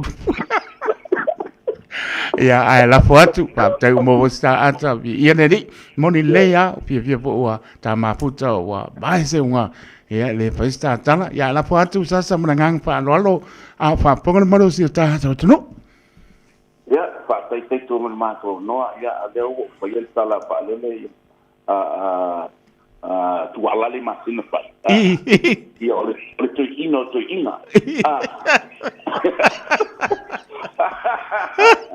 ia e pia va ai fole ia pia o ko inga ia le tala va ia i ninga luena dia na ai o fa wa man to foi teito o lo mo kwa visitatu o nanga ele ngate te no o kileng o tu la o kilan maria na ona nga i tatu o nanga e ma sani ona o malanga teito ia nga ia tu sosi ia nga Wellington ni Clestete ia wa nga mo au no ele ngatela teito le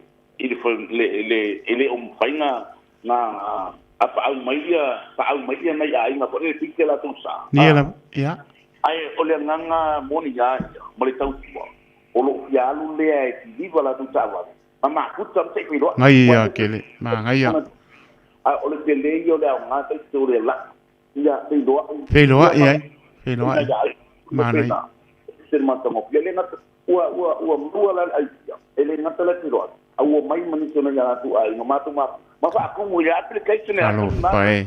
e tu langa na o pa o ya tu man ya o ai ku ka vale le la ai ngale o le moto ma ya pa yo le ala na ko le teitu o lo fa wa pe ta tu tu ya itu aku au pilani ma to te mea teitu na ia kele o le ai exaunor tu langa la esel ma na ia mo le ma puta a me se po ia le I pe lo I mo ya le lama e ngalo po ile ma o ala I tampe po nga ki liva la to ta ma le bani fa po ngala tunu ya le lama e mo lo fia nga e po I to e mo pa te le nai lo fia no e ma puta tu inisio to mani o ta to tunu ya me se lo nga wenga o nga wenga muli ya to o lo sung sasa ya me se ma o ala ya lo e fa lama me sini mo ma ta to tunu ya ai la fo tu pe I la sunga pa po nisi tu langa o ya le tau tu a le GM gas malangang pa alo sasa ta tele tau mamai saito olo ko pe na lava ona tele ta tu sa vale tono ta tu lo toa tele ta tu sa vale la ki pa tu olo mo ta tu sports car ole pipau ale ngate lea ole a Liten Skyline na pole ai mai olo pe na au tu tono ta tu na mo ya tu a me sa tu na ya olo mo ko ta tu Vans mo ta tu ainga SUV 54 value olo tele la ta tu te fulu po I tu tono ta tu lo toa dito e va pe na pe wa le o ta tu ile o ta tu la ta ma ki ma dito moni la nei dito olo a masa ona pa ta wa ia ainga ma tu lang va pe na o la wa kala mala o mau dito ai ni yo o Christmas lo ta tu wala ta la tia awa te tu ua le temi mudi. Moni rei. Tani peito nenga luema. So le, koe di mai kulata pungi finance, lo ua me vesti mai pa nene tu na motenda. Moni rei. Ai olo o ta tu lava long na te fau. Awa te ua muni. Ya i nei lava ta pena mamau. Mo se ta avale. Ya ua lava mana yo le opa. Ta tu langa pa pena. Awa ta fau nga malo longa alo. Tele ta tu SUV. E te tonu o ta tu fa wili. O lo tele ta tu fa wili por Ranger Hilux LTV o lo tono ta tu lo toa o lo pena ona I aiton e fai mai au ki na matu langa pa pena taito o lo pa pena la won tu na tu langa o tau po approve mai de fai ia matu langa po I lo pa pena ona pina ngali e mamal no wa taito e vatu ta tu apply me o lo pina ngali le aina ia ai saule le finance ia o lo mo la lo tu la pena ia o lo to la kule lava ina fa me ina ai ma au ele le lava le na pati o le payment a to ia na ilo le alu ia mon pa la ia le ma tu la va pena ole na le me te to lo pena na to na te lo na ta tu ai ma o a la tu ta vale de to no ta tu o nanga ole insure ta vale ta se le me pe pa sama no ene ta tu ai mani na ua o la ua sala ma mau testo inis telo ainga ma tengo unga lua mai ai tengo ma la matancio ma terminei awane e tau fai eso le insure ta vale e ye tengi e lo pe que so tu ai o diso ya la bien cava o te mana tu o repo mai anai loa au koi au tua alo o fio tu tanga o insure ta vale ai la ve lo pe ei o tu langana o lo pena ona o pa mausia pena ai ma ia ai de ma fa ul de la a ole a o tuanga la bala tu ya ya ma ole tu ma ma kai au te wa I lungo le ala ne tenyu wal pisi ya wa ya tu malo lo ma tu lang pena teto de nata ko la de teto ta tu ta mo ta sile ne o lo mo tu a pisi ko ma so teto o fa fa ngo kui o le wa le tu ni ta tu ta ba le a le ua whaatino i nei, whaatupu i nei, ai piki sa mōre sa ua ua ma le lima matu customers, ua umanga piki la tu sae sa moa, ua mōre mawina ngai runga tātu Facebook page, a taito mōre anu sinu, ua whai mō whia i lato, le whaatupu i nei, Abia i lai. Ai piki sa mōre sa awan. Ai okay. Yo, ua e kale si tu langa wa pena, paua mea o si mai pasea. Ya, el lido wal au mai dia. So se ken. Ya ona pe tu mai ko ta tu tanga ta noa, ko fa lo ya ke oi.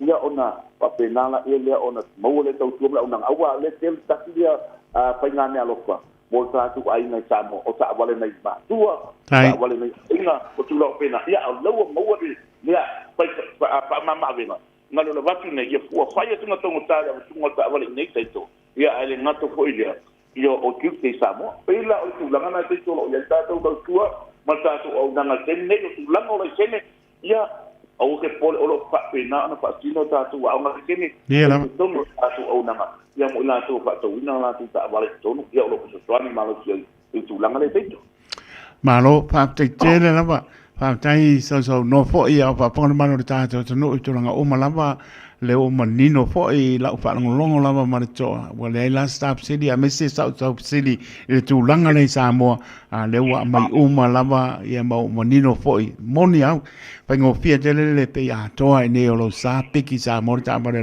to a ta ma putina ia mes fo ne o tato ai ngai Samoa mo le to pa tai tele lava ia lo so ai a lo fa le ia mo per manosi o ma pertua mes fole no falo nga no le kalesia ya mes fole to no malo tato no e ala le ona nga le GM gas wholesale I o tau ya ne e sei si me o palasi atu ya ai sa no mai alta proclame nei ba ngor ta am ngang pa no losas ai te tonu taito ia o le ia fola ana na tatu am tanga nei ta ya ai leila ka le lo wal au mai I tatu ofiso le lo fitu ono lua fitu ono lua pola te fonke ai ole olu tasi lima fa fitu lima tolu lua olu tasi lima fa fitu lima tolu lua e tasi la numero la que client fa la tusi ma so manu ka koru numero ai wa tasi numero na te mo wa so stai tatu tusi lima lua skulu price of road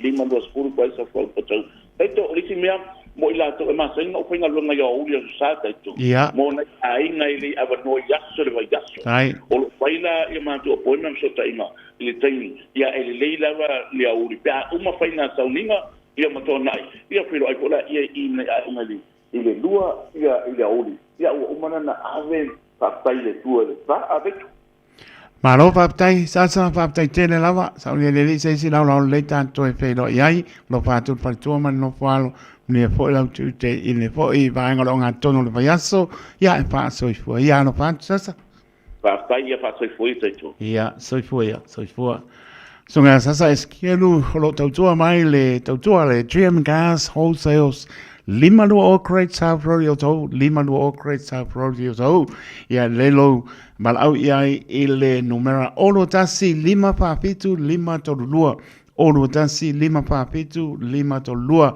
pole oiva lua fitu ono lua oiva lua fitu ono lua na minute tanto se atfole tautua le Pacifica Family Health Group pensi fial maro tato no ya solulo va ya so te ua na ole radio Samoa se furulima iwa toru amo e tautuaina o e ilaungana fitua so le va ya so Tato te mana na o umalava ia sa ole whainga o loa toi whaonga. Ia mana tua, toi whaonga o loa uma tasi, lua malilima e puipui ai le tātou pāneta. Whaonga sa o loa toi whaonga. Ole nā wai o lima. Sa Eliane I Auckland Council Recyclables. Tāmaki, Tūriki, all together Auckland. Health worker strikes are planned for Thursday, 23rd October.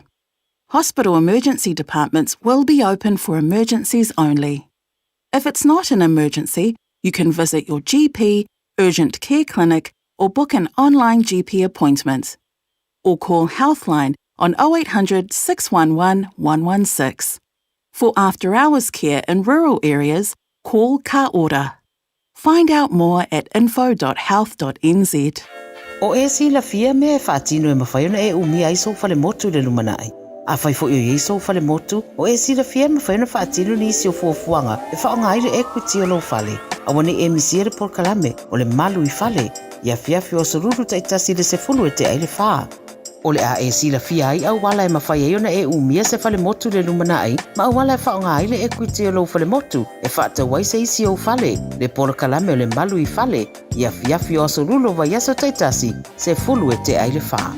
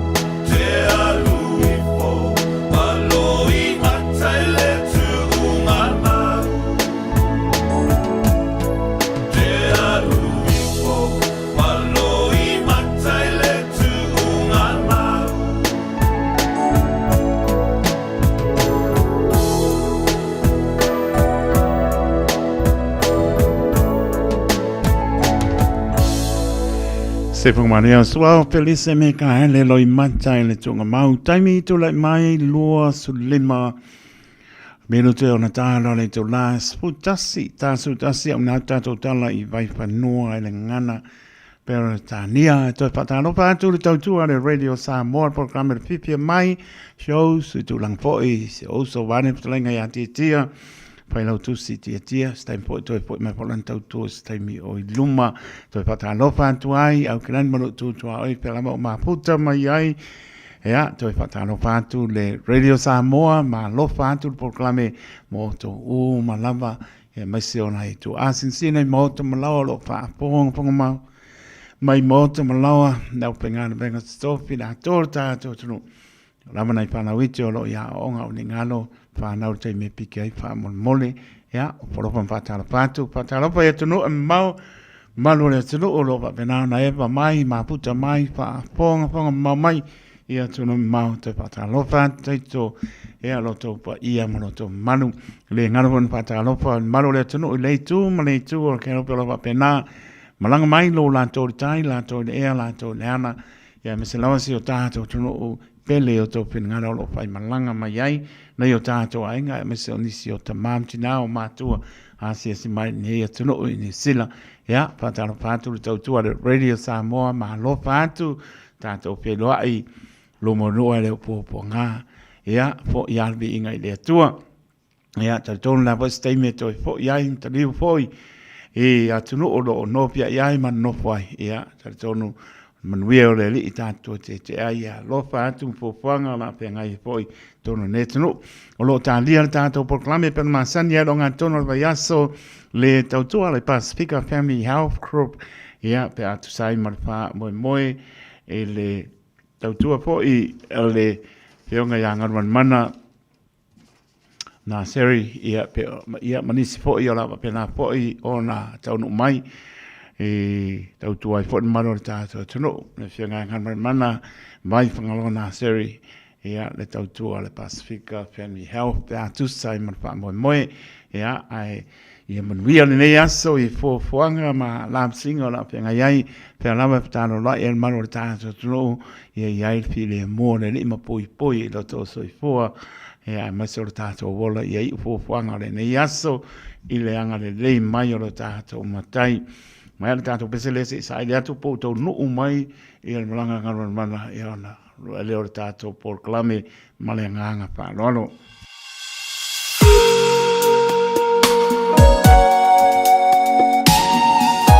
Rau se o ya sa nele ya siano ya maronso la lopa mai tia at foi ora ya Tori Paulo Malala ya marole Matamai,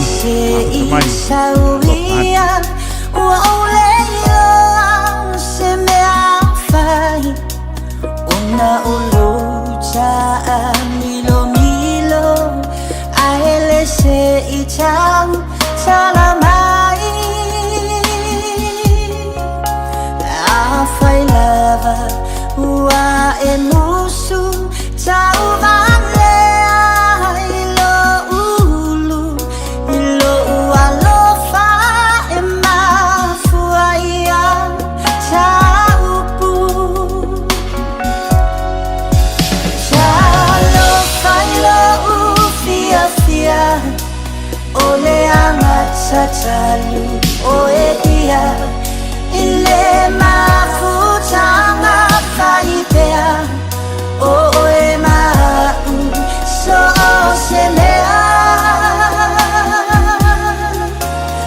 afai lava ua esola tia I itapelio se bolonga aiui ilea o e lava ma so alofa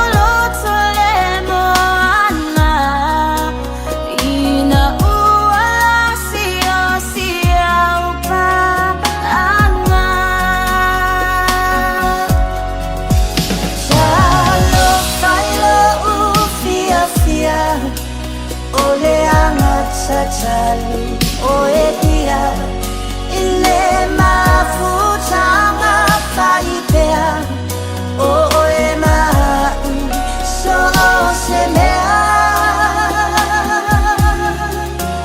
a fai lava ua e sola tia i ita peio se polonga ai ui ilea o e lava ma so alofa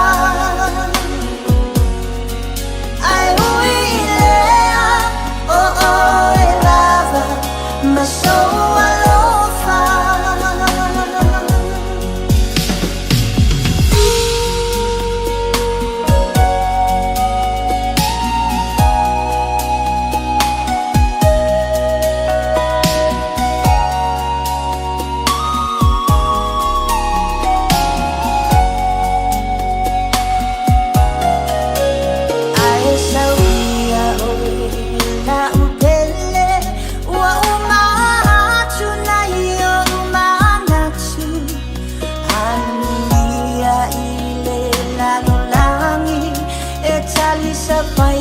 na mahulaki le fina ngalo ele sewa ole atu ele fo ifanua o ualo fana ua umai taua jalo kailo ufia fia ole angatatalu o e dia ile mafutanga faipea o e mau so se mea a fai lava ua e sola tia i ita peio se polonga ai ui ilea o e lava ma so alofa ai ui ilea o e lava ma so alofa ai ui ilea o e lava ma so Sole, eva mali pese. Malo le fafonga Samoa, malo fo ile va ile musika. Radio Samoa #1 New Zealand akoa. Simpson. Yeah.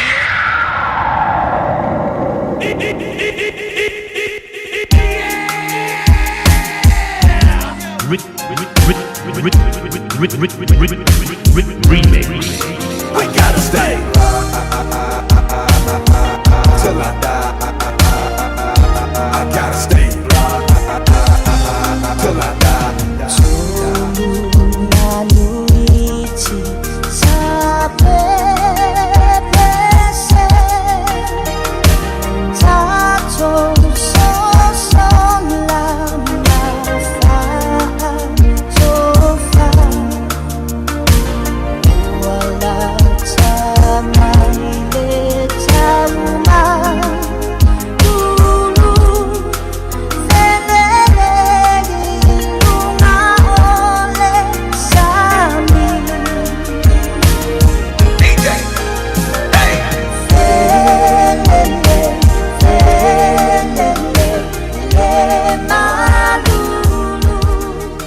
Tavi tole mai stulono minuto ona tala o le tu last tu tasi lewa pat smile pionga ngar mana vai pangalona seri ya se vai po se tala longa tono le vai aso le tautua foi ya pe ona masaniai le tautua ale Pacifica Family Health Group ya wa po longo po le ino manu le tato tu no i le tūlanga o ngase ia me sore whai ngotui ia manisipe o tūlanga po le o silfir maro le tātou tono ia me pa tau ba le o ona whai mawhong wha leo po renga le Radio Samoa ma se la tōru tātou tono le o pengar benga stofi ia pa talo pātu ngar mana vai pangalona seri ma lo le pale ma no podon sai ma no polau pa tai le tu mo ne lau ia o ta pe lo e foi ona o le no foi le trenga ia te tia pa lau tutsi ia marangang pa lo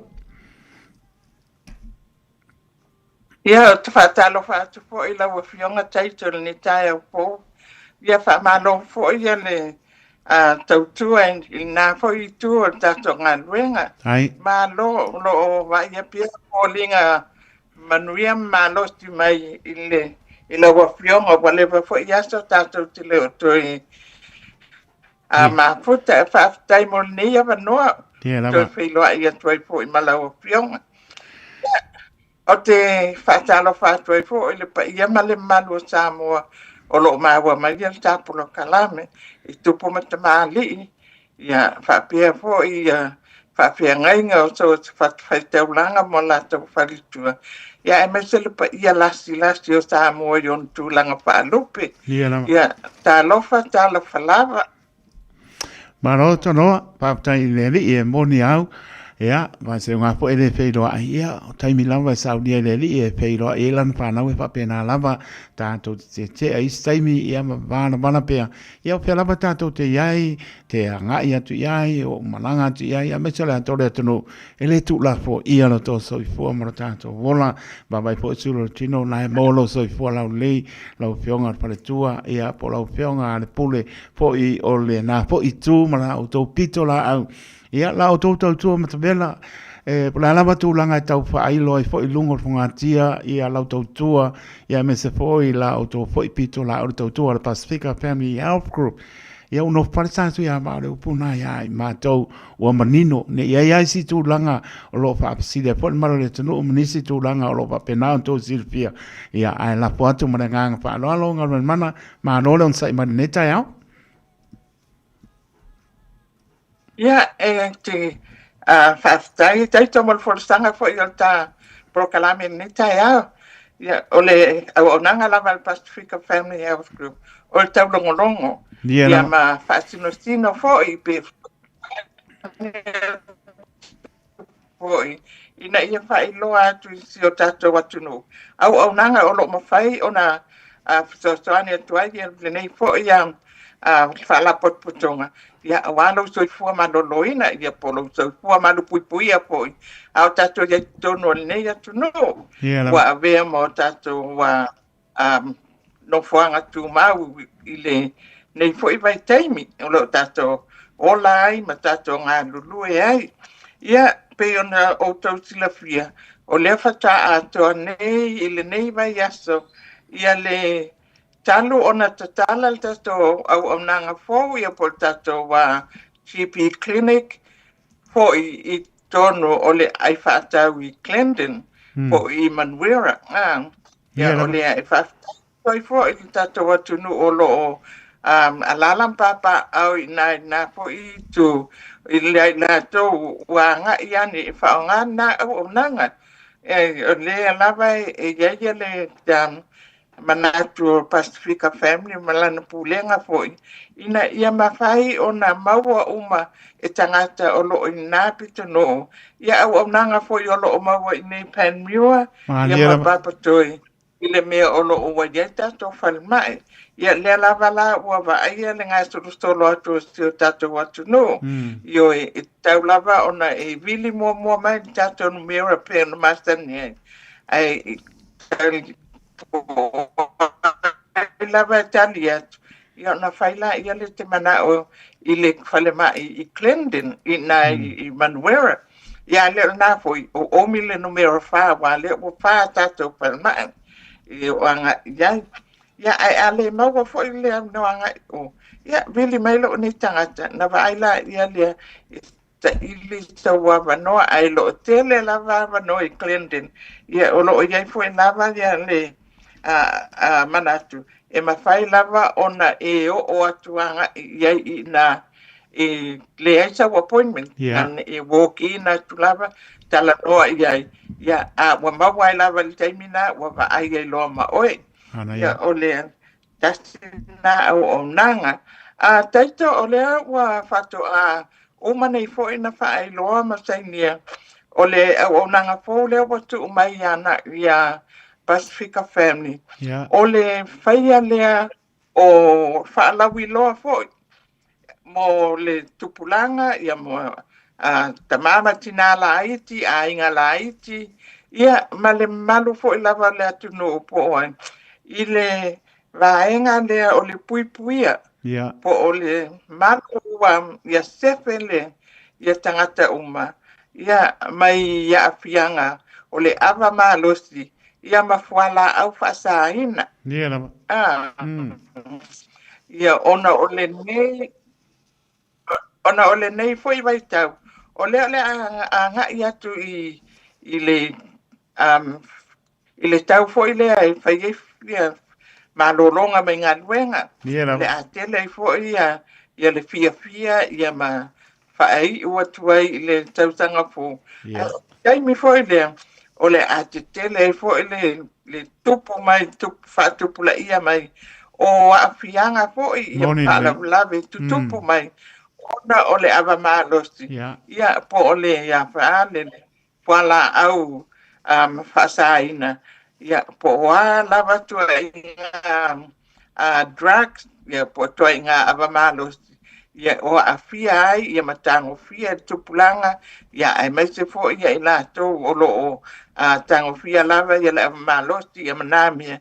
Ia ele ngata la ia fia yo lato ai ole a fia toi fu mai se tangata ia ai mai se tulanga fo ia lave o ta vale ia pi pati te ia wala ve ai fu mai se tangata ele ia tonu ina ai ona o a fia ngala ni tasti la le tato prokala me fo wa taito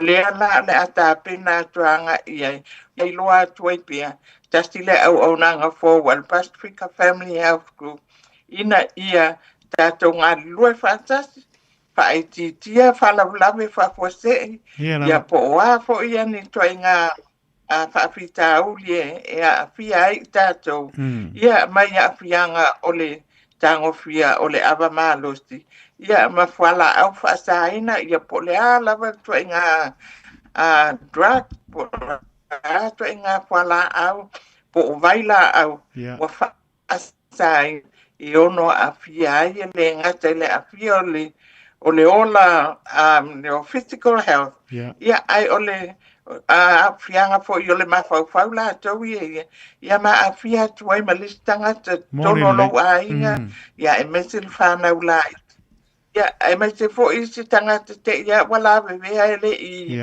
a fia e te leilo aina ona o ni lava tūlanga ia tasti lewa inga wo mana tu a taito whalawi lo atu a o whafonga mai e te a inga ia po nisi fo i wa amata ona a fia ini winga whapiana ia tawana whailoa mai wa o lo iai lava au o nanga Pacifica e ma whai ona tato ngā lua whatas ina ia awaina i whatele ina ia whapitauli ia fo ia tato ngā lua ina ia fo ina ia maua se whai ngā malolonga ma Kirisimasi fia ia tato ainga o malava ai maise o leo whai ui o ke topa o le tato wanga ia to lua masi ile vai Novema ia o toe lua masina ia po o toe lima po ia ava iaso tato wo ia ai silia le amata atu ni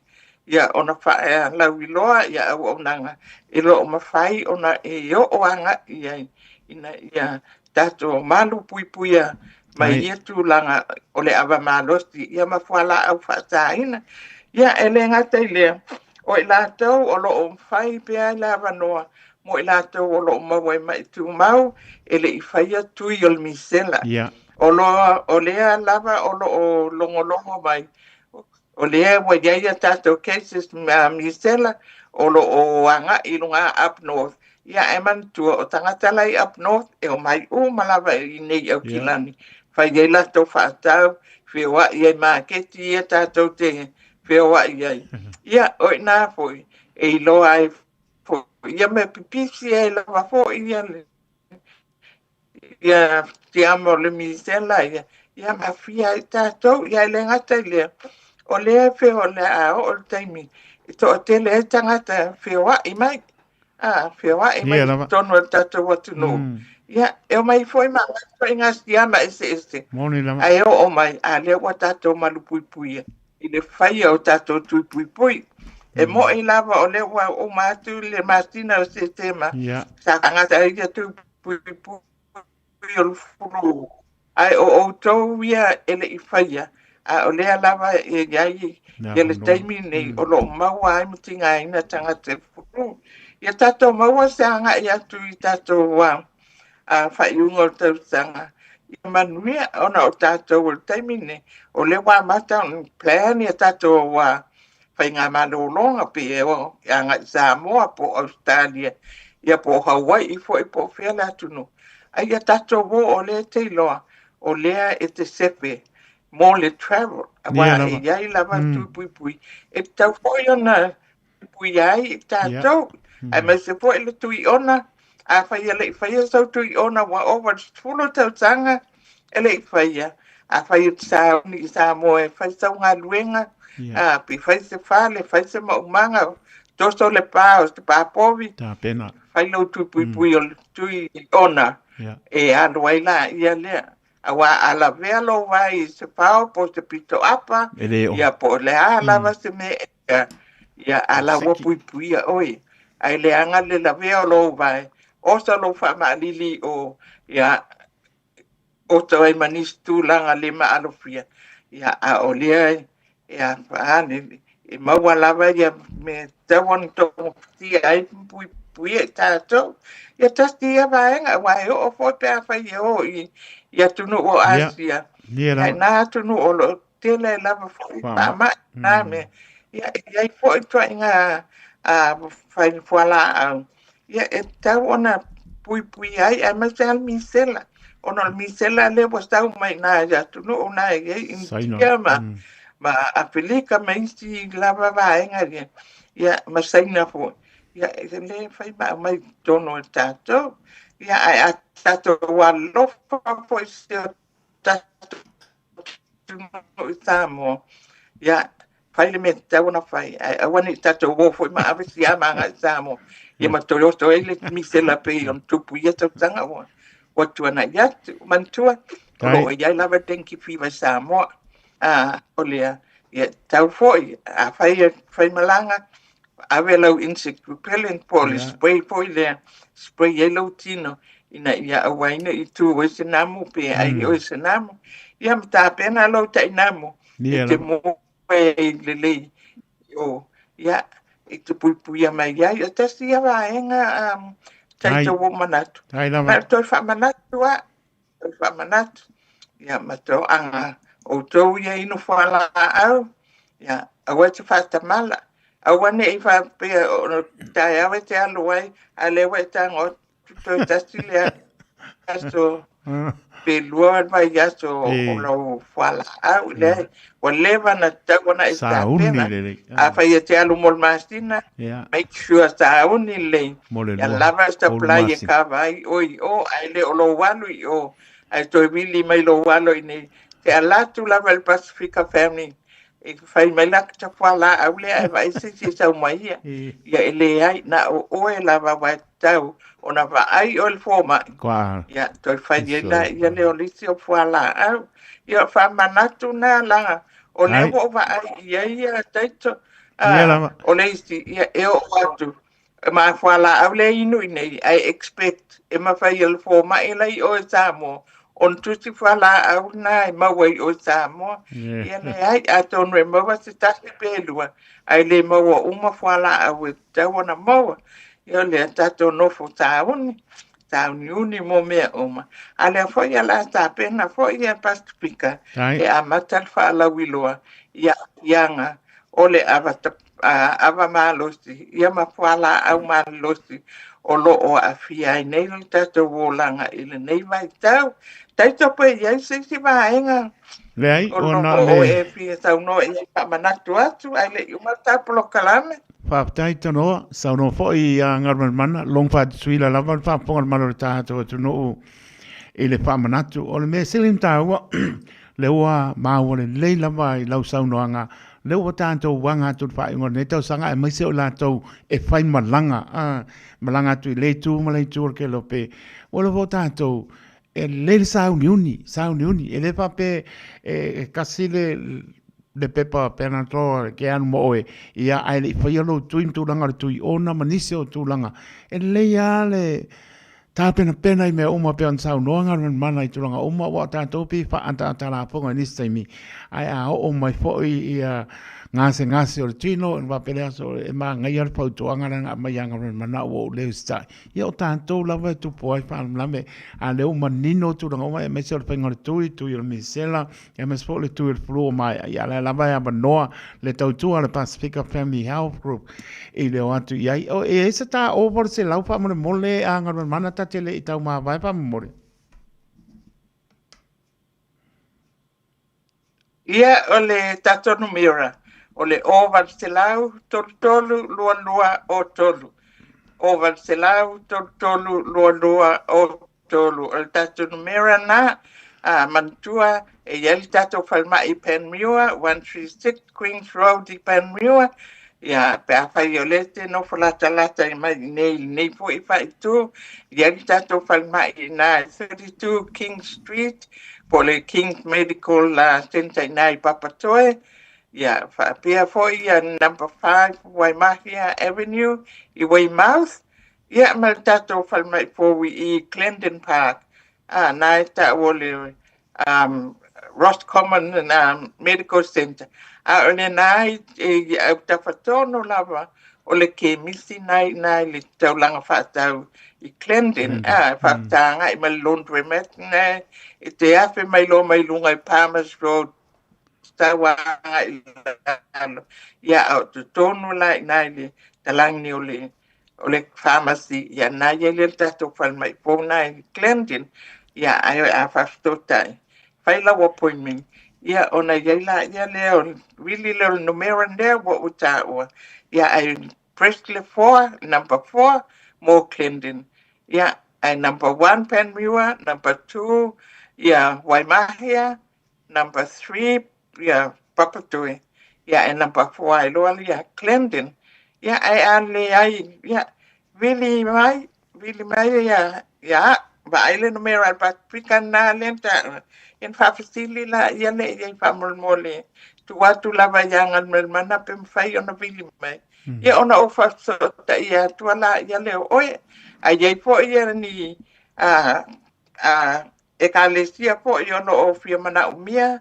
Ia te o atu fo ia ni e wonanga e faisina manatu fo ia fianga o le ava malos di male wala au fasaina wala au malot ia mtulanga papena ia te le lava noa fia fo lo ne tangata o tato no ia ma fa soa ia wala val man rio sia tato watu no ia paule taito o wana wa mala wa Lama makilia tu tato numero.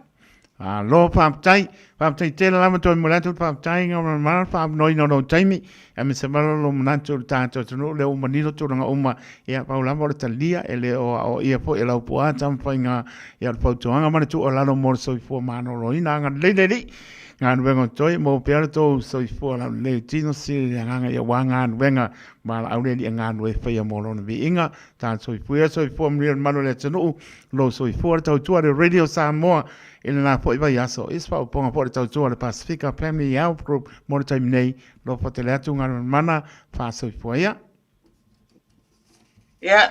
alo fa fo itaito alo fa fo le pa ia male malo Samoa fa ponga mai nei tu la tato feiloa il vai aso fo at fato fa so fu atu Samoa tu fu so fu ya ole tautuale na le Pacifica Family Health Group e lelo tal noa ele numera over se lau tolu lua o tolu ole over se lau tolu lua o tolu mo le lea lato ya manel tala no yai ia nisi o tūlanga o le sta i lava o le meta ua le o whātonuina ia a mo le puipuini o le soifua mano loina o le maro le tātou tonu e lei lava le tātou sta i me le lei ia matau fiofi umaya o me le lei la lava se pautuanga tātou vi ia le li o no le whaonga aina tamani i matupo le atunu o lo ngānu nue so se matata o tā lini maanga ba o fua ia i tātou ia tātou te ngā lue mea umalawa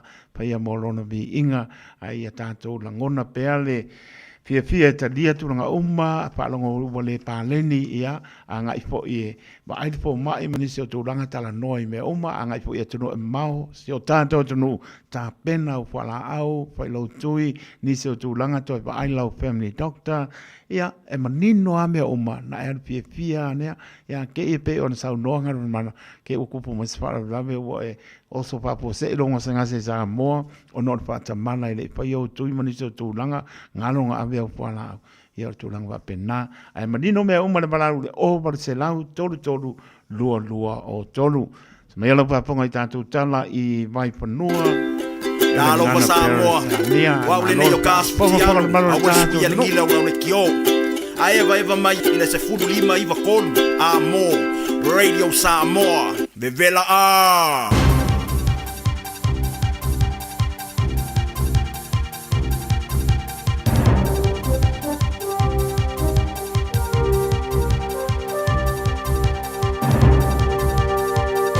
In this update, possible threats to life as Met Service issues severe red weather warnings for tomorrow with forecasts of damaging gusts. Extreme wind predictions for Christchurch and the Canterbury High Country and Plains are for gusts topping 150 kilometres an hour. Lakes and rivers in Canterbury can expect up to 250 millimetres of rain. A red wind warning covers Wellington and Wairarapa from 8 a.m. tomorrow, where gale force northwesterlies could reach 140 kilometres an hour. Met Service meteorologist Lewis Ferris says conditions could be worse than yesterday. We're talking about higher risk of loss of life. We're talking about damage to infrastructure that would be more widespread than you would typically see with a severe weather event. Air New Zealand says it now expects to make a first half loss before tax of about $30 to $55 million. It's just provided a trading update to the NZX. The national carrier says it expected a 2 to 3% uplift in revenue across domestic and US-bound bookings. However, this hasn't materialised and isn't evidenced in future bookings. The airline has also seen engine lease costs, carbon offsetting and fuel costs rise. Concerns that current vaccination rates aren't sufficient to protect communities from measles. The Public Health Service says there's a high risk of a national outbreak, with 4 unlinked cases confirmed in Auckland, Manawatu and Nelson. Public health medicine specialist Sharon Syme says recent deaths in the UK, the US and Canada are a stark reminder of the danger. Wellington rents continue to plummet, and Canterbury's the only part of the country where rents are rising. Latest figures from TradeMe show the national median weekly rent remains at $620. That's down 1.6% on this time last year. Here's business reporter Michael Sergel. Rents in the Wellington region are down 7%. Rents in the Wellington city boundary are down 8.5% and are now lower than in Kapiti and Porirua. Auckland's rents are down 1.5%, but Canterbury's rents are up 1.8%. That's news. In sport, Premier League leaders Arsenal have headlined a winning morning for English sides in football's Champions League by beating visitors Atletico Madrid 4-0. Manchester City won 2-0 away at Villarreal. Erling Haaland extended his goal-scoring streak to 12 consecutive matches across all competitions. Hosts Newcastle eased to a 3-0 victory over Benfica. Defending champions Paris Saint-Germain have thumped Leverkusen 7-2 away. Novak Djokovic has withdrawn from next week's Paris Masters, days after he stopped playing in an exhibition tennis event because of a leg injury. The 38-year-old has competed sporadically this season, appearing in 8 ATP Tour events outside 4 semi-final showings at the majors. That's sport. I'm Malcolm Jordan. Tato te mana nao umalawa ia sa ole whainga o loa tui whaonga. Ia mana tua tui whaonga o loa umatasi 2.5 e puipui ai le tātou pāneta. Whaonga sa o loa tui whaonga. O le nā wai o 5 sa Eliane i Auckland Council Recyclables. Tāmaki Tūriki o Together Auckland. Papito maua e le fruit shed. Pusa piso po Pasifika. Se lau 5 whātā la iwa. Pusa tayo a Palaiti. 5 tā la iwa. Pusa pipi. 8 tā la iwa. Pusa Eleni Ocean Best. Cholo 1 tā la iwa. Susu mai i le fruit shed I tu tonu o le shopping centre a Maangeli. Tele male ano anua yo whapitoa mo le nei vai tau. Wa ai te wo misi la wavanoa. Ele umi le nei whapitoa. Asi mai loa i le shopping centre a Maangeli. I le fruit shed. Talofa Samoa, o Ateshna Ryan, o le Licensed Immigration Advisor mo le Auckland South Immigration Consultants. E visosoani mo so se tu ai ngā visa e malanga mai e New Zealand po Australia. Telefoni mai nei loa i le o valu o tasi o no valu wha fitulua. Po le olua tasi o no valu fitulua tolu o.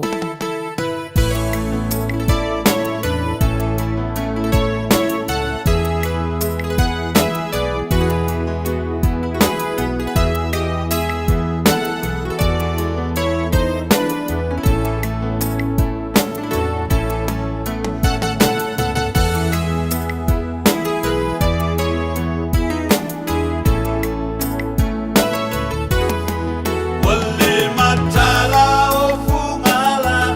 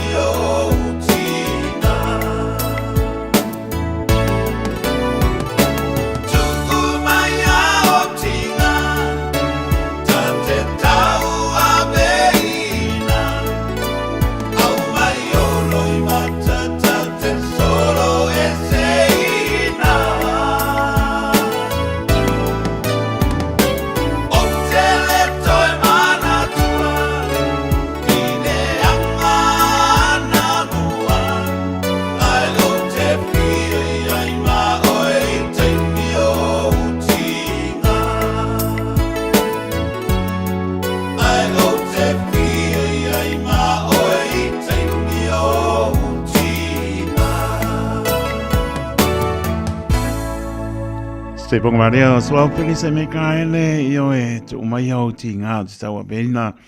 Surono minuto e te li tu la su tasi le tautua de Radio Samoa su lima I va todo amor por clamer pipi mai show.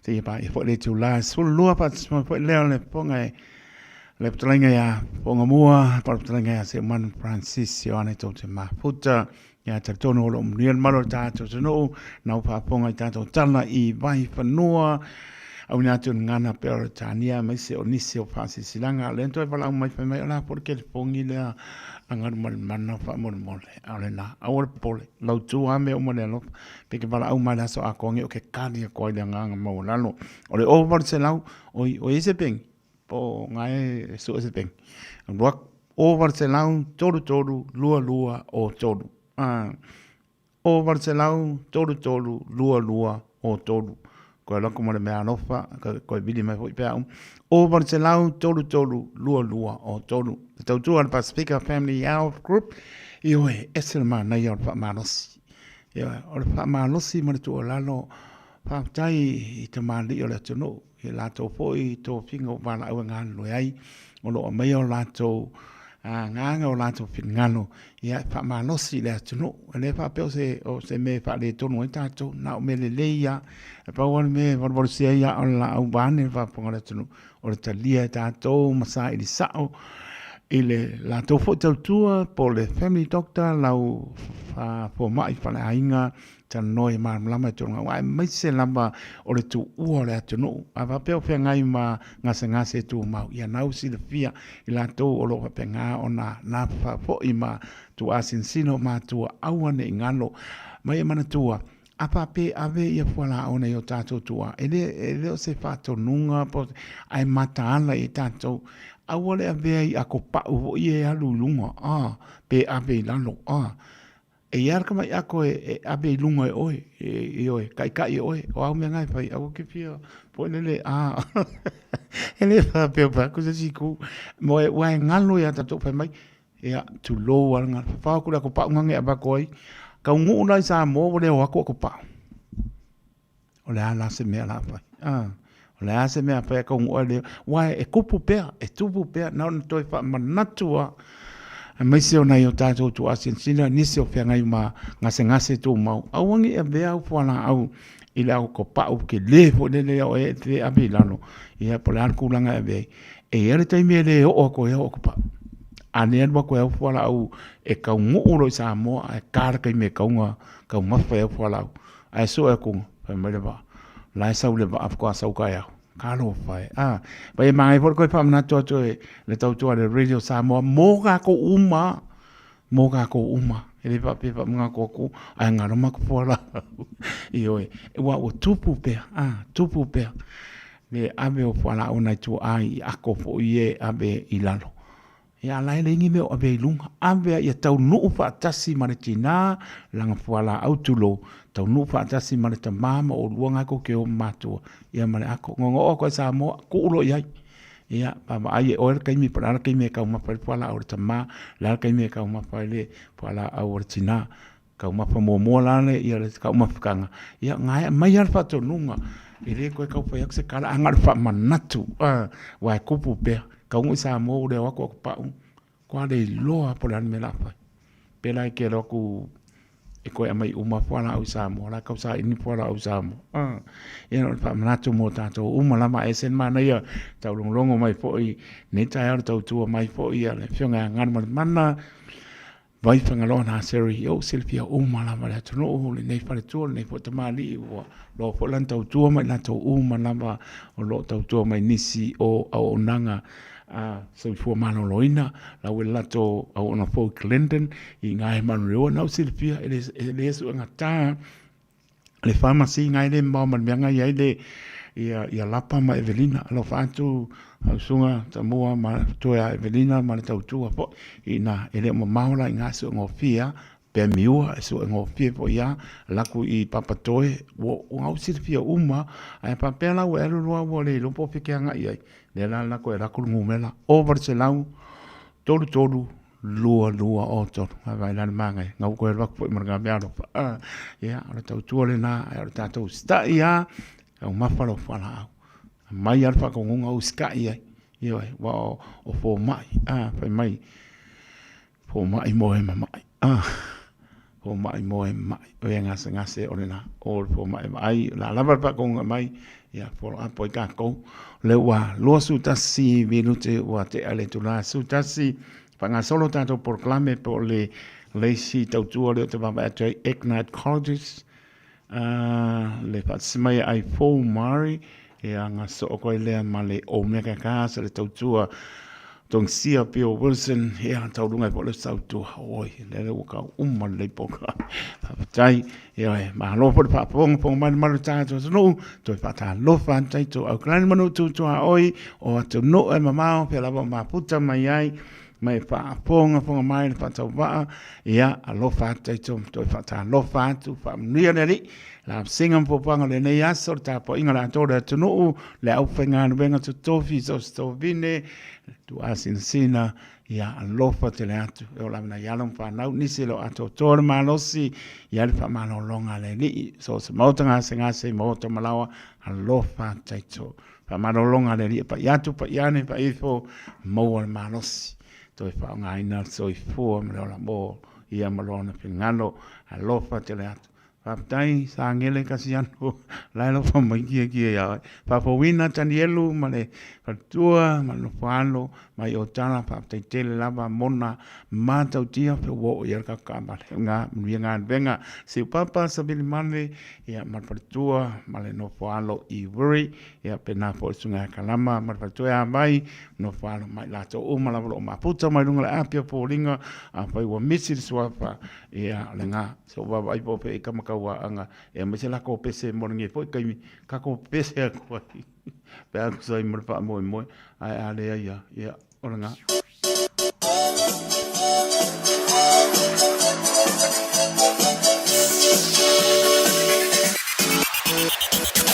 ia e fatu tu atu so monatu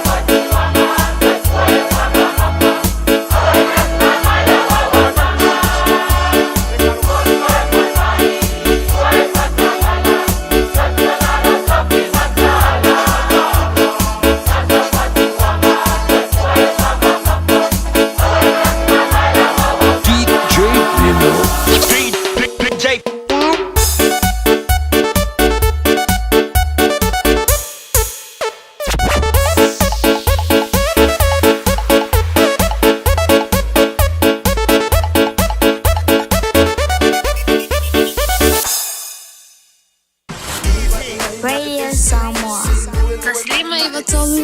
Amo.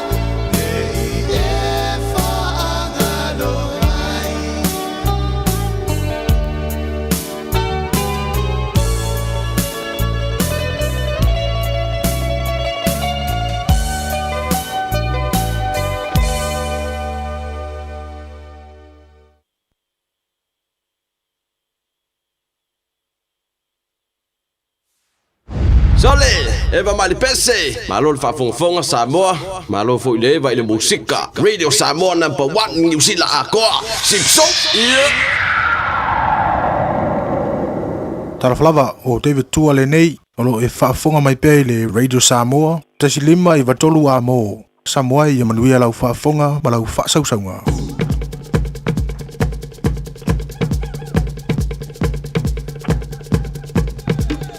Tani le mai lua, sepuluh minute o Natale o le 10 ma le lua.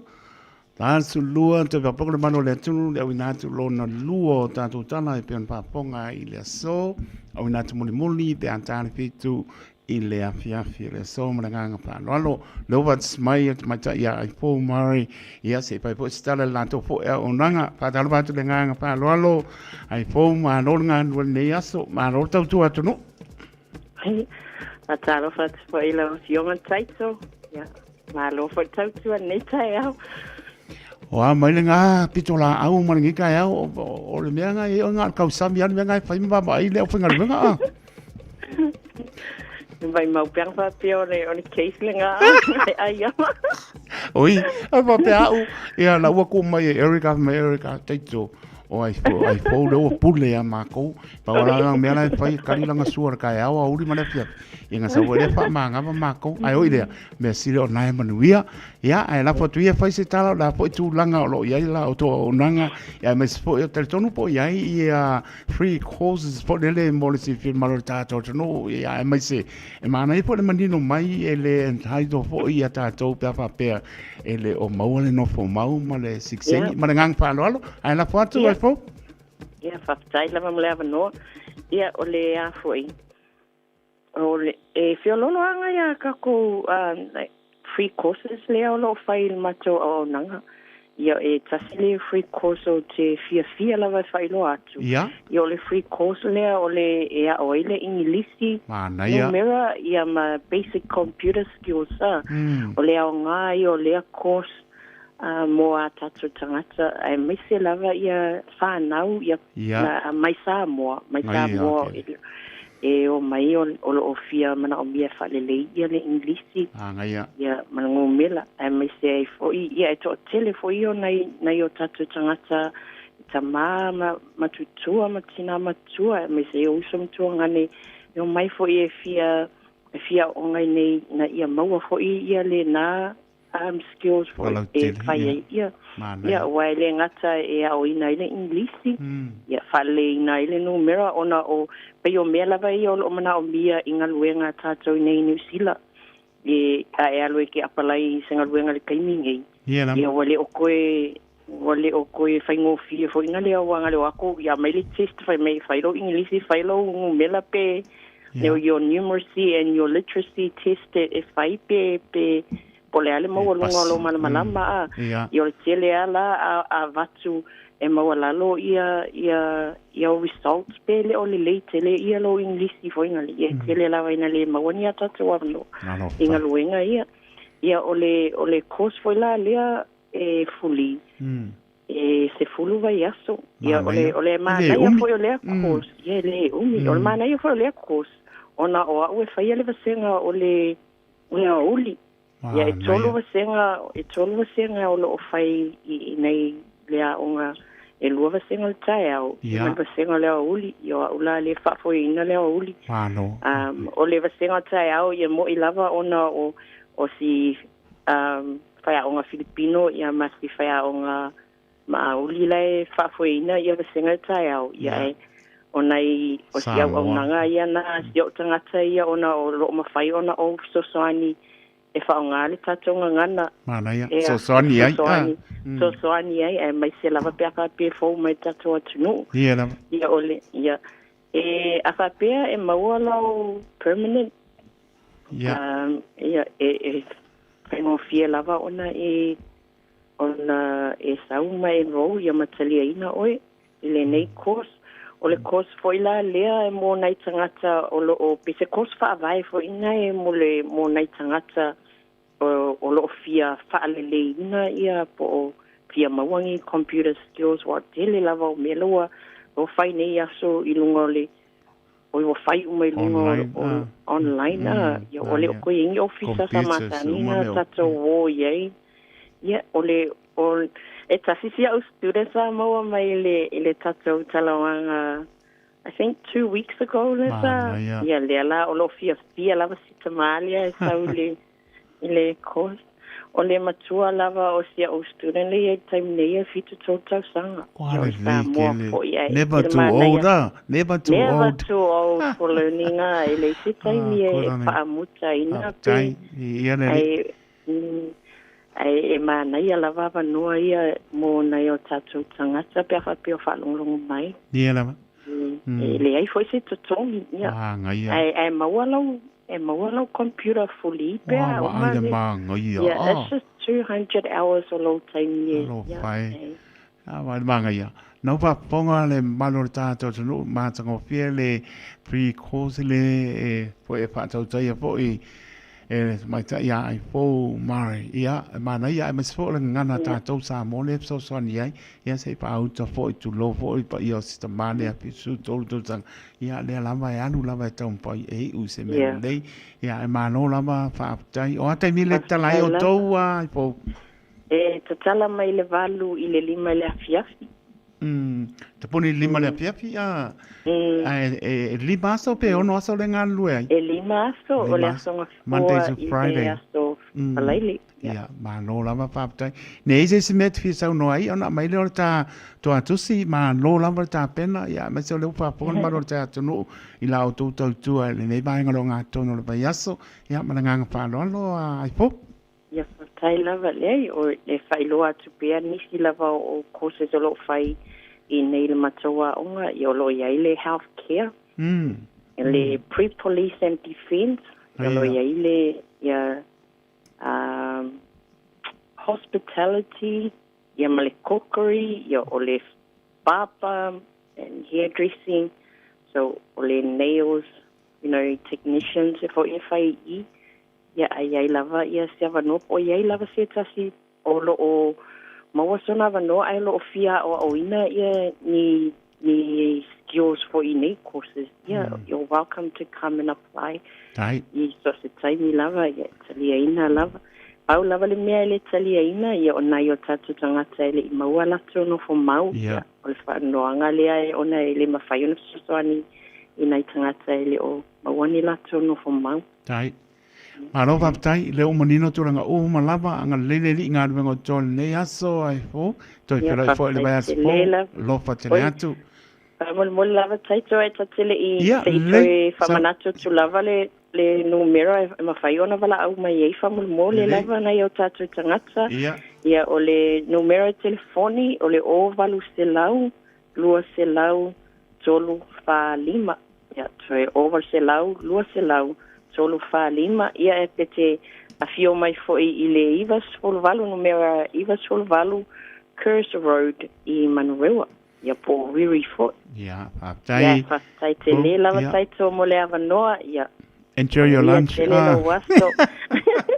te vidi mai ole e fai le lunch pero ai pea pasa foi ai po ia fa sai foi tai to soi foi ia ma dai ai po mari ele na tala no ele over se lau lua se lau le amale singu me la kolfa ni mo e manga ia over se lau lua se lau tol fa lima Ivas Folvalu Curse Road I very mo le lama on pa ye never too old why very fitu tol to sanga ya la ya no side e mawale malusi angai me ai tau mafa I oe mo oe malo ainga a waile fai tau wafe tangata anu au kilani wo lato I oe atu I le whaongai na o le tosu wafe o tone o mea ai totoe me ai le to e whaongai na e mawai sa malusi anga fau male mama mawai le elitise I mauta malawa awala ai te toe la fo I asa me e tasi all together Auckland Tamaki Turuki Talofa o waleni o se electrical inspector Samoa tolsu lima tausanga tautua ma o resta reino fo I mole waina o lo mauta falsam fatfainga luenga fa peli pe ino vai vela ma o ngaumu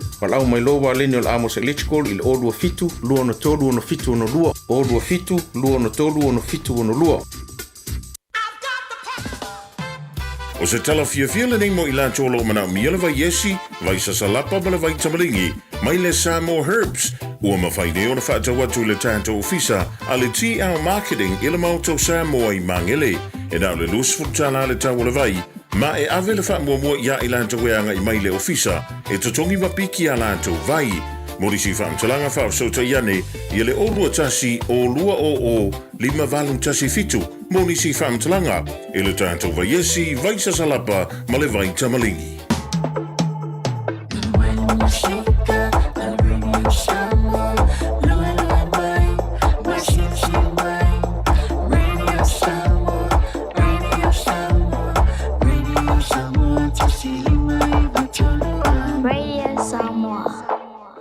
Ua mawhai o na aura tula polo kalame le leimo o ia so taitasi o na o le langolango malosi le whale maliu a se alo le atunuu o ese tātupu Funeral Directors i Manukau City. O kalame e le leimo o e tālo whalapa.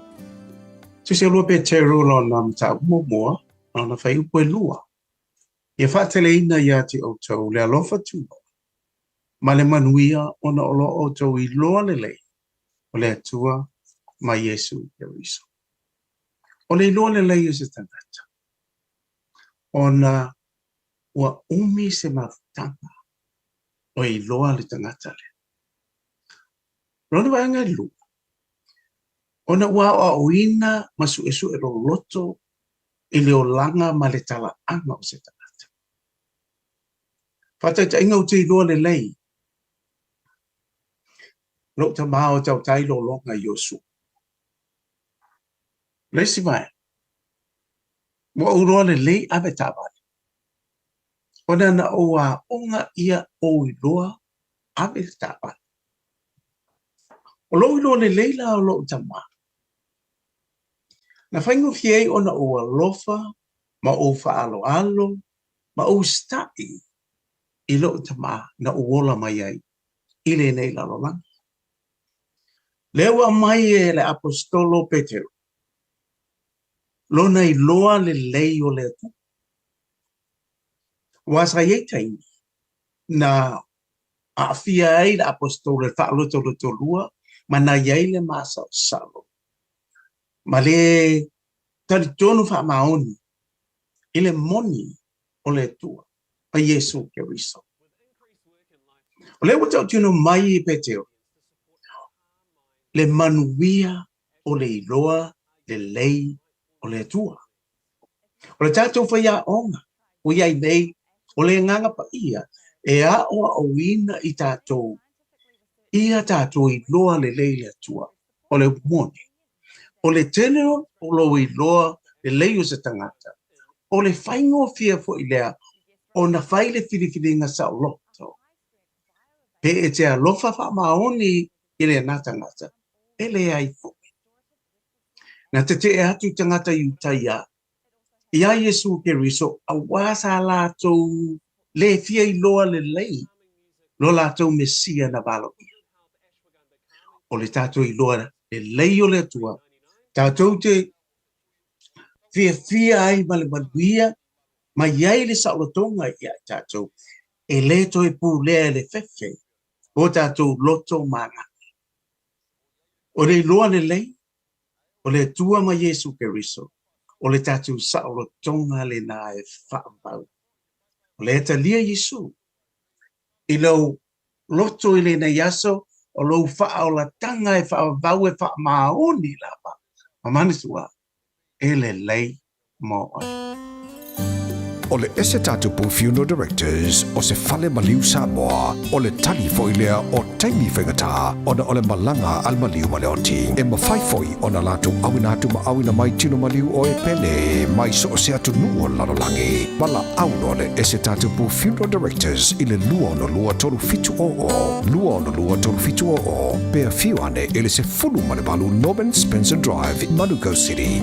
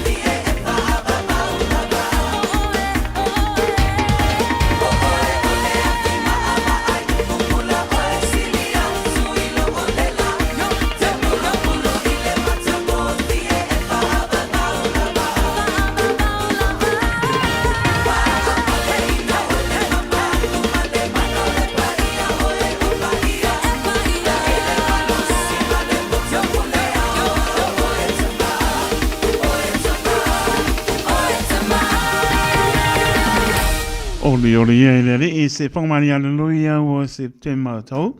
Whamai atu ai tātou porklame e le leimo. Oe, te pena ina e pāsta soli lolonga i o sua, matu pa mano mar pa tai.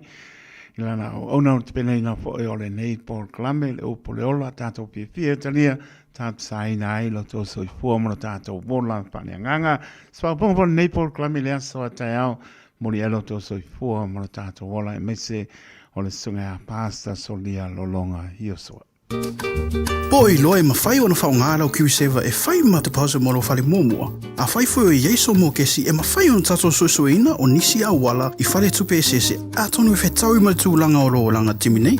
O na mata o nanga i Supreme Mortgages, mata o tifisoswani e sue se tali mo first home buyers and refinances. Wala o mai au Sam i le orua tasi o valutasi toluiva, valutasi, pe emaili mai i a sam@suprememortgages.co.nz. Ua whaatonu lau whanau sia o ngā amata. A whai e te lalai mangeli sa sae po o nuu tūtua oi, whaafafonga lelei mai. O lea wau whaantu le whetūta i ala o ngā amata, le tolu se fulu i tūla e a o ngā fuai whanau, mai le tasi o i le 5 tausanga le mātutua i le vaiaso. I oe, maua fua fo i tau mawha, walau lo le whetūta i ala o ngā amata, i le olua tasi tolu 5, fitu valu iwa fitu, olua tasi tolu 5, fitu valu iwa fitu, mo se avanoa o lo walo. Oh my, if I tell more, I'll follow chicken and things. My popcorn chicken, crumb burgers, my marinated wings.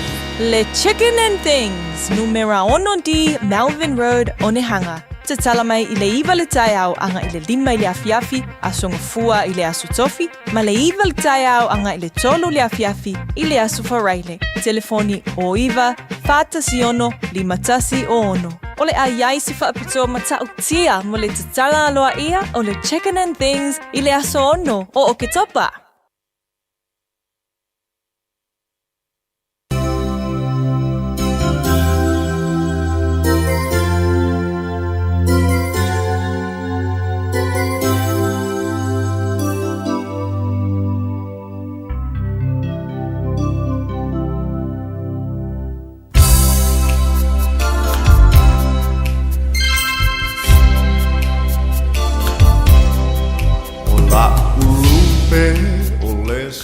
Taimi le tore mai o manu minute o na tale o le sepulu male lua to e nata to tala pe on paponga i le so lopat smele pule o le omega gas sunga ya tong sia pe o Wilson ya wa fo se saunoanga fo ya fa po manu le tato no o le tautua le omega gas pa tarbat le ngang pa lolo lo fionga le pule tong sia pe o Wilson ma lo tautua no o nga tonu ba ya so a. Ia, nga la te pima nga fa taito ye fa tala fa fela suna wa taito fa malo se fu mia. Ai. Fa malo tai linia fa malo fa to tinu ia tina ne po ye fa ba ya tu foi. Le la le yo la e le tai ao yo fa ni la ile ngaluenga male pule lo fa mal po fa solo tatu to pa u langi lo so fu fa peso mato vola. Taito fa malo se fu mia fa malo to tinu taito. Langona le tasi tong sia vane sa unoanga matango fia le li ele le li o aso uma le li le fo e mono so fo la le fa tua ma no fala o wala ma tau tua ino ma le tunu o le ngata to tia kono lo tu nga lu le kanesia ya lo va pena e tau tua ya le tau tua le omega gas ya ai mo le no la foto so fin nga lo fa po ma no ta to tunu ma nga fa no lo tong sia. Ya, papai kiri la mena sunga wa mo ma toa mo e sa le la men sa wanga tai to ia o le bi inga la me fa fo ia ke ia o ia le pule o me uma ia le fa na me tanga tel ni la langi e wa nga wenga ma ko fo ina de wa sa tu ai an tai to ia ai ma no pa ba e la sunga ya ya tarsia to sia man we mai pe ia fo ia tia ma ko man na no ke lo lu ya o ba ye o le woka la fa ngar kamba fa mo le tong sia la fa ngar le woka Oye, tiene que ser pierna, tiene que ser finga, texto fa pe poia boca foi ele man. Ia. Oh, le ai da po amala e bane fa ponga la tunu. Ya sininga ke si le pia o kama. Pai ama nga ya. Ya, yo Yang na pe so is me ko inga lunga. Ne ya pe pi ka far ko inga. Yoi. Ni la pa ka ko inga la kala ka kuai. Yoi. Ya ai fa tai te la bala so ai la ba ton sia. Ya no man ta teng. Tai. Ya fa tu fa fong anga Samoa po pe la ben mau meni fa salonga fa business yo tato paleta bale. Fa tala fa tu ton sia ile aba te la ba male fa alwalo. Pa malo se tu menia. Pa malo le fa lau menia Samoa. Ya, bani tu mana po ile atu fa fong anga Samoa ya misi tulanga po I ma wa ila foi le fa fonga so tatu no foi tatu pa salong pa pitisi de al ta fong fanu la ma tung tia yo telefa mama abenga mo i tatu falita vale yo foi na I to ina mana lu ma tua tulonga le nganga o tupu ma mai em tamani o tatu dugia ona to ina mana na lu ma tua fa tau fiala so tai lua tai tu ta vale ya wa tia wa se mai falipti o mai ia se mai pa tinga lu etia yo tulanga leo le mafitanga Samoa e fa pe e fa tala mo fa tala sanga o tali tuli meina le o le ai o tato mafitanga e fa wa mo le sitolo to sanga o le tolo to sanga le fa wa volta to e se vecino la sa o le stala ino la ta vale fa pe fo il passi ino la ta vale pole sia kinga la ta vale bon fitness e o alu sanga le mulu la tele ai mesele mamalu la tele o le atinu yo tulanga I te tolu to sango mei tolu elements I tolu lo sa ya te lo te langa nga lava la sanga le mu ai o lu ngala ai me se la le se sala te maua la le se tupe to e luai tulanga fa te Samoa ya ngal fan fanu lava to sia ya ai pule lava staff ni le la lo ma ya mo foi ata tu fi na ho la si la tira ta tu ga tinu ya tele ta mal faila pi feeling pa su me tala mai out o tatu to yo dynasty and Atlas o tatu family band 12 seaters, 11 seaters, 10 and 9. Pape fo ia tatu minivans tai fitu matai balu. Ia o mea tatu SUV la poa. Lea fo ile Toyota Highlander o lea fo ile Mazda CX-9, Mazda CX-8.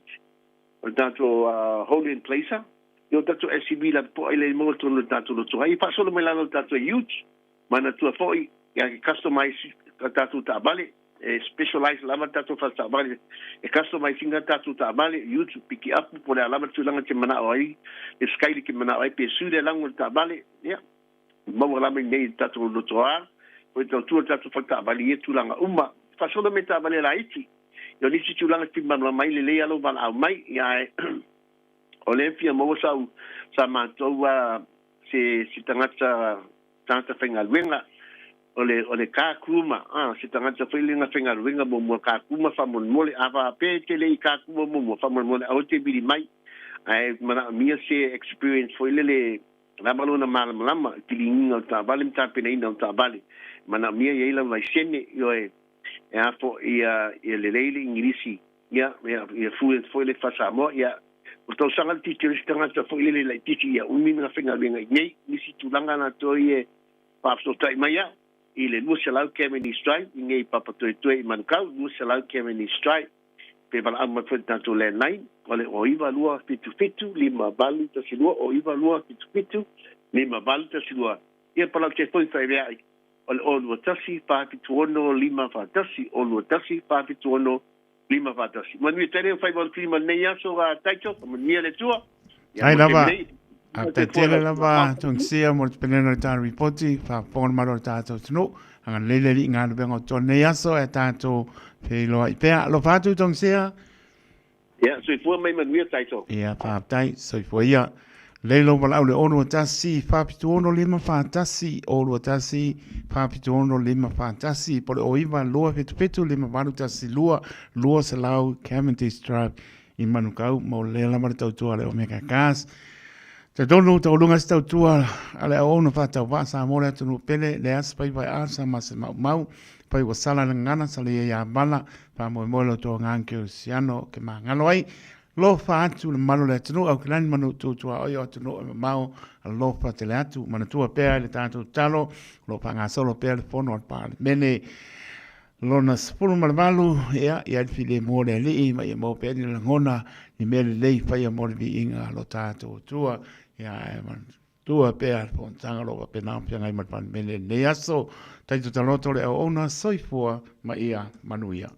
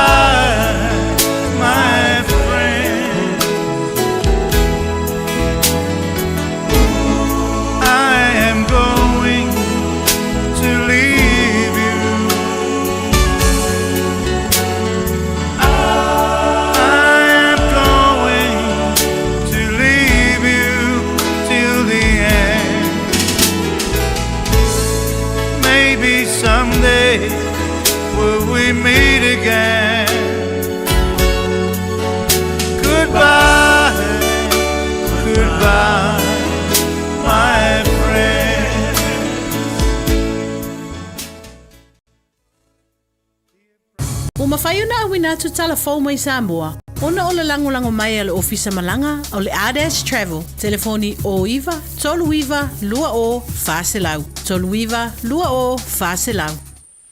O te toi whatalofo e ro tātu o tenu i nei foi aso fou o tātu mafuta. A wāre whapoponga o le tautua masani tala taulongo longo mai Samoa. O le atali o talavini sau noa o Samata i Savai e lona lua i le whanau e tofitu. Wa fai poipo e toa whao nalo. O le aso se furu o le masino se temo le tausanga nei.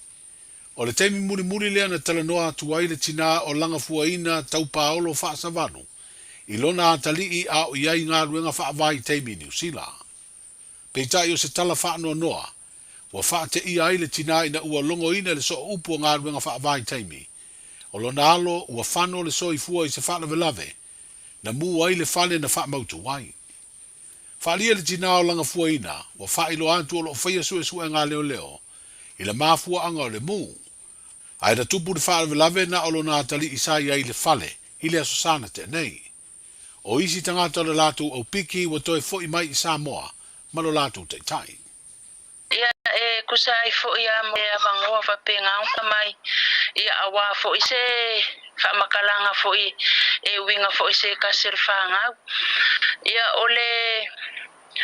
ole afiafi ole asusa po se meo la akanga le fa ia fakwa mako maua ile kalai kusai fo imale fa lave lave o kupu mai se kasi fo irfanga ia ole kaiminge ia ele o maua mai se fa makalanga pengi fa maungia ile isu enga la fai kaminge la fa nga solo su enga le kaminge ile mafua anga mu ele fale ya ma afa inga se ka serfanga ole atonu le fale le sa fa mautu ai lo walo la sunga o le fale lava o le fale le nga fa mauku ai o le whaale ale le sala ko api ai le team lea i ngā New Zealand o leo le o maua mangi whaamakalanga o ngā o e kele fo ia o whaamakalanga la e au mai. Se lava whaamakalanga la e mai. Pe o le mea ngā e le o a fo i le leile au mai ngā e le so upu po o ngisi fo ia o leo ia le mafuaanga o mea uma. Ina fisiringia nisi o ila tau fo isa malanga malo walo inga wenga nei o le atonu le men tupu. Ia le kaimingei ele ia fo i maua se mako so ka inga ma le kai o le malanga ma ngisi fo i o le au malanga o nga o le mele kupu o le ua malanga mai ia le team ma le kai o le malanga ele isa wai ia lo walo le ngofo nga o ia New Zealand pe ia kulanga lea mo le fafsiri. O le atonu le ngaruenga le sa ngarue ia sio walo le ua maliu. Ia ole ngarue ole au piki nga luai. Ele o ilo po le apu po le moli po le ale. Ole apu. Te longa o le mafutanga wha matua ma whanau. Teimi wha pene i e wha ingofie langa fuaina. Ia le alava. Ia se mafaufonga o e tina i lua mafutanga whanau. Wa e misia i sia walo. Ia whaftai lawa lau sunga mo le whafsili ia. E sa awama wha oni lau sa unoanga. Ia ole kaimingei le kaimi sa o whaalongo mamawa i kala i le whaalavelenga kupu. Ia sa le aise ko afile mu ia ke aurkinga. O ngā ua mokusia whaafuase i mafukanga o ngā elo iloa po le ale mafuanga. Ua ke ia le ua ngangalo aku le ifinga ngalo le ali e makunga ia o le mafukanga e whaangalo nga kaya ke aunga nga whaangalo le kali o nga le mafukanga foi le ua mafukanga o se ka mai kiki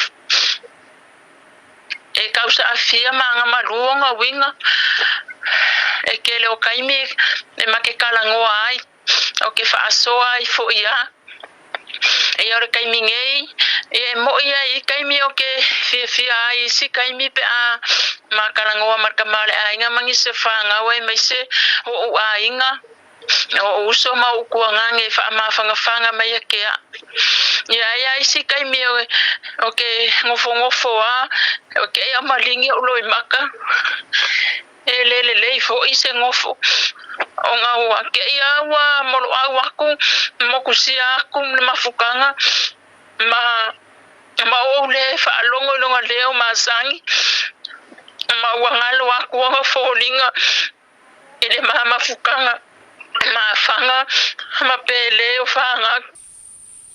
O se tala noanga ma le tina mafatia i a langa fuaina. E tu so le whaale velave ua maliwai se tasi o nalo e to fitu. A o iai New Zealand i ngā ruenga whaavai taimi. Wa whaali le tina o whaato anga apu i motu heka sa ngā rueiro nā tali ua whano le soi fua. Tawina ia whaamaise le nganga whaamawhano le atua. I matua o ainga o le to'olua ma le whanau na o le nei tala whaavau. O le asosana te nei na tupu ai le whaale velave e peo na saa a fia i le mū le whale na whaamautu ai le ua maliu. Wa o mai se whingalo le sui pāle mia e tali atu ai, i se whingalo whaalau i tele o le sa avea, ma pāle mia ma o ia fwoi o le teitai, o le vanga whaupufai o le sa mo u poto. I le whaapea mai o le fionga fia mea Naomi Mataa, wa vai tama le whainga malo fau le fuafuanga o le tala autu o le tupe, le ana te ena le pāle mene, e peo na sa tutu whaatasi ei le lua se furu, o whaipule o le whaatuatua i le atua sa mo utasi, ma sui whaipule sa avea mai tua ngai o le paia inga se furu fitu, a le pāle mene ua whaata ape e te ena. Na whaeroe le fionga fia mea Naomi Mataa awhai so na whina ngalo whaalau i tele, o whainga whaavai autu po o key policies o le tala o le tupe le te ena, ua vai tama ma wha o ngai le tala autu o le tupe o le a mata tala noa ina le pāle mene, i le aso lulu o le nei va yaso. Sa ta pa se fina ngalo le fionga le sui pa le mia. Le fionga to e lupe mau i au tele po muli nuku o ne semo. I le whailo inga matu sitala le whae unga o le va yaso o mawai. I ana wheng wha vai i lana anava tauna o mai ia pia o le whafonga i saunanga le fionga i le te tae o le malo le fionga le lau le mani toa ia o le angava tau wha awau po le budget wha awau aisa matua ia ngaluenga sa iai nala ona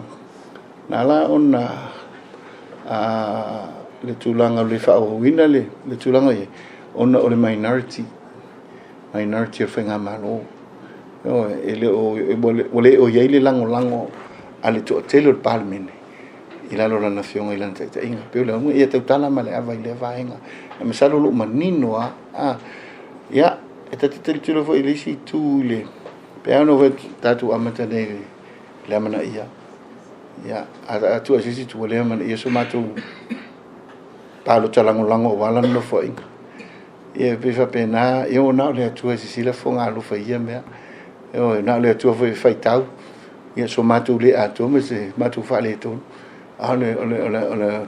ole tulanga la tele le la ia ile fa fonga mai ia le fionga sa fa pitu ia matu fa maulolot ia tatu fa malo fa tu le tu sa mutas le lo apoio matu so matu fa tau o le supo ia pole sa mo poto ia fa to la langa ina ufata api palmene sarolo manino ya tatu tu singa tala me mo fa pena ya anale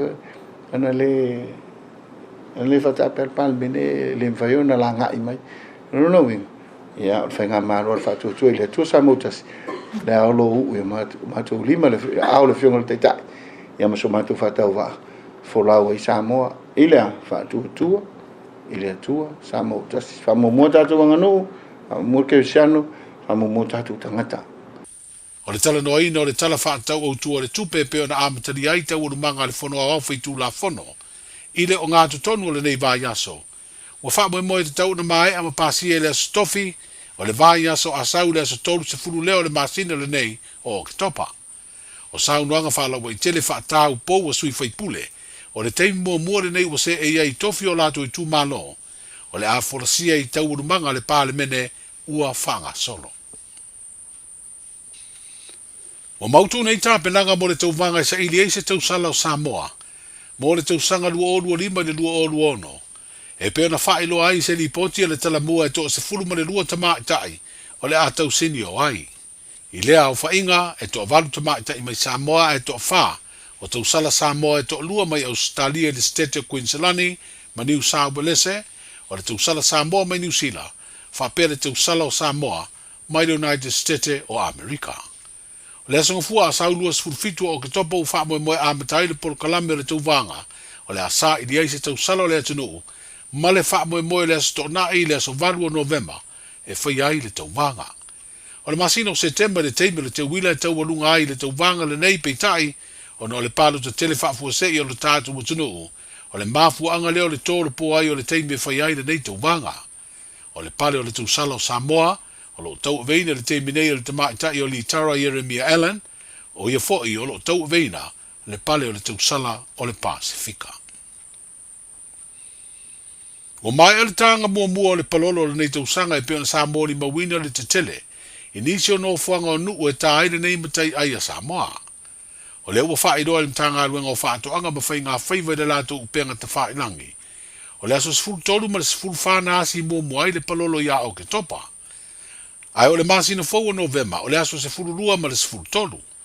O lona winga, o le po le aso lua se furu tasi o Novemba, a malama le aso lulu se furu ma le lua. Ma le po le aso lulu se furu lua o Novemba, a malama le aso tofi se furu tolu o le masina fou lava, e pa u tonu i ai. O le whaamanatu mai le vaenga o whainga whaiva le mtanga aluenga o whaatoanga, ia toe sauni ma tapena mea tāpalolo ma manatua lou saunga le mu.